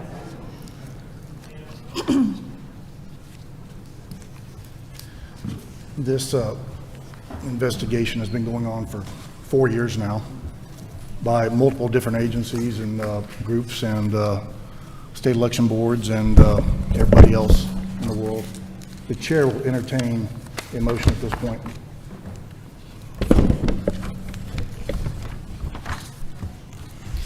I would move that we dismiss this because we have already heard this case multiple times. We have referred it, we have had a performance review board. So I would submit a motion to dismiss. There is a motion to dismiss this from Member Gazal. Is there a second? Hearing no second, the motion does not move. The chair will entertain any other motion that a member might have. I would like to make one. Pardon me? Certainly, Mr. Chairman. Okay. There is enough evidence to suggest that the respondents violated Georgia election laws and state election board rules to such an excess that we should be embarrassed for the Fulton County registration and elections. We should be embarrassed for the chief election official of Georgia and its election division. And yes, we should be embarrassed for the state election board and its dysfunction in handling this case. The facts tell the story that a county's negligent conduct of an election and reveals the reality of how difficult it is to have one's grievances addressed in a timely manner, if at all. But this complaint, especially coupled with the full hand count audit complaint by the same complainants, suggests election conduct that is unacceptable. And the state election board should address each complaint and then consider the appropriate action. First, the problem with election day count and the failure to properly secure, protect, and document the safety and authenticity of the votes from 10 advanced voting locations is appalling. Record keeping is abysmal. Proper documentation to ensure the public that votes or ballot boxes have not been tampered with is shamefully poor. The opportunity to electronically stuff the ballot box was obviously available, and that has left a film of doubt and suspicion over Fulton County that may be impossible to wipe away unless something is done to ensure that there's not a repeat of multiple violations. Second, as far as the complaint of the recount, someone should be held accountable for the adding votes electronically or failing or refusing to produce ballot images for the complainants and maybe even the court, or for double scanning of ballots. Dominion claims its machines do not allow double scanning of thousands of votes. The question remains, how did that happen? Did Dominion lie to the state of Georgia? Double scanning and double counting of votes is fraud. It may be unintentional or just negligence, but nevertheless, it's vote fraud. The FBI states that voting twice is a violation of law. Then officially counting votes twice is also a violation. It's a federal election crime and a part of the public corruption unit of the FBI. The election official counter that was counting should be identified, counting erroneously, and held accountable. The results of the RLA hand count and the machine recount should be officially amended and reflect the correct totals. The recount with 17,852 ballot images and more than 16,000 electronically added votes should have those votes expunged, or the paper ballots should be investigated by an independent investigator. Ballot images were required to be made and preserved as of February 2020. With the failure to retain 380,000 ballot images from the November 3rd election be indicative of gross negligence? 10 scanners from advanced voting have failed to provide required documentation necessary to confirm that they were used in the elections, were safely secured from tampering, or that the votes attributed to the 10 scanners were authentic. Election supervisors must provide documentation and demonstrate correct procedure for maintaining memory card security. The county broke the necessary audit trail to validate the authenticity of the votes. Either the votes should be invalidated or the paper ballots must be investigated to prove their veracity. If this is the way to conduct an election, then no election should be certified as true and accurate. And there's no way that this election or recount should have been certified. Mr. Chairman, I make a motion to amend the RLA totals to reflect the correct totals, amend all records at the county and state level of election totals for this election in question to designate that the accurate and correct vote totals may not be accurate. Do you have that written down? I do. Repeat it. I do. I have further make a motion to request the Secretary of State either invalidate 17,852 votes from the official certification or initiate an independent investigation to determine if 17,852 ballots are authentic. In addition to the motion, I request that the Secretary of State initiate an independent investigation of the authenticity of the ballots from 10 advanced voting scanners or expunge the votes from those scanners for the record. Knowing these inconsistencies and irregularities and being responsible for providing oversight of the supervisor in the conduct of election, I'm concerned about anyone that would have signed to certify that election. And finally, we recommend that we refer it to the Attorney General for immediate review of this case and recommend a monitor team to provide investigative oversight of Fulton County elections for 2024 to consist of certified public accountants, independent investigators, and state auditors to be funded by Fulton County.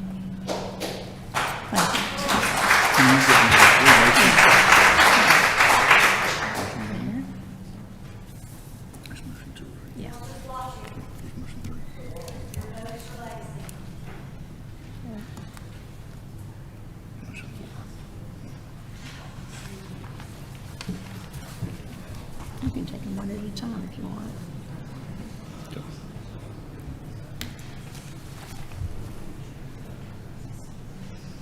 We'll deal with these one at a time. Board Member Johnson has made a motion that amend the RLA totals to reflect the current totals, amend all records at the county and state level of election totals for this election in question to designate that the accurate and correct vote totals may not be accurate, and investigate who told Mr. Barron to reconcile. That's not part of it. You can leave that out. Okay. So let me amend that. The motion by Member Johnson is to amend the RLA totals to reflect the correct totals, amend all records at the county and state level of election totals for this election in question to designate that the accurate and correct vote totals may not be accurate. We have a motion. Do we have a second?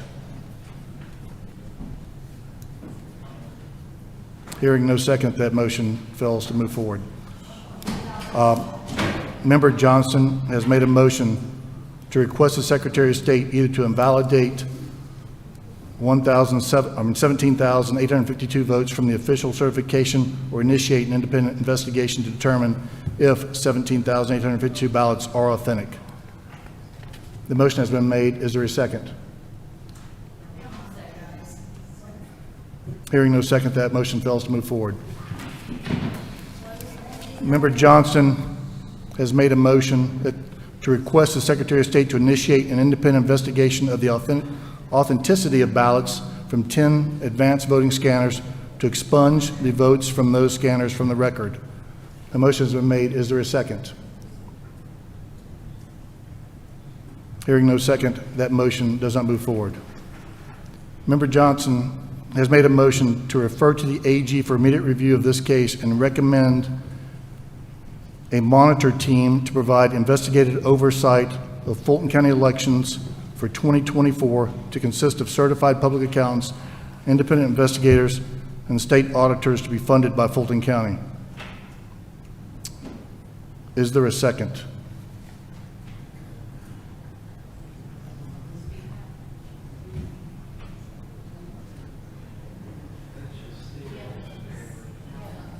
Hearing no second, that motion does not move forward. The chair would like to Mr. exercise Chair. its right to make a motion. I'll make a motion. The chair would like to exercise his right to make a motion. The chair would make a motion to refer to the AG for immediate review of this case and recommend a monitor team to provide investigative oversight of Fulton County elections for 2024. A motion's been made by the chair. Is there a second? Second. A motion and a second has been made to refer to the AG for immediate review of this case and recommend a monitor team.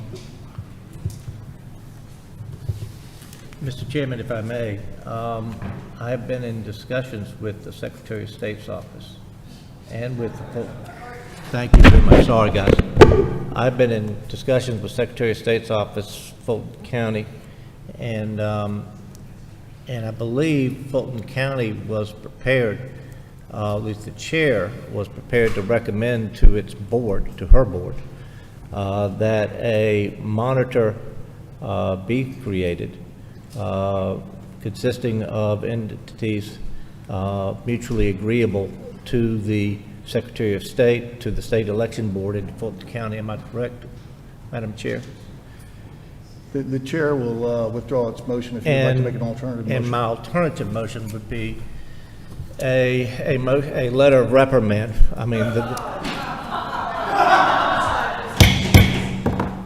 my alternative is a letter of reprimand. There is clear evidence that in 2020 there were numerous violations of regulations and statutes, and the county has acknowledged that. I think that the letter of reprimand needs to lay those issues out. I think as part of that, the reason I'm going with the letter of reprimand is to move this forward rather than go through the Attorney General's office where things get slower. And that as part of that motion, that we will have an agreement, a memorandum of understanding with Fulton County and with the Secretary of State's office and with the State Election Board that will be approved by those three entities by our next hearing, which I believe we're going to have a special hearing in July anyway, in order to take up certain additional regulations. And the reason for wanting to go through a letter of reprimand rather than referring it to the Attorney General's office is to move this along so that we can get a proper monitoring in place as quickly as possible rather than go through the delay that often takes place by sending it to the Attorney General's office. For that reason, I am recommending a letter of reprimand with the understanding that the respective parties will reach an agreement as to a monitor, a mutually agreeable monitor, by the next hearing, which is presently being contemplated in July. A question of clarification. Are you, with the letter of reprimand, detail violations of SEB Board Rule 183-1-15-.031E and SEB Rule 183-1-15-.031F as detailed in the investigative report? Yes. Okay. So please correct me if I get this wrong.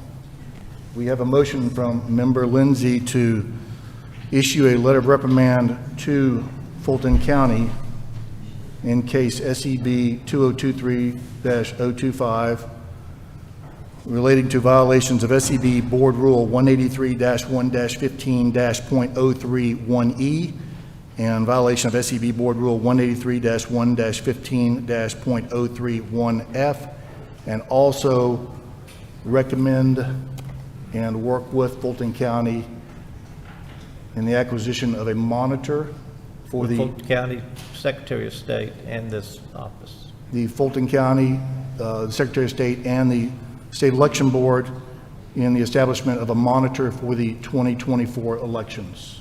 Correct. And if I may, as part of that, let the board know that should an agreement not be reached as to a monitor in July, that I will come back with a motion to reconsider and send it to the Attorney General. So that's a little bit of emphasis for all of us to reach somebody, reach an agreeable upon monitor by July. We have a motion, which I will not restate. Do we have a second? For the sake of moving things along and having closure, I will second this. We have a motion and a second. Are there any discussion? Yes.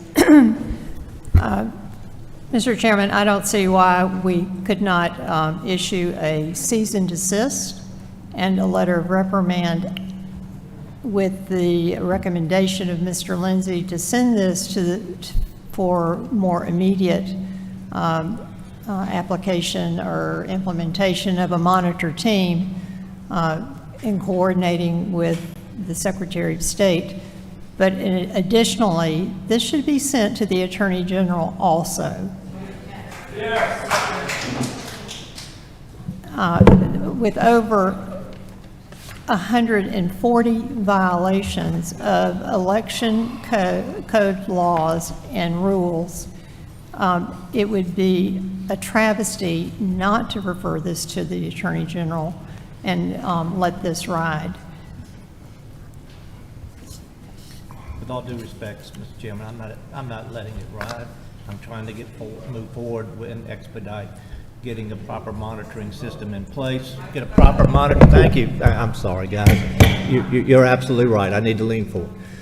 My purpose here is not to let it ride, but to move this matter forward so that we can have some assurance regarding the 24 election. That's why I'm doing it the way I'm doing it. So for that, Mr. Chairman, I call. We have an intervening motion that we will need to rule on before we vote on the original motion. The intervening motion is to add, I'm sorry, Member Johnson. Add a cease and desist, a letter of reprimand, and a referral to the Attorney General for the violation of over 100 code violations.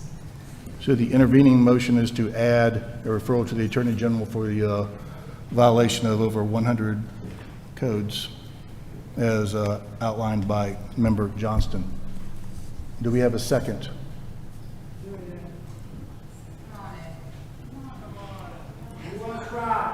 Hearing no second, that motion does not move. We're now back to the original motion stipulated by Member Lindsay. We have a motion and a second.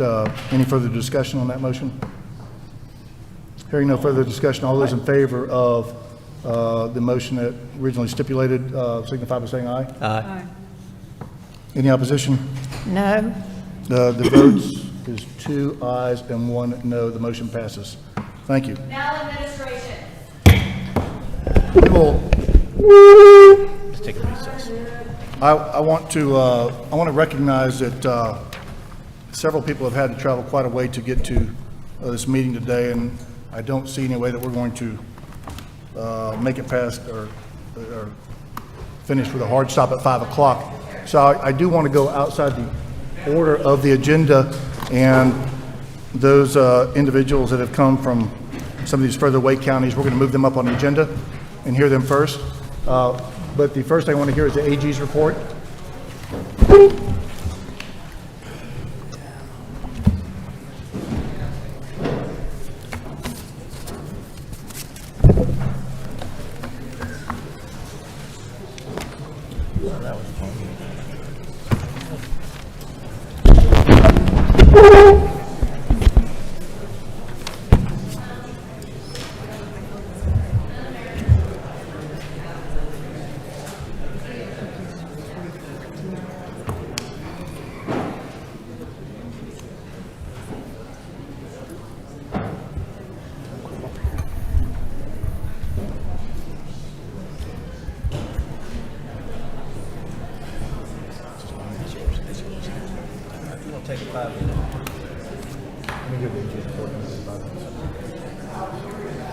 Get him out of here. Mr. Willard, you're recognized. What?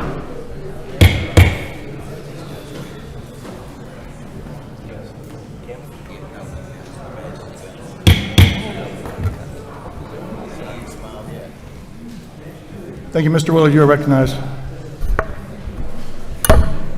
Thank you, Mr. Chairman.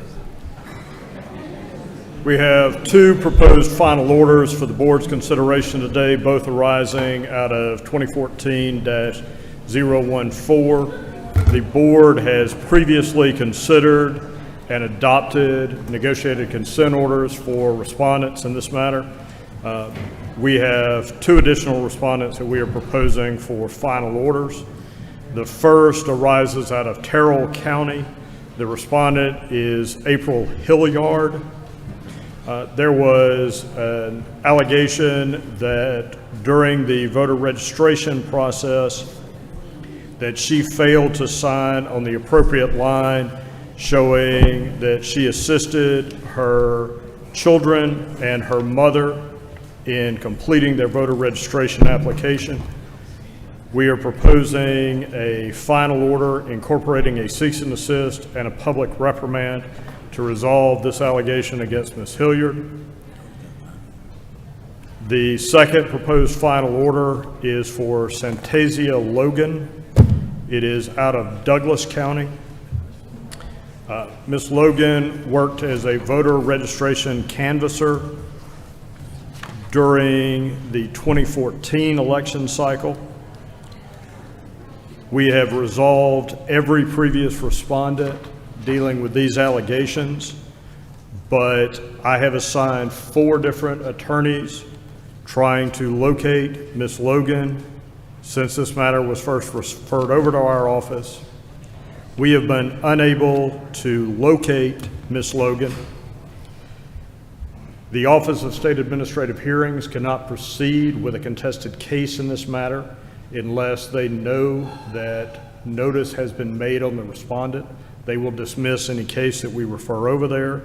And so rather than continuing the case in abatement, we are suggesting the board exercise its plenary authority and issue a final order in this case, incorporating a cease and desist to prevent the future violation of election law, as well as a public reprimand for Ms. Logan. And I'll entertain any questions that the board may have at this time. The board have any questions for Mr. Willard? Member Johnson? No. No. Is there a motion from the board on this? I move we accept the recommendations of the Attorney General's office. Pardon me?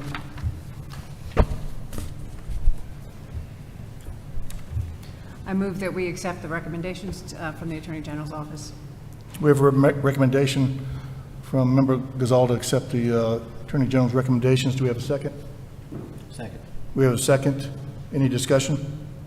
Hearing no discussion, all those members in favor of accepting the Attorney General's recommendation on the Terrell County case, please signify by saying aye. Aye.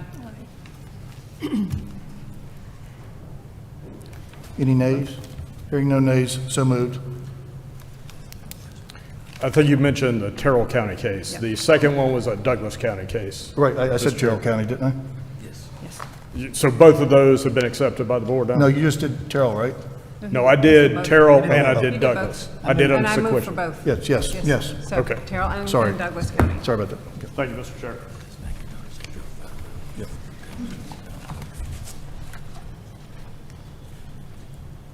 So we're going to move this around a little bit for the respondents that had to come from a far away. The next case that we'll hear is SEB 2022112 McIntosh County, interference with performance of election duties. It's tab 22. Is there a representative here from McIntosh County?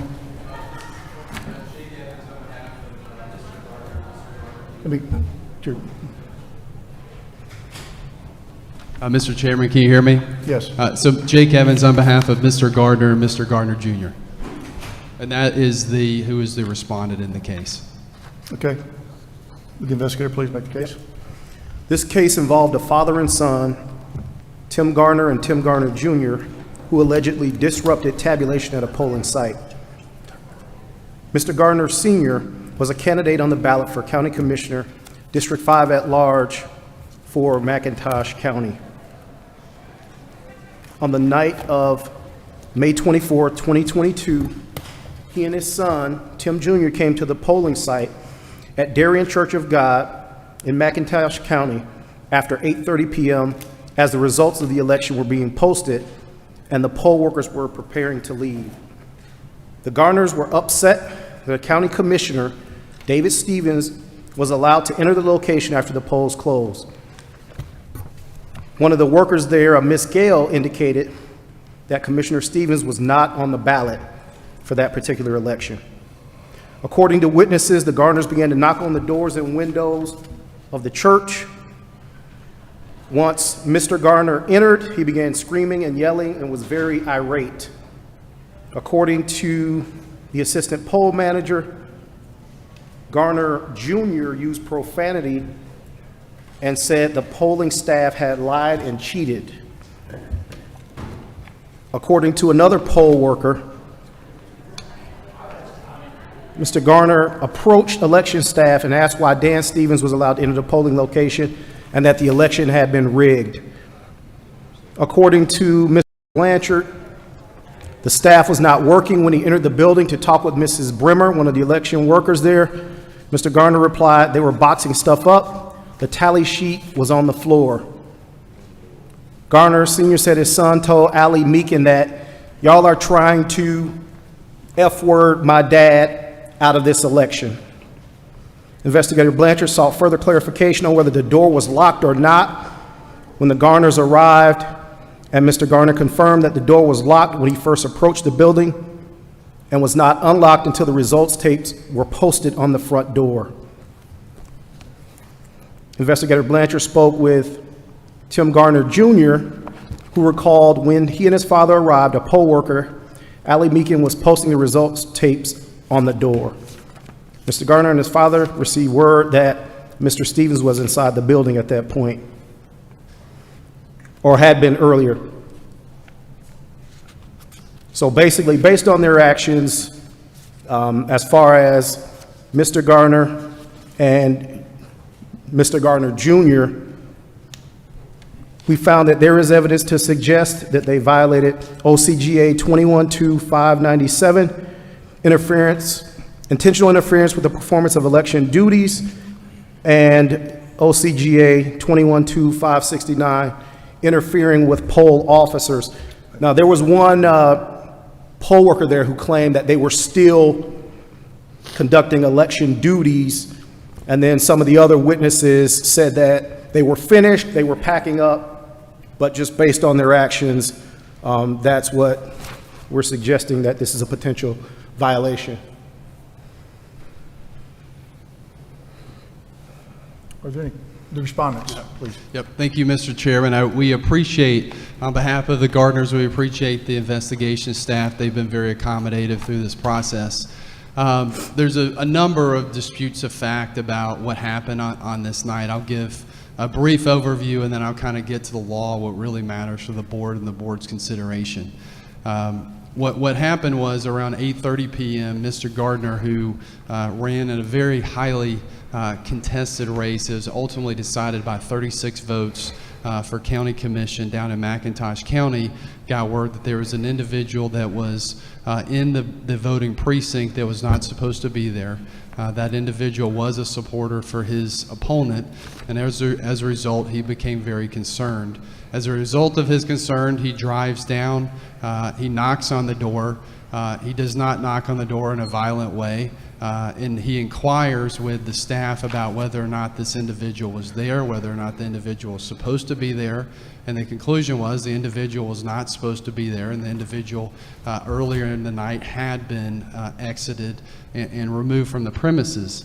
But what's important is that the statute that's alleged to be violated, which is 21-2-569, which says any person who willfully prevents any poll officer from performing duties imposed on him or her by this chapter. So if we look at the findings here, now first, this was at 8:30 p.m. All of the work had been done. The only remaining thing that was left to be done was actually taping the results, the tabulation on the door, which the poll worker had completed, and I believe Mr. Gardner, in fact, helped her complete taping that on the door.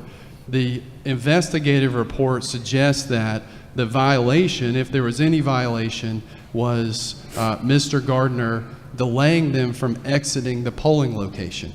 Now, notwithstanding any of the disputed facts, because there is a lot of core disputes of facts about cussing and everything else, which I'll get to in a second, if we look at the statute as it's read, there was no action that was taken by Mr. Gardner Jr., who is his son. He was unable to make it today. He's a young professional. He's working. But nothing is suggestive that they did violate any of the law. And that is affirmed by the investigative findings, which is before you all, which says, after interviewing the polling staff, none claimed that the actions of the candidate nor his son hindered them from completing their election duties.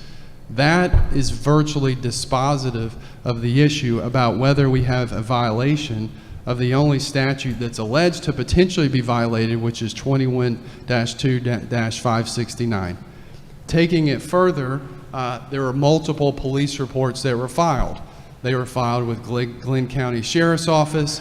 They were filed with Camden County Sheriff's Office. By virtue of those, there was a robust amount of investigation that was done, and I believe the police report may be before you all as well, which talks about whether or not there was profanity used, whether the door was hit, and the ultimate conclusion was the assault and disorderly conduct as alleged in this case are both unfounded. This case is closed. So for Mr. Gardner, I understand that there's only been a letter of instruction that's been recommended. He takes this case very seriously. He drove up from McIntosh County today showing how seriously he takes the case. Looking at the law, even notwithstanding the dispute of fact, the law shows that this was 8:30 p.m. The facts show there was no remaining duties to be performed. And the investigative report from the Secretary of State says, after interviewing the polling staff, none claimed that the actions of the candidate nor his son hindered them from completing their election duties. And so as a result of that, there has been no violation. There was undoubtedly a contested election, which there's actually a pending lawsuit in the Southern District of Georgia about, which results in people filing claims that may not be meritful. But we would respectfully submit to the board that looking at the law, applying the law to the facts, shows that there was not a violation, and as a result, the claim should be dismissed. So thank you guys for your consideration. Are there any questions from the board?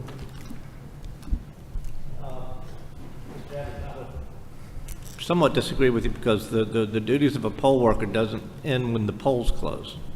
Duty of the poll worker, particularly the poll manager, ends when they drop everything off at the office where things are being tabulated. Having sat up late at night waiting for those to come in, I can attest to that. And I realized it was a hotly contested race. And folks in the heat of the moment, particularly with, 36 vote difference, I can well understand. Let me, if I may, be so bold to your client and ask your client something directly. If you had this situation come up again, would you have just gotten somebody else to go and stand and see rather than you, given the heat of the moment?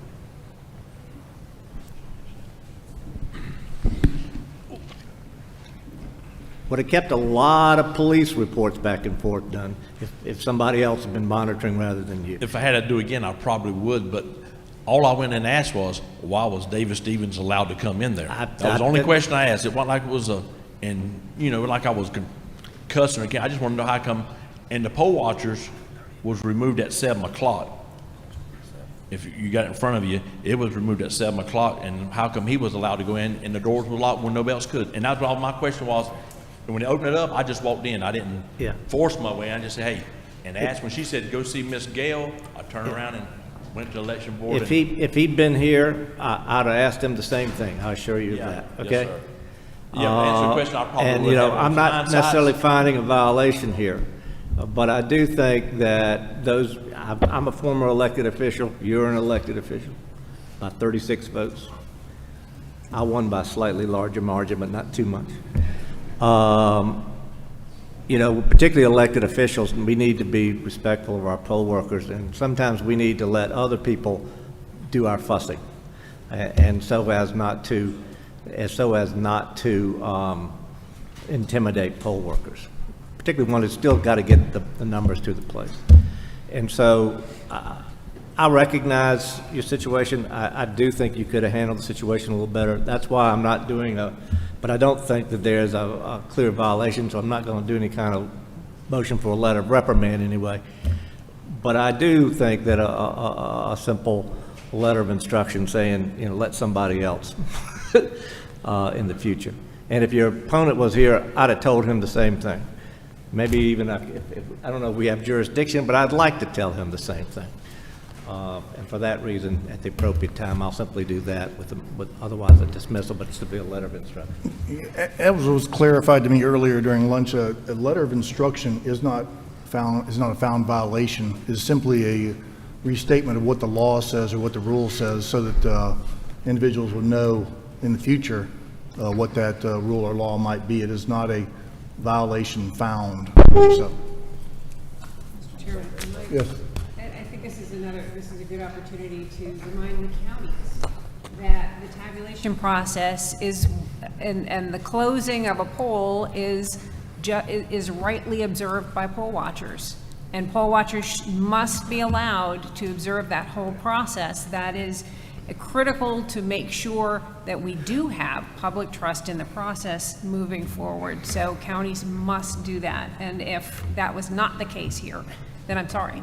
And that was wrong, and that should not have been. And counties moving forward will be held accountable if they are not allowing poll watchers to observe every step of the process. That is just absolutely critical. I just wanted to put that on the record again.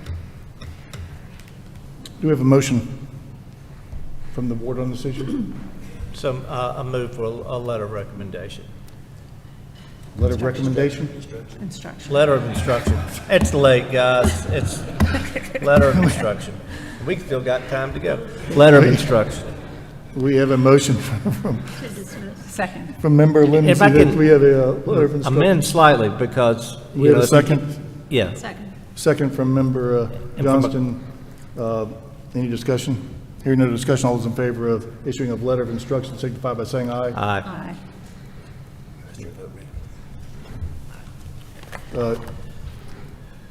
Any nays? Hearing no nays, the vote passes 4-0. Member Jeffries is on the phone now.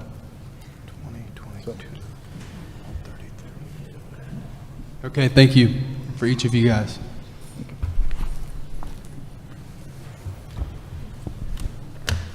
I think that the next one we will hear is Ben Hill County. Is there a respondent from Ben Hill County here? No?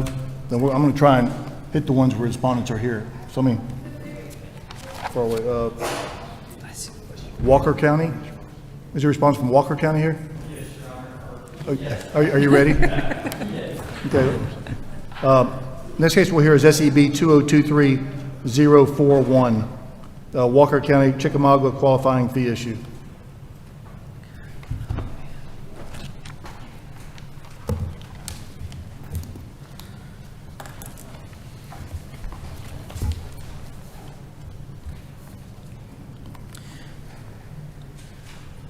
The Secretary of State's office opened an investigation after receiving a complaint regarding improper qualifying fees being set in the city of Chickamauga during November 7th, 2023 for the City Council general election. The complainant alleged that the qualifying fee set by the city is more than the amount allowed by the statute, a potential violation of OCGA 21-2-131. The findings are, the code section stipulates that a qualifying fee shall be 3% of the total gross salary of the office paid in the preceding calendar year, including all supplements authorized by law if a salaried office. The point of contention is how all supplements authorized by law should be defined and interpreted, and what compensation and benefits should be included in the calculation of qualifying fees. The City of Chickamauga interpreted the law to include benefits offered for the position, such as health insurance and retirement, in addition to the base salary of the position. The potential violations are that the City of Chickamauga levied improper qualifying fees remains undetermined pending review and interpretation of the election code by the board. Respondent, please. Thank you, Mr. Chairman and the board. And I'm Mitchell Snyder, and I'm here with the mayor of the city of Chickamauga and the city manager. And we're glad to be heard on this matter. And the question, as the investigator has posed it, is correct. I don't think there is a single factual dispute here with the facts. We can explain it, although I think in the investigator's report, the way we calculated the qualifying fees is correct and accurate. I believe that it's correct and accurate under the law. It's been the same way since 2017, when my law firm issued an opinion to the city that they calculate that the phrase in the statute cited by the investigator, 21-131A1A, including all supplements authorized by law, includes any other benefits, including supplements, which is undefined in the election code, as is salary. And I think that what's notable here too is that they both are undefined, and it is different when you go through that statute. The other election offices, for instance, the clerk of the Superior Court, the judge of the Superior Court, it is 3% of the minimum salary specified. Similarly, in election qualifying fees set by the Secretary of State, it's 3% of the annual salary of the office. The only positions, the only qualifying fees that are set by the governing authority, in this case of a municipality, it includes this extra phrase. And so when we're doing a statutory interpretation, we have to assume that there's some meaning for that extra phrase. And the phrase, including all supplements authorized by law, would indicate that there has to be some additional amount authorized. So we look, what are municipalities allowed to pay their, in this case, city council members by law? If we go back to this is one of the home rule statutes. If we go to 36-35-4, subsection A, it specifically says the governing authority of each municipal corporation is authorized to fix the salary, compensation, and expenses of its municipal employees and the members of its municipal governing authority, and to provide insurance, retirement, and pension benefits. That is a supplement that is authorized by law under OCGA 36-35-4. Additionally, in that statute, there is a definition of salary that is provided, and it says, among other things, any form of payment or reimbursement of expenses. So I think the city does take this very seriously. We are asking for a dismissal of this. In these types of matters, the work you do is very important. It's also heard very loud and clear, especially in places when we go home. If the city receives a letter of instruction, that's interpreted a certain way. Here, the statute, I believe, was interpreted correctly. Certainly, the city did this in 2017 and has uniformly applied the rules. This is not in any particular candidate. This is not at a particular party. This is not in any particular way other than they honestly came to their legal counsel for an interpretation. That interpretation was given. I believe that interpretation is reasonable and is correct. And I would ask if you're inclined, if we need clarification, then the legislature, the Secretary of State's office, or the Attorney General office needs to give an opinion on that. But this case should be dismissed. The city has, the investigation, the investigators said that it was undetermined whether there's a violation. If it's that difficult that lawyers and that investigators can't do it, the city of Chickamauga is doing a lot of good work, and they have a lot to do with elections and outside of elections, and we would respectfully ask that this complaint be dismissed. Are there any questions from the board? The chair will entertain a motion. I actually have one question. Do we know how this statute has been interpreted by other municipalities? Investigator Koth, do you have any idea? We do have another case similar to this. Yeah, and, Mr.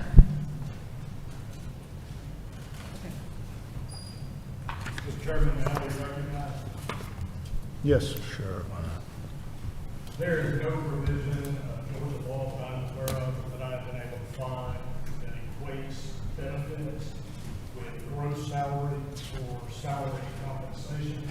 In fact, the code provision that the Kiwanis attorney has said supports their position actually undercuts their position, because OCGA 36-35-4 dealing with compensation and benefits for employees and members of the county authority specifically splits out salary, compensation, and expenses of its municipal employees, and then separately can provide insurance, retirement, and pension benefits.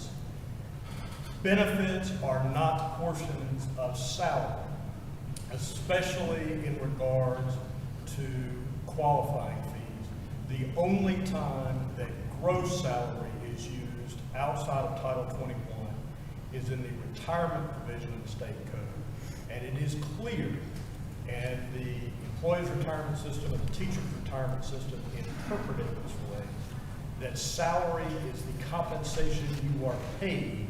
Your retirement benefits are determined by how much is remitted based on your salary, not your salary plus benefits. This is not a case that is being referred over to our office for a sanction, but at a minimum, a letter of instruction needs to come about, because right now, the city of Chickamauga is imposing an erroneous qualifying fee on candidates for its office.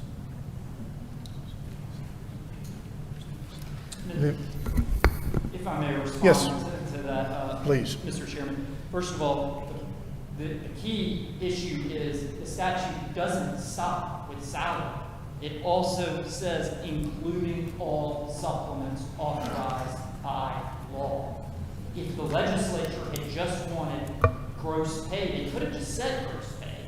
They also could have said and used salary again, because certain positions, not council members, certain positions do have salary supplements. Here, the fact that there are, that the word supplements is used, which is a different word than salary, would lend itself to support the argument. There's no definition in the section, and in fact, other municipalities close to Chickamauga charge similar fees. It's in the investigative report. Fort Oglethorpe, which is in Northwest Georgia with us, charges very similar fees that we do. These are not abnormally high fees. These are fair. The statute is somewhat unclear. Our interpretation is fair and reasonable. We respectfully request that no letter of instruction be issued. We will, of course, submit and do whatever you tell us to do. Mr. Chairman, may I be heard further on this point? Yes, you're recognized. The inclusion of supplement there is to clearly include the salary supplements, as he referred to, in determining qualifying fee. Because a candidate for Superior Court judge in Cobb and in Fulton is paid at a different amount than a Superior Court judge in Walker County or down in McIntosh, Georgia, because of the salary supplements that are over and above what the statutorily set salary for that position is. And the General Assembly has made clear that for those salary supplements, they are to be factored into the 3% qualifying fee. This is the epitome of a case that needs a letter of instruction, because they have admitted that they are uncertain about the application of the law. I don't believe that they should have been uncertain about the application of the law, but it cries out for a letter of instruction so that they do not continue to unfairly penalize candidates who qualify in their jurisdiction. Member Johnson? Mr. Chair, 3% is a modest amount. I think the easy solution would be to just take the W-2 of the incumbent's previous year's salary, as it states in the statute, or previous year's compensation. Whatever's on the W-2 is what that person is benefiting from. And so if there are very nice supplements that are attributed, that candidate who may become the elected official benefits from that amount of compensation. So it would solve problems in most of these cases. Member Lindsay? You know, directed to my counsel. I understand Superior Court judges get what the supplement means for Superior Court. This is maybe to both of y'all, but what kind of supplement would a city councilman get? Because the supplement for Superior Court judges is, you know, what the county adds in addition to what the state is paying. I'm trying to figure out what is a supplement. The supplement would be is that no municipality, they set by home rule, they set what they're going to pay. But what they don't, what changes, some offer health insurance, some offer retirement benefits, and some do not. That's the supplement. It cannot be gross salary. It cannot be gross pay because they set that. That's the salary. A supplement has to be something different because the legislature used a different word. And the supplement set by a municipality would be what is supplement. Sometimes it includes health insurance and disability insurance and retirement benefits. Sometimes it doesn't. I can only speak from private industry, but I know that there are supplements for phone allowances, or supplements for gas allowances, for car allowances, for things like that. Are you saying stipend? Huh? Is that a stipend?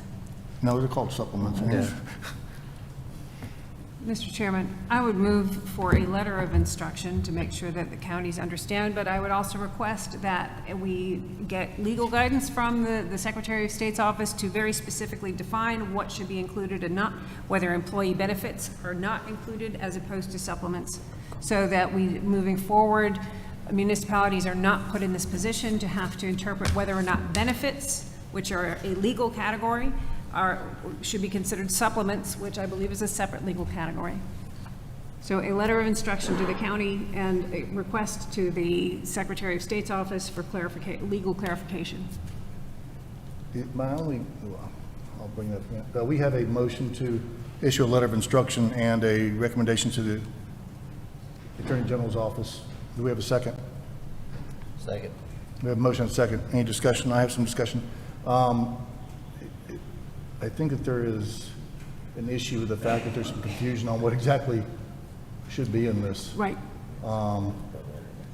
Which is what the letter of instruction, which is it's not a reprimand, it is to instruct the municipality moving forward how they need to behave.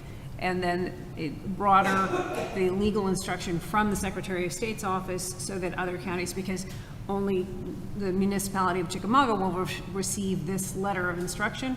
We want to make sure that every municipality moving forward gets the same instructions through the Secretary of State's office. How do we go about sending a letter of instruction if we don't know exactly what the outcome is going to be before we get a ruling from the AG's office? I'm going to defer to the AG's office, who has pretty definitively stated that benefits are not supplements for purposes of this code section.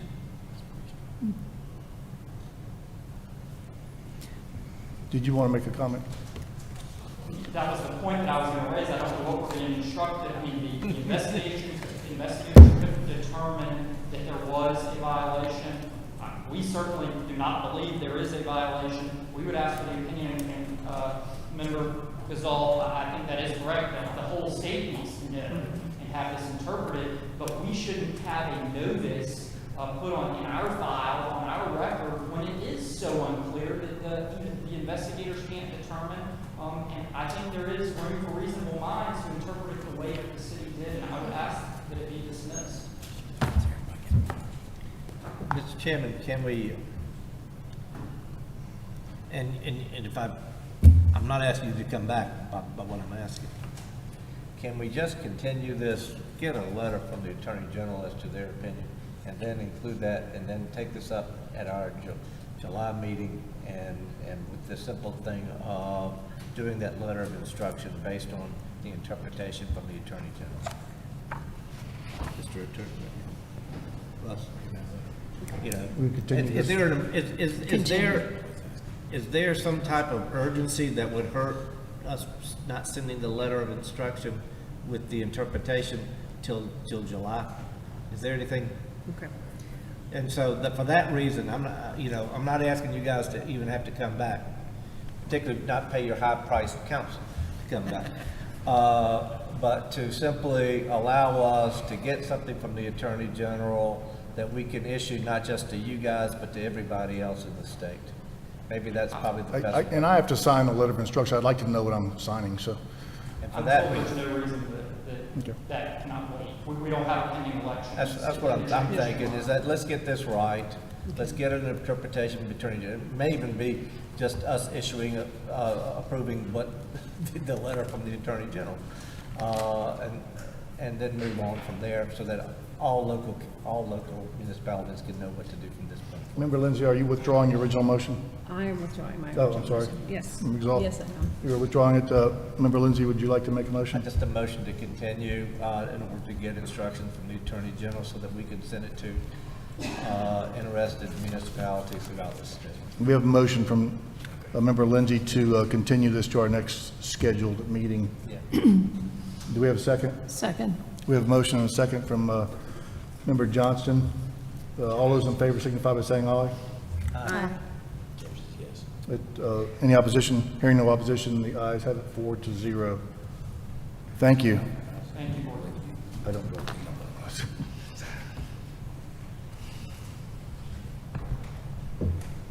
I want to let you know, SEB 2022-106, DeKalb County Missing Certification Day has been continued also to the next meeting. If I remember my Georgia history right, Ben Hill County is pretty far from here too. Is there a respondent here from Ben Hill County? Then we'll wait on that one. Mr. Chairman? Yes. If I can suggest, given the declining population that we have here, it might be easier just to go and see if we have respondents here so we can capture anybody who's actually present. Sure. Washington County, is there a respondent here from Washington County? Clayton County? All right. I'm just seeing who's here. We know Ben Hill's not. Bibb County? Yes.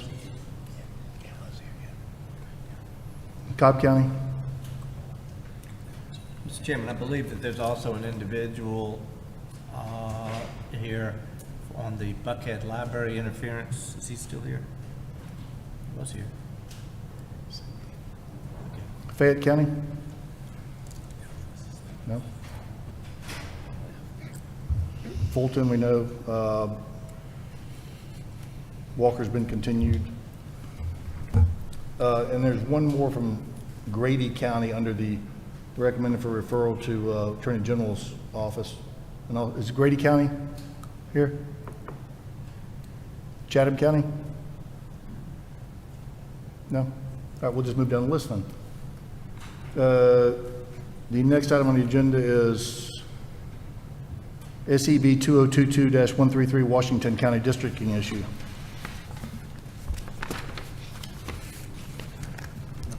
It's tab 23.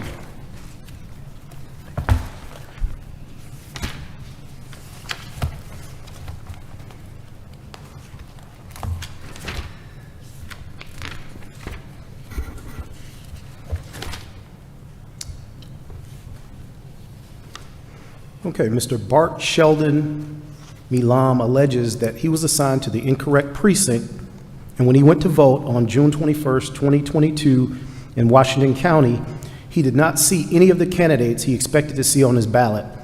Mr. Milam believed he should have been assigned to District 2, and he was repeatedly told his correct district is District 3. Mr. Milam alleges that he was not allowed to vote. When Mr. Bart Sheldon Milam went to vote on June 21st, oh, you know what, that's a repeat, hold on. Okay, once he realized he was in the wrong district, he brought it to the attention of the poll workers' managers. After a disagreement over the matter and a telephone call to the Washington County Election Supervisor, Kathy Higgins, it was determined that Mr. Milan was listed as being in the incorrect district.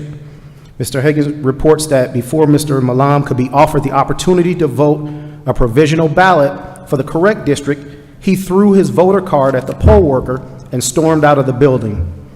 Mrs. Higgins documented in a written statement that Mr. Milan used profanity towards her during the telephone conversation that she attempted to have with him when he left the polling precinct. Mrs. Hagan reports that she ended the phone call. Mr. Milan told the investigator that he didn't receive a telephone call informing him he could vote a provisional ballot until he had already left Georgia for South Carolina. He also alleges that another person was told they were in District 3 when they should have been listed in District 2 also. However, he wouldn't provide any information for that person, whom he only described as a female. Regarding the telephone conversation between him and Mrs. Higgins, Mr. Milan described his own behavior as quote-unquote ugly and stated that Mrs. Hagan acted ugly as well. So based on the incorrect designation for Mr. Milan, there's sufficient evidence to show that Kathy Higgins and the Washington County Board of Elections violated OCGA 21-2-226 sub B, sub C, duties of the county board in determining the eligibility of voters. Subsection B states, the county board of registers shall have the duty of determining and placing the elector in the proper congressional district. And that's it. Was Washington County properly notified of this hearing today? Alexander? Was Washington County properly notified of this hearing today? Of the respondents?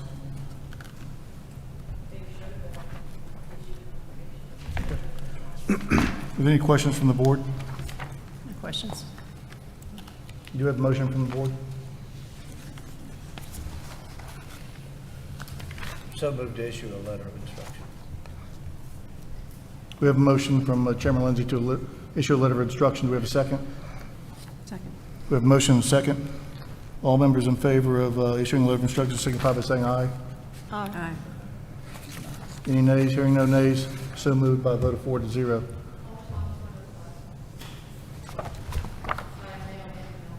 Okay. The next item on the agenda is SEB 2022-136 Clayton County tabulation sheets. Is there a respondent here from Clayton County? Thank you. That is tab 24. So this is a continuation case. We heard most of the elements of the case from the previous meeting that was back in February. There was a question as it related to the posting of the tapes.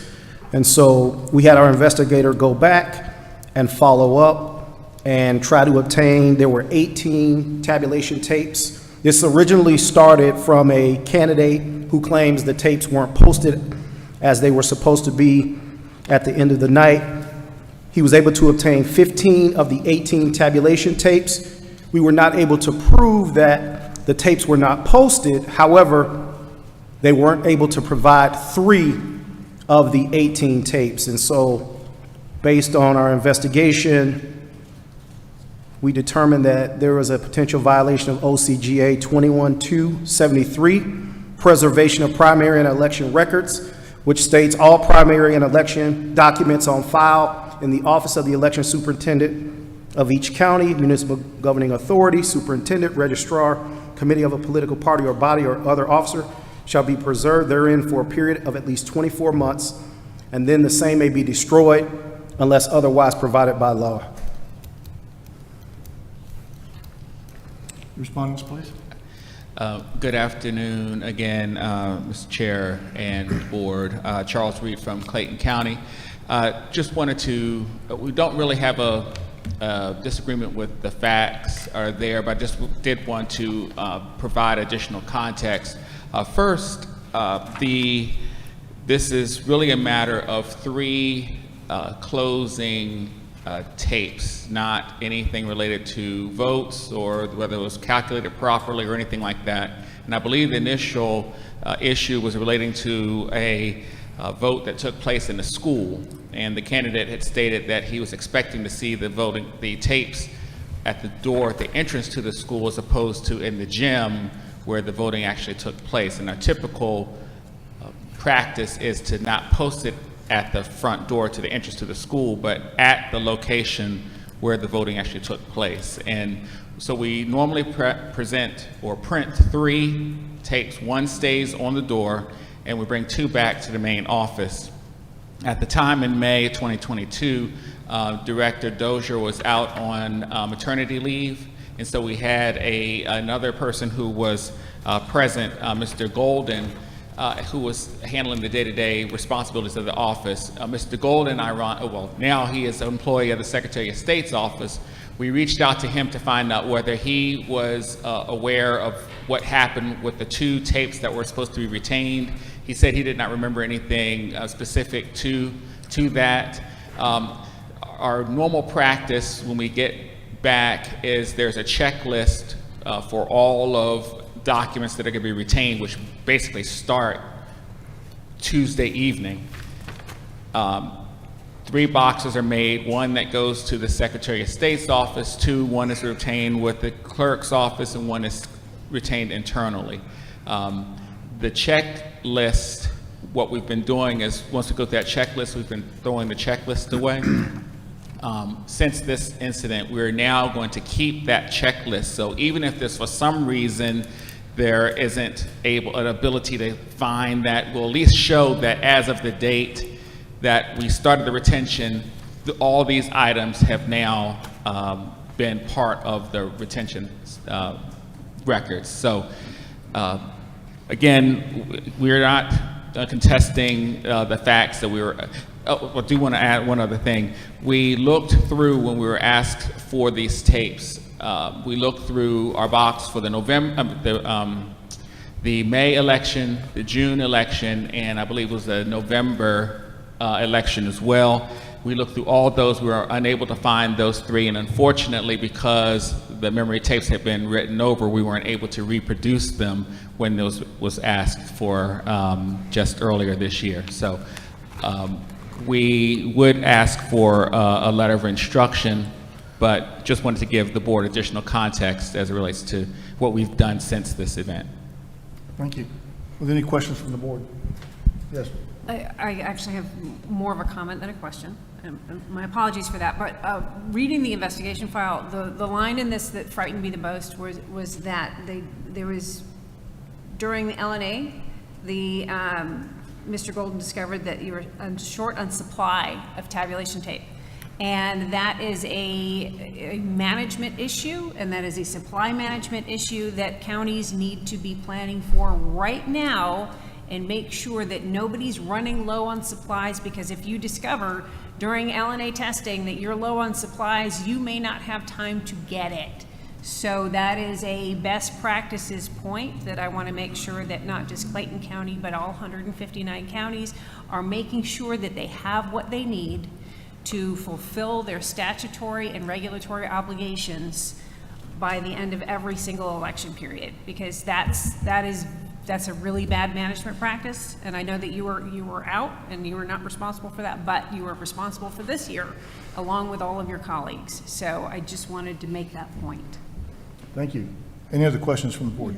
Thank you, Mr. Reed and Ms. Dozier. I really like the checklist and retaining the checklist, so please do that. And the other question is, some of the tabulator tapes were put on the door, but they were not visible to the public, like the bottom end of the tape was below the window part of the door. So would you make sure that the poll managers are instructed that the whole tape needs to be visible when it's taped up on election night? Absolutely, and we'll go a little bit further. When we go out to deliver the equipment, we'll make sure that we identify where the tapes need to be located on the doors. Okay. A good supply of Scotch tape, too. Chair will entertain a motion. I move that we issue a letter of instruction to Clayton County. We have a motion to issue a letter of instruction. Is there a second? Second. There's a second, there's a motion to issue a letter of instruction on SCB 2022-136 Clayton County. All those in favor signify by saying aye. Aye. Any opposition? Hearing no opposition, so moved. Thank you. The next item on the case, or next case to be heard is SCB 2022-238 Ben Hill County, voter using a business address to register to vote. Tab 25.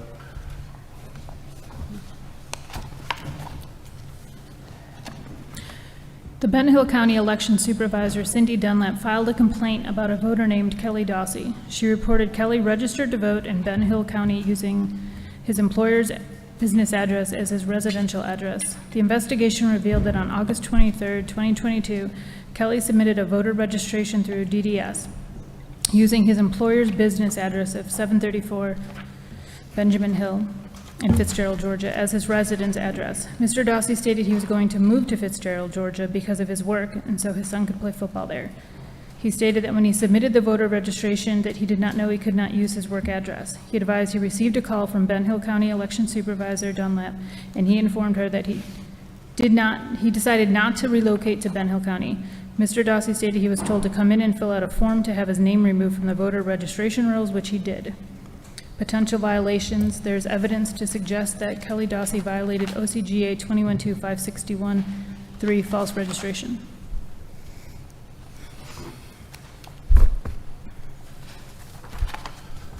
That's it. Would you like to comment on whether you view this as a act of fraud or potential fraud or not? Did we view it that way? Yes, from an investigation standpoint? No. Using a business address to register? No, I think he thought he could do it, and he couldn't, and he changed it. Okay.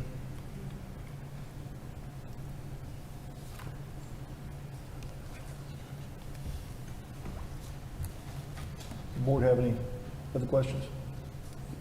Mr. Dossie's not here, correct? Correct. I move we issue a letter of instruction to Mr. Dossie. Second. We have a motion and a second to issue a letter of instruction on case SCB 2022-238. All those in favor signify by saying aye. Aye. Aye. Any opposition? Hearing no opposition, so moved by a vote of 4-0.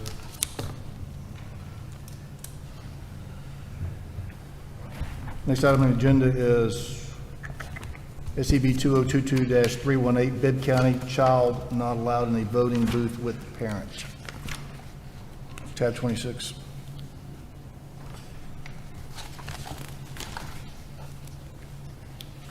Okay, so the complainant, Jessica Sargent, reports that when she went to vote at the Bibb County Lake Wildwood precinct on November 8th, 2022, that her 4-year-old son was not allowed in the booth with her.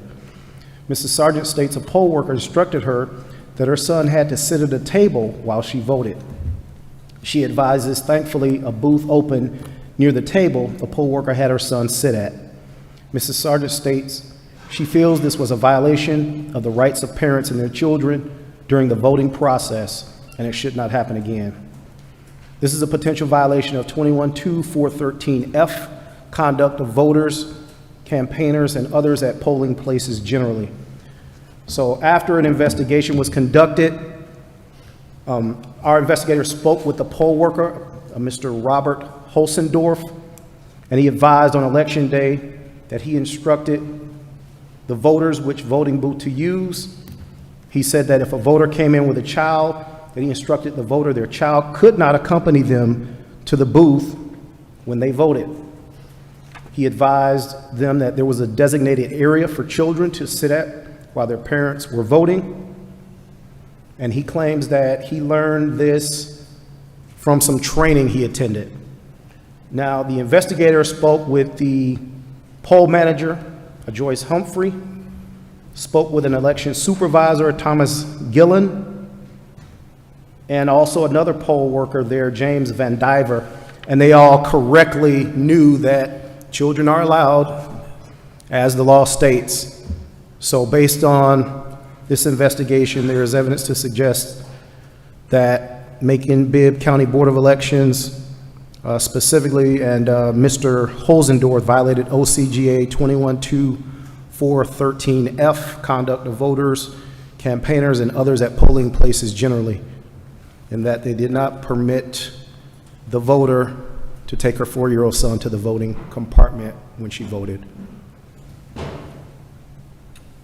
Respondent? Got it. Thank you. William Nolan again for the respondents and on behalf of the Macon Bibb County Board of Elections.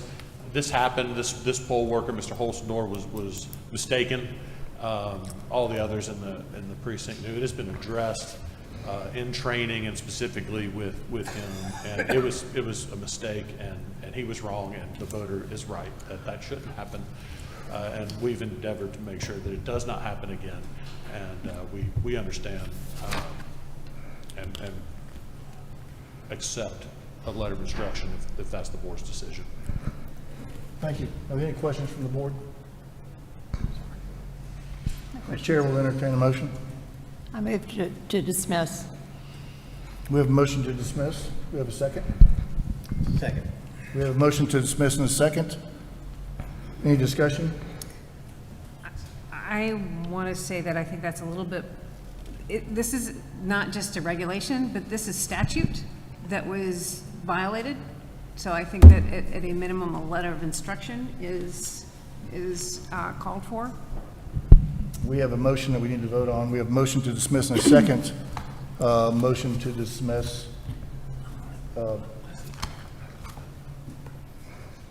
We'll hear that motion. All those in favor? Can we have a discussion for a minute, Mr. Chair? Oh, I'm sorry, yes.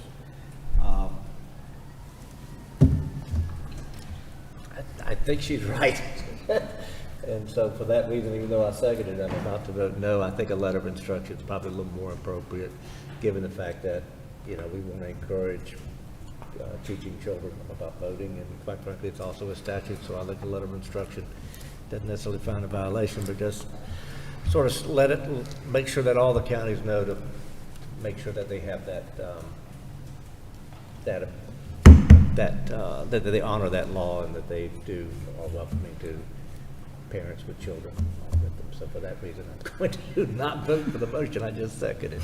Do you want to withdraw your second? Either that or one way or the other, but you don't have to Take it back. Yeah, I'll take back my second, and let's go with the motion. I'll make a counter motion now for a motion for instruction. I have to get out my book here in a minute. Would you like to move forward with your motion? I'll withdraw my motion. Member Johnson has withdrawn her motion. Do we have the chair would entertain a new motion? Motion for instruction, a letter of instruction, Mr. Chair. We have a motion from Member Lindsay for a letter of instruction. Do we have a second? Second. Do we have a second from Member Gazal? Any discussion? Hearing no discussion, all those in favor of issuing a letter of instruction, please signify by saying aye. Aye. Any dissents? Hearing no dissents, the motion passes 4-0 to issue a letter of instruction on SCB 2022318.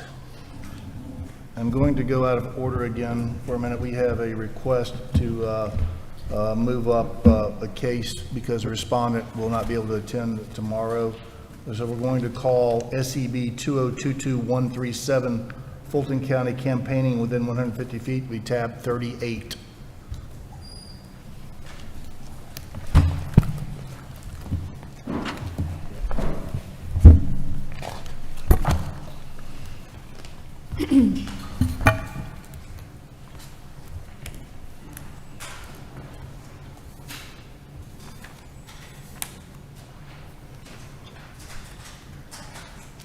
On 6/23/2022, a complaint was submitted to the Secretary of State's office regarding a candidate in violation of OCGA 212414.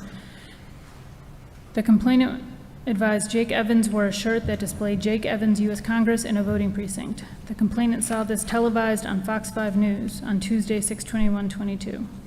The investigator viewed the video and confirmed Jake Evans went to the East Roswell Branch Library voting precinct in a shirt that displayed the words Jake Evans, U.S. Congress. The investigator took a screenshot of Jake Evans in the video. The video clip showed Jake Evans with his wife casting his vote at the East Roswell Branch Library voting precinct. The investigator made a minimum of 6 calls to Jake Evans, and some of those calls that she was able to leave a voicemail message. The investigator went to his house, and his wife answered the door and asked why the investigator was at their house. The investigator explained why she was there, and his wife advised that she would let Jake Evans know the investigator stopped by. Since the last meeting, the investigator made 2 more attempts to contact Mr. Evans by phone. The allegation that Jake Evans was in violation of OCGA 212414 was substantiated.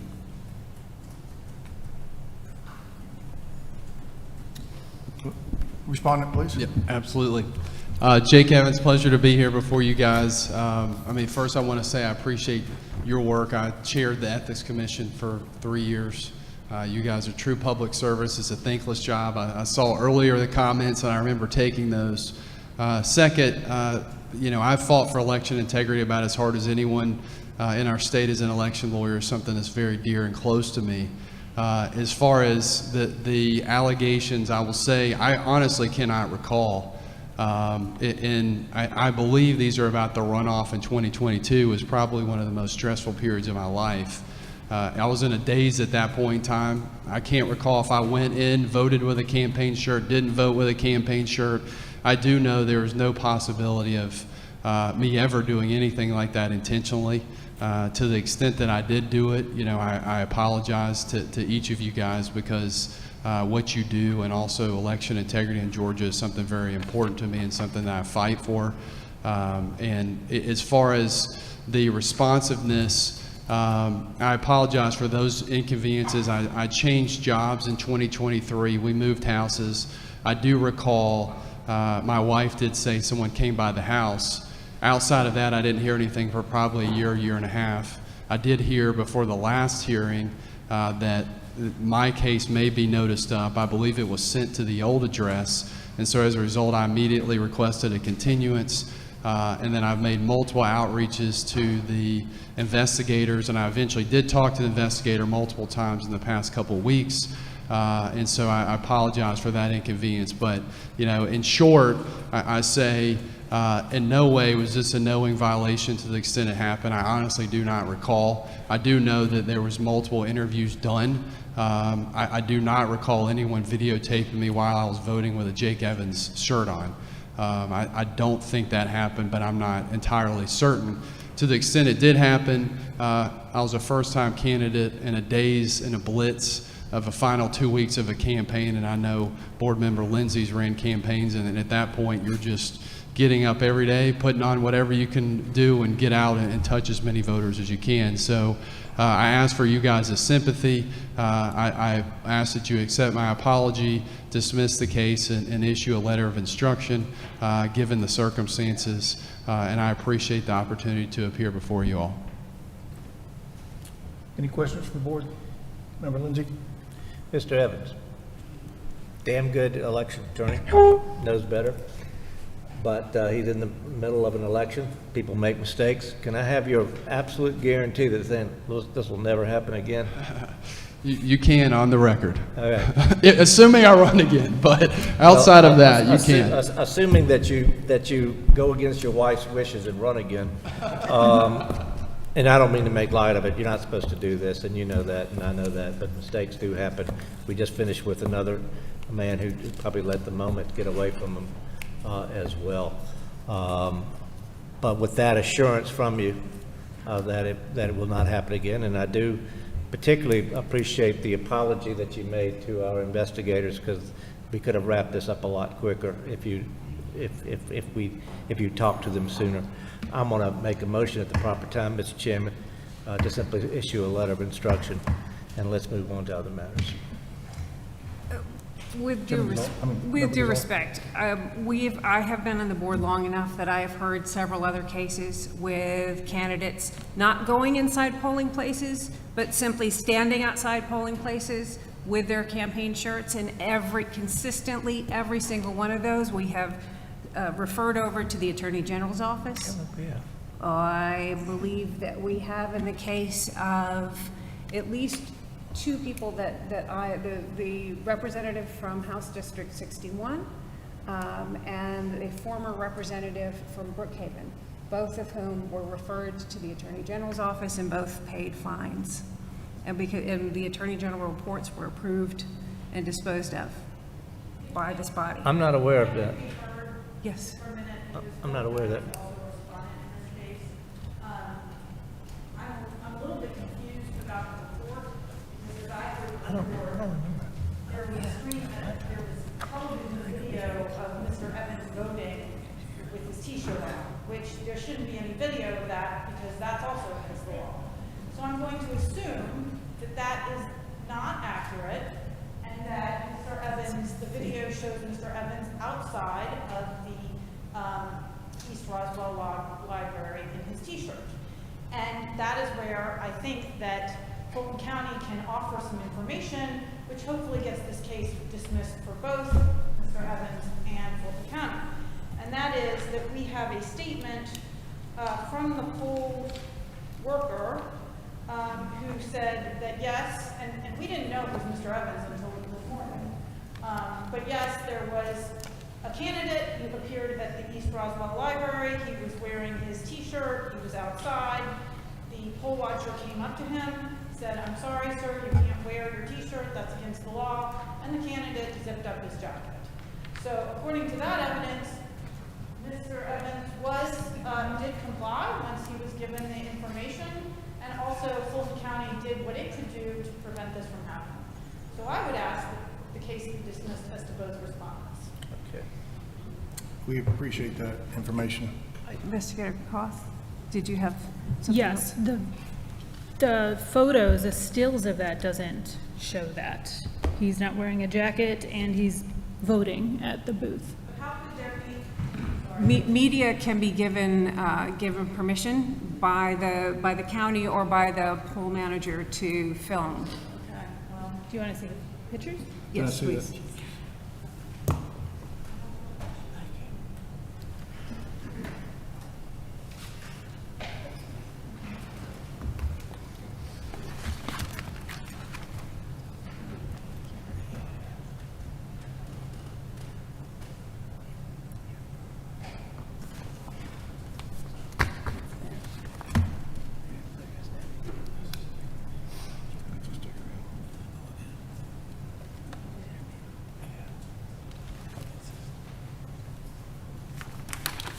So the picture is actually Jake Evans wearing a button-down shirt with a sticker on a Jake Evans sticker on his chest right here. It's not a T-shirt. Yeah, I see it. I see it.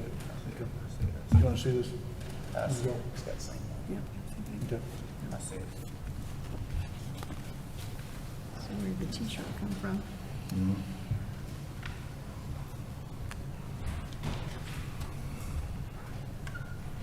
I'm gonna stay with my motion, Mr. Chairman, and quite frankly, if you can call me out the next time, because I can't recall ever simply having somebody show up with a T-shirt being told to leave, and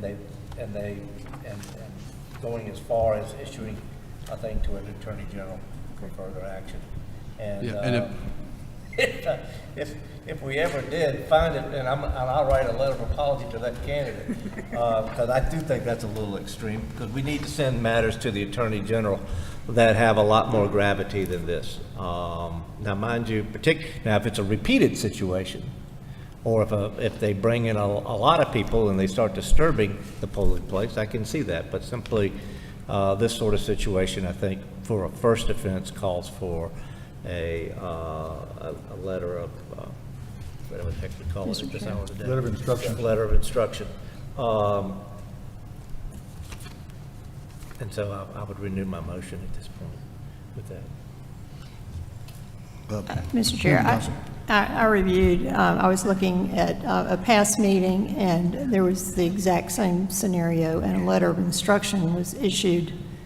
The candidate was not sent to the Attorney General, and it was either December or the meeting before last year.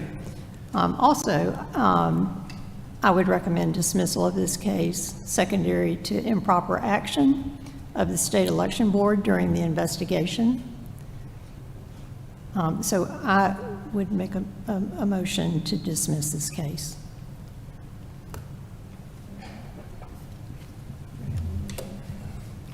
May I inquire, what improper action are you referring to? Well, the action is that someone contacted the newspaper, the media, and tipped off that this case was going to be presented before the case was actually presented. And officially, it's under investigation until it's presented here. I agree with you. How do you know from either someone, not accusing Fulton County, it could have been Fulton County, it could have been the complainant who obviously cared enough about this matter to bring a complaint. How do you know it wasn't someone from there versus here? And I will tell you right now that casting aspersions upon your fellow members without any further evidence, I'm a little disappointed here. Because there's several other entities that could have very easily reported that to the press that I think, quite frankly, are more likely to have reported it to the press than members of this board. We're going to rule on the motions. We have an original motion to offer a letter of instruction. We have a alternate motion to dismiss the case. The original motion will be heard first, since it was made first. The original motion is to offer a letter of instruction. With dismissal. With Letter of instruction. a letter of instruction, yes. Do we have a second on offering a letter of instruction? Second. Second from Member Johnson has seconded. Any discussion? Hearing no discussion, all those in favor of offering a letter of instruction on SCB 2022-137, campaign within 150 feet, signify by saying aye. Aye. Aye. Any nays? Hearing no nays, the motion passes 4-0. Nay. Oh, I'm 3-1. sorry, I didn't hear it. I'm 3-1. sorry. It's okay. Motion passes 3-1. All right, thank you very much. Thank you. We'll get back on the agenda. The next item on the agenda is SEB 2022-327, Cobb County Early Voting Tabulation Issue, it's tab 27.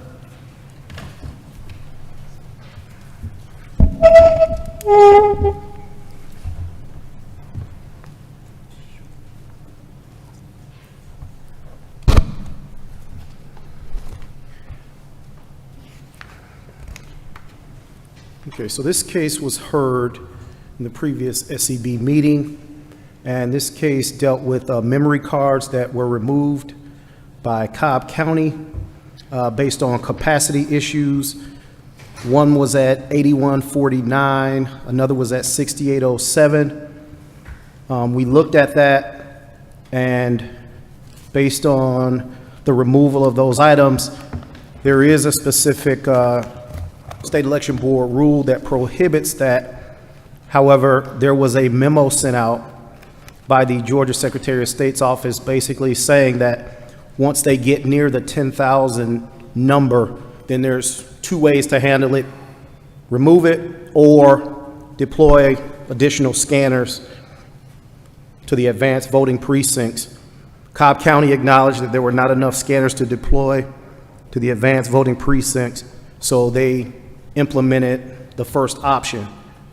During that investigation and looking at how they categorized what they did on the recap sheets, therein is where the violation of additional State Election Board rules came in. So during the follow-up investigation, we determined there was sufficient evidence to prove that State Election Board Rule 183-114.02 sub 9 and 183-1-14.0210 were violated in the following manner.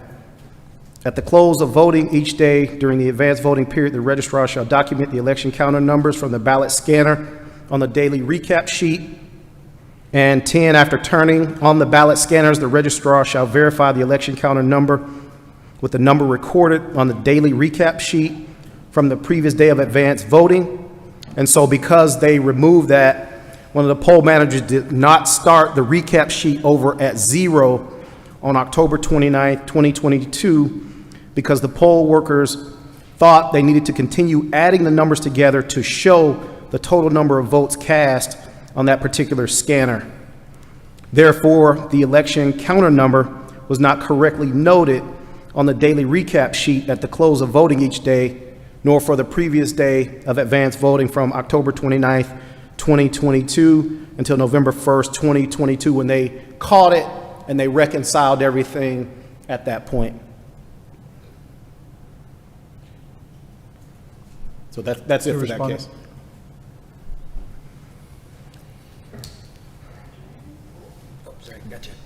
Good afternoon, almost good evening. Thank you for having us here and hearing. This is one of 3 cases for me today. Although you will note that this did occur under my predecessor's tenure, I feel comfortable enough with the case to discuss.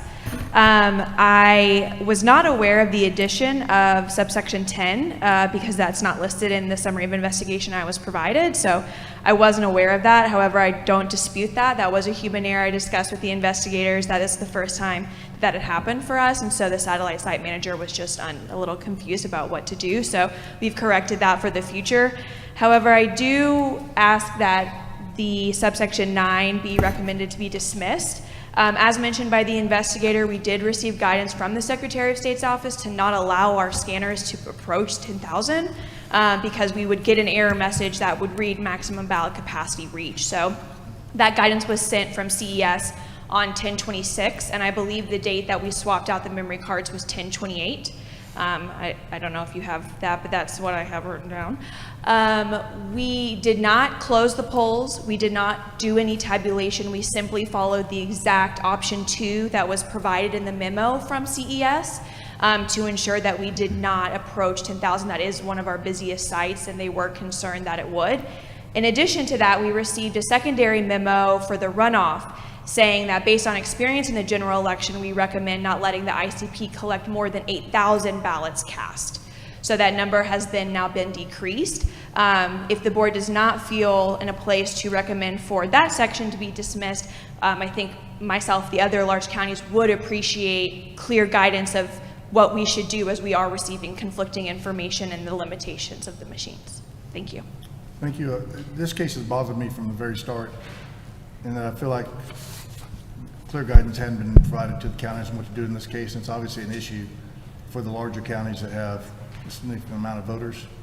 And we really need to provide some guidance from either the SCB or the Secretary of State on what to do in those circumstances. So I've had some issues with this one from the very start, frankly. Any questions from the board? Mr. Chairman, if I may, when this case was first presented, I had said we need to rewrite the rule. So I would ask that you work with us because we will hold another meeting in July that we will be looking at rules, and that rule clearly is out of date according to the usage. So I would, if we can have your help doing that, and whatever, the more you can put on paper, the more likely we are to actually have it right and get it right. Absolutely. I work with my fellow Metro directors that are a little bit more tenured than me to make sure that we get you guys what you need to get that fixed. So thank you. I appreciate it.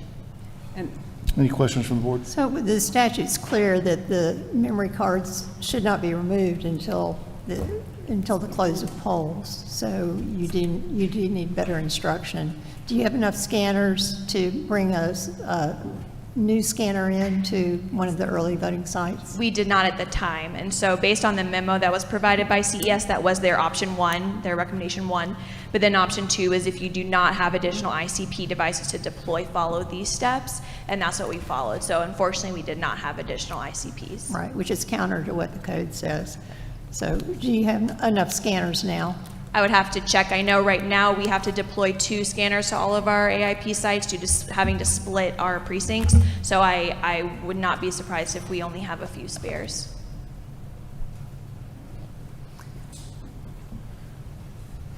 Mr. Chairman, if I may. Yes. Given some of the things that were said in opening comments today, I think, and given the fact that this is a matter involving the Cobb Election Board, I think this is an appropriate time for me to say something about conflicts of interest and my involvement on the board. And I had hoped that this case would come up when there were more of the people that were concerned about this were here, but I respect that. Issues of conflict of interest is not an issue that I take lightly, either as a lawyer or as a member of the state election board. And when I was asked to join the board by the Speaker, David Ralston, and by the Georgia House, I looked carefully at this issue, particularly given the fact that my firm does represent the Cobb County Commission and the DeKalb County Commission. We do not represent the Cobb County Election Board, and we do not represent the DeKalb County Election Board.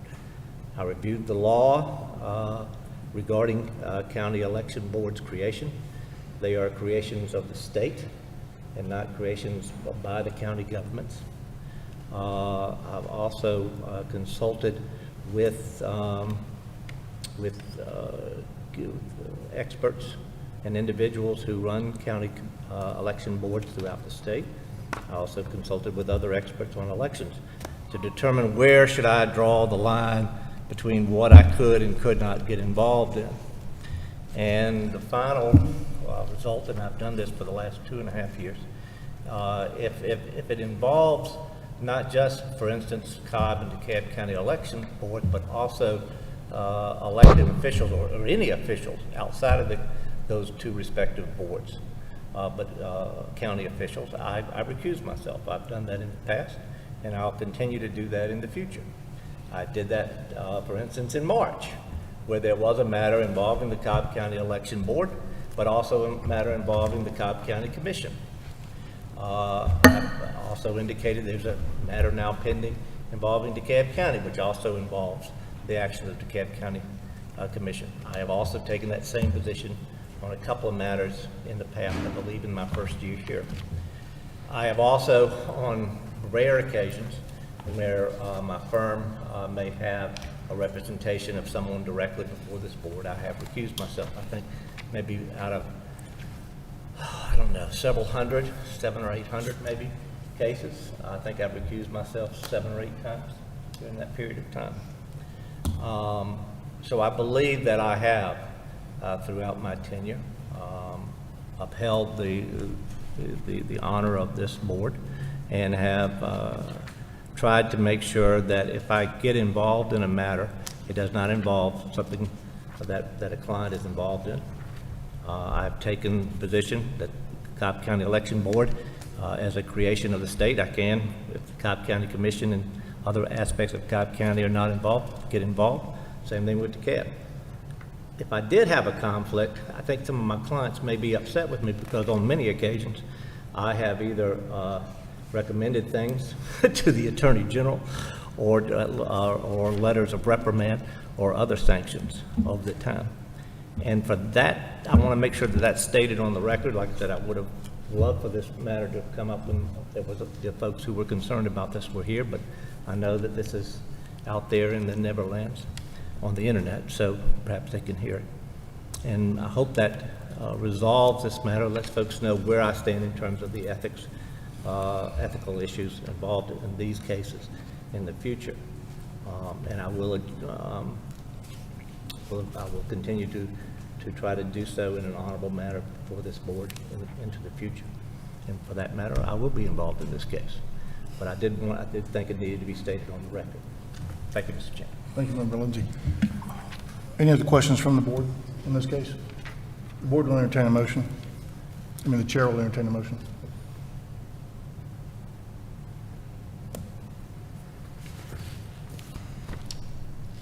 I move that we issue a letter of instruction based on a potential violation of Rule 183-1-14.0210.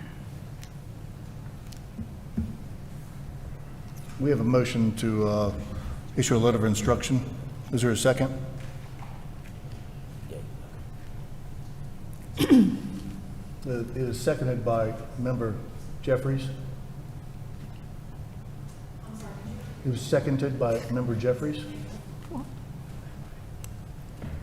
We have a motion and a second to issue a letter of instruction.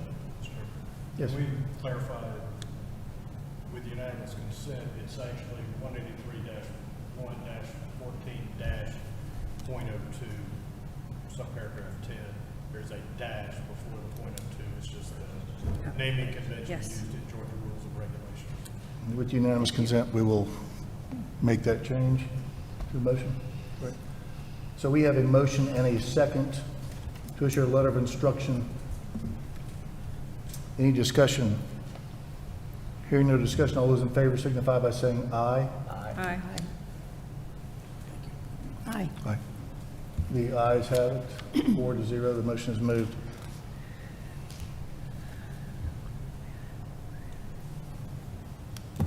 We have a hard stop at 5 o'clock today, and there's no way we're going to get through the rest of this list. Are there any respondents that are unable to attend tomorrow, Cobb County? I think we can hear maybe 2 more cases today. If you are unable to, yes. Cobb County is happy to move forward with a letter of instruction for our other 2 cases, and we don't necessarily feel the need to be heard. We accept what the findings brought for our end. I'll do those in a second. Is there anybody else, any other respondents that are unable to attend tomorrow? There was an individual here from Fulton County. Pardon me? Okay, and which case is that? I tried to bring you up earlier. I said I tried to bring you up earlier. Not to interrupt, there are 2 additional Fulton County cases. I will get to them tomorrow.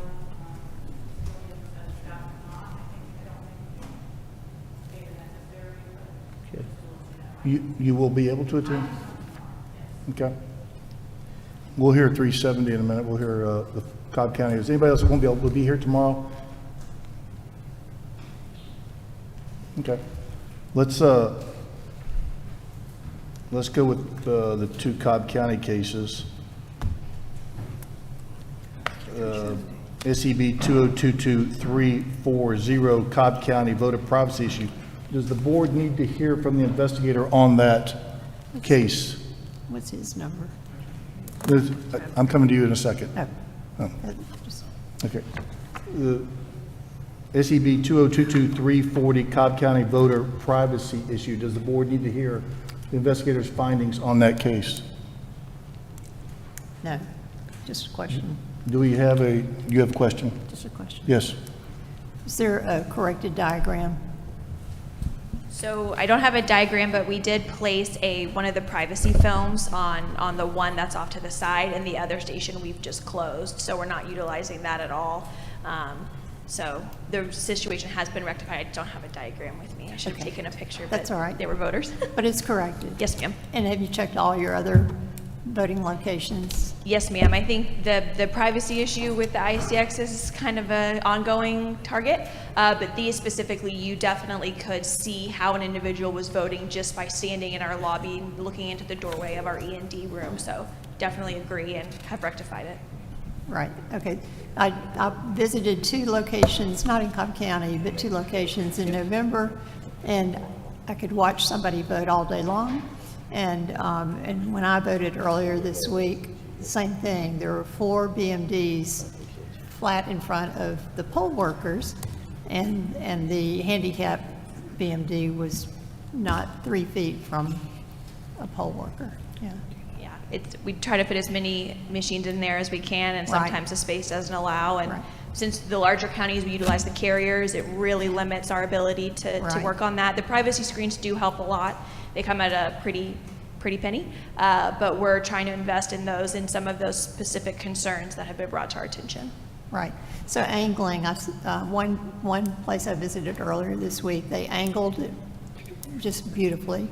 And I heard DeKalb County also has privacy screens. Yes, that's who we got that one from. So. Thank you very much. Thank you.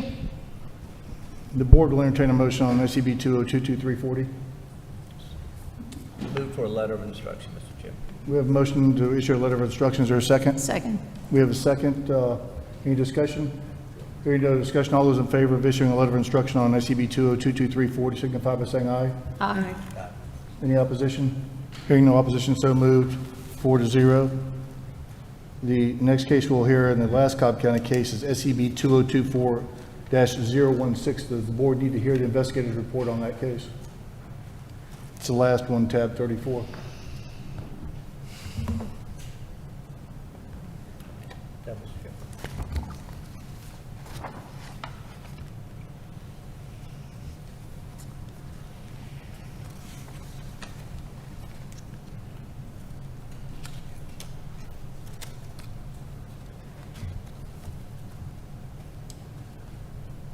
Do you want to hear the investigator's report?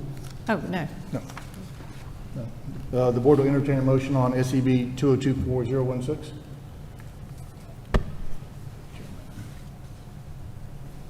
we have a motion? Second. We need a motion. I thought she motioned it. A letter of instruction, Mr. Chairman. We have a motion from Member Lindsay to issue a letter of instruction. Do we have a second? Second. We have a motion and a second to issue a letter of instruction on SCB 2024-016, Cobb County, and proper issuance of an ABM. Any discussion? Hearing no discussion, all those in favor signify by saying aye. Aye. Any opposition? Hearing no opposition, it's moved 4-0. Thank you. The next case we will hear is SCB 2022370, Fulton County Buckhead Library interference by poll watcher. Does the board need to hear the investigator's notes on that case? It is tab 31. No, but We'll allow this one. Hit your button. Hit your button. Push the button on the desk. Push the button on the desk. You're good. Okay. Just one moment. Wait, just one moment, please. Does the board need to hear the investigator's notes on that case? yeah, it's pretty straightforward. Member Gazal? Member Johnson? No. No. The respondent? That's me. Yes. My name is Mike Sibley. I was a poll watcher back, and I've done it multiple times. In 2022, I was at Buckhead Library. What Mr.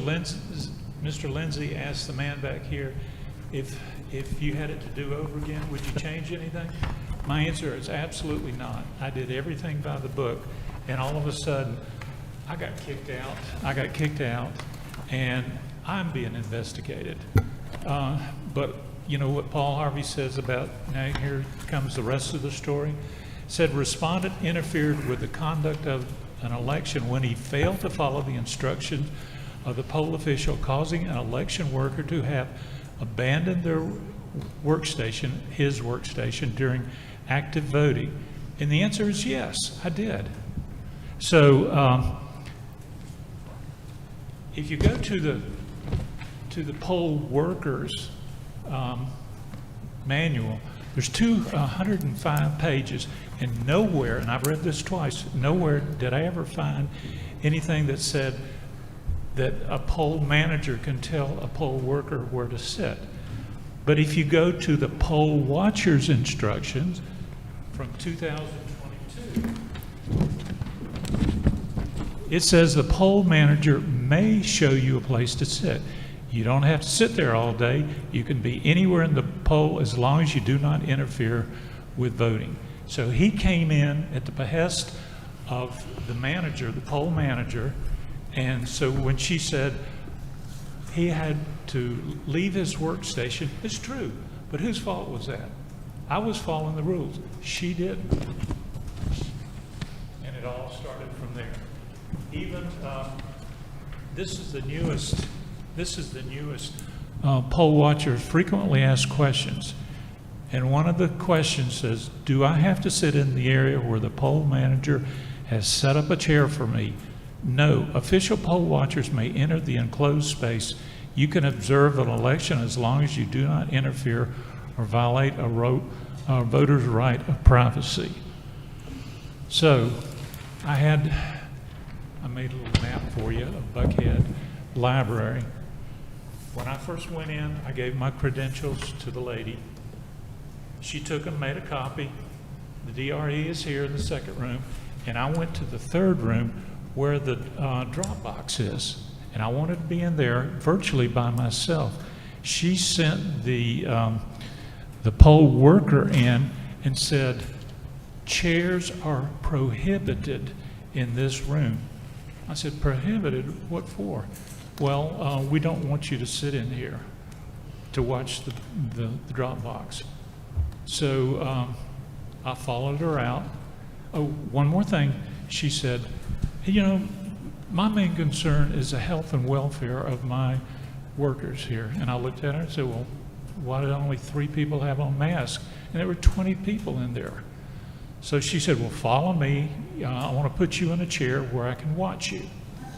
And I thought, okay. So walked into the room 1, back to room 1 where all the voting booths were. She rips off a little poster off the wall and said, here, this will tell you where you can sit. So I read the poster, and it just so turns out, happens to turn out, that it's the Georgia voter voting rights poster. And I read it, and I said, this doesn't say anything. And she got mad again. So I sat down where she told me I was this far from the voter, sitting behind him. I was sitting there counting the thread count on her yoga pants. It was that close. So I went like this. You know, you put me too close. She comes in, gets me up and said, go into the room that you wanted to be, which was the last room. So I'm sitting there, and she comes over and she says, you can sit here, but you can't go count the votes off the DRE until 7 o'clock. And I knew that was wrong. So if you look at OCGA 21-2-408, a poll watcher is a person named by a political party, political body, or candidate who is authorized to enter the enclosed space to observe the conduct of an election and the counting and recording of votes. It says nothing about, I can only do it after 7 o'clock. Then, notwithstanding any other provisions of this chapter, a poll watcher may be permitted behind the enclosed space for the purpose of observing the conduct in the election and counting and recording the votes. That's what I did. So I went, I recorded, I think it was 714 votes. I went back to room 3, sat down. 2 minutes, 3 minutes later, the police officer comes in and said, you're being escorted out. Grab your stuff, you're going to be escorted out. And I said, what for? Well, he said, for the, I forgot the term, she said for the incident. I said, what incident? And she didn't answer me. I said, what incident? Either she wouldn't tell me or didn't know. So she escorts me out to my car, tells me to get off the property, and I'm sitting there in my car making a phone call to our headquarters. Bam, bam, bam, get off the property. So, you know, she is right. I caused the man to come in to have me move, but it's not my fault because she has no supervision over where I sit. And then it told me that after I sat down back in room 3, he was subsequently observed walking through the voting area within the immediate area of voters attempting to scan ballots when specifically told they could not be in that area. I'm sorry, but if you look at this, it said, we're allowed to be in the enclosed space. There's several places that it tells you that. So that's it. I called our headquarters. I wrote a complaint to Brad Rafflesberger. Here it is almost 18 months later. I still don't know what the incident is, and I'm being investigated. Why am I being investigated? I was the offended party. So anyway, I would like the following things from the state BOE for causing me a lot of duress. Stamp my parking ticket. I've been here all day. A letter of exoneration. And this is very important to me. Assurance that Mrs. Daniels will never again be allowed in a supervisory position as a poll worker. She seems very vindictive and ignorant of the laws and the rules of poll watchers. It's funny that the witnesses are no longer responding to the investigators' request for follow-up information. You know, how convenient can it be? The investigator in the matter seems to not know the laws of Georgia and the rules of poll watching. Wouldn't it be better if she knew the laws before this thing started? If she had known the laws, 2 laws, that's all she had to know, 2 items, I wouldn't be standing here before you. But I don't think, I mean, I'm not perfect, but I followed the laws and she didn't. And that's it. Thank you.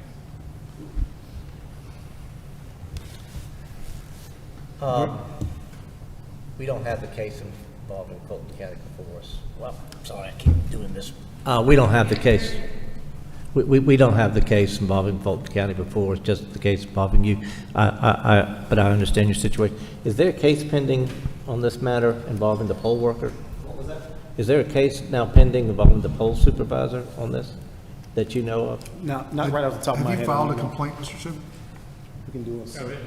We had a Zoom meeting last January, I guess it was. Involving yours. I'm just asking if there was one involving the poll supervisor. Have you filed a complaint? I was just curious.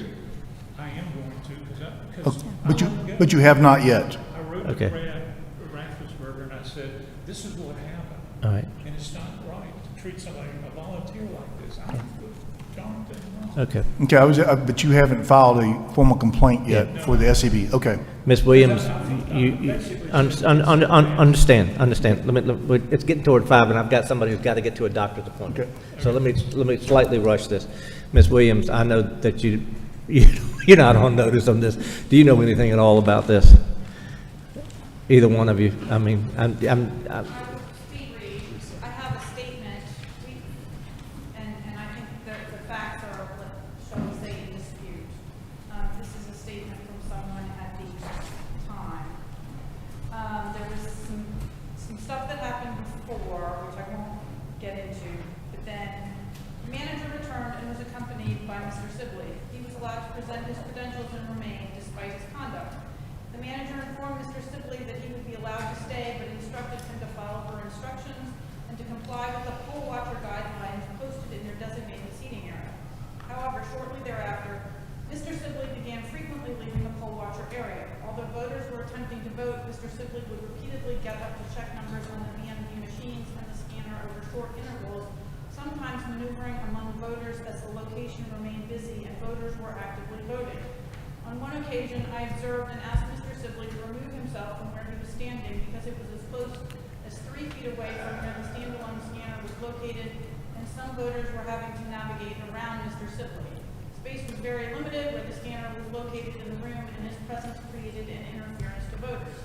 After repeated warnings at various times by the manager, which he recurrently flouted, Mr. Sibley's removal was demanded by the manager. Mr. Sibley angrily complied, but only after speaking aggressively and disrespectfully to the manager, Mrs. Daniels. Certainly, the code section does allow poll managers to make reasonable regulations to prevent the interference of voting. One thing, there's another regulation in there. It said after 408, after duly warned, which means you got warned the first time, and this is the second time. There was no warning. Absolutely no warning. I was shocked when she came and said, "You're out of here." And I checked the numbers twice. So there's a term for that, but I'm not going to say. have you had a chance to interview the poll manager? I Yes, can't remember. I'm looking back at my notes. They both submitted statements, but Yeah, okay. ultimately they didn't, they're not here, I guess, to speak to their side of things. 4 times I made her mad because I didn't obey. I said, I want to sit here so I can watch the Dropbox. She said, why do you need to watch the Dropbox? We got a camera over there. I said, I don't know if it works. And I'm by myself in this room.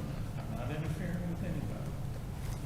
And the second time was when I went like that. I said, you put me right here behind a voting box, right there. And then when she pulled the poster off the wall, and I read it, and it said, this says nothing about where I can sit. Made her mad again. So that's it. I mean, I'm there as a volunteer. I'm not making money like the poll manager is. So I do it because I want to do it. So anyway. Any further questions from the board?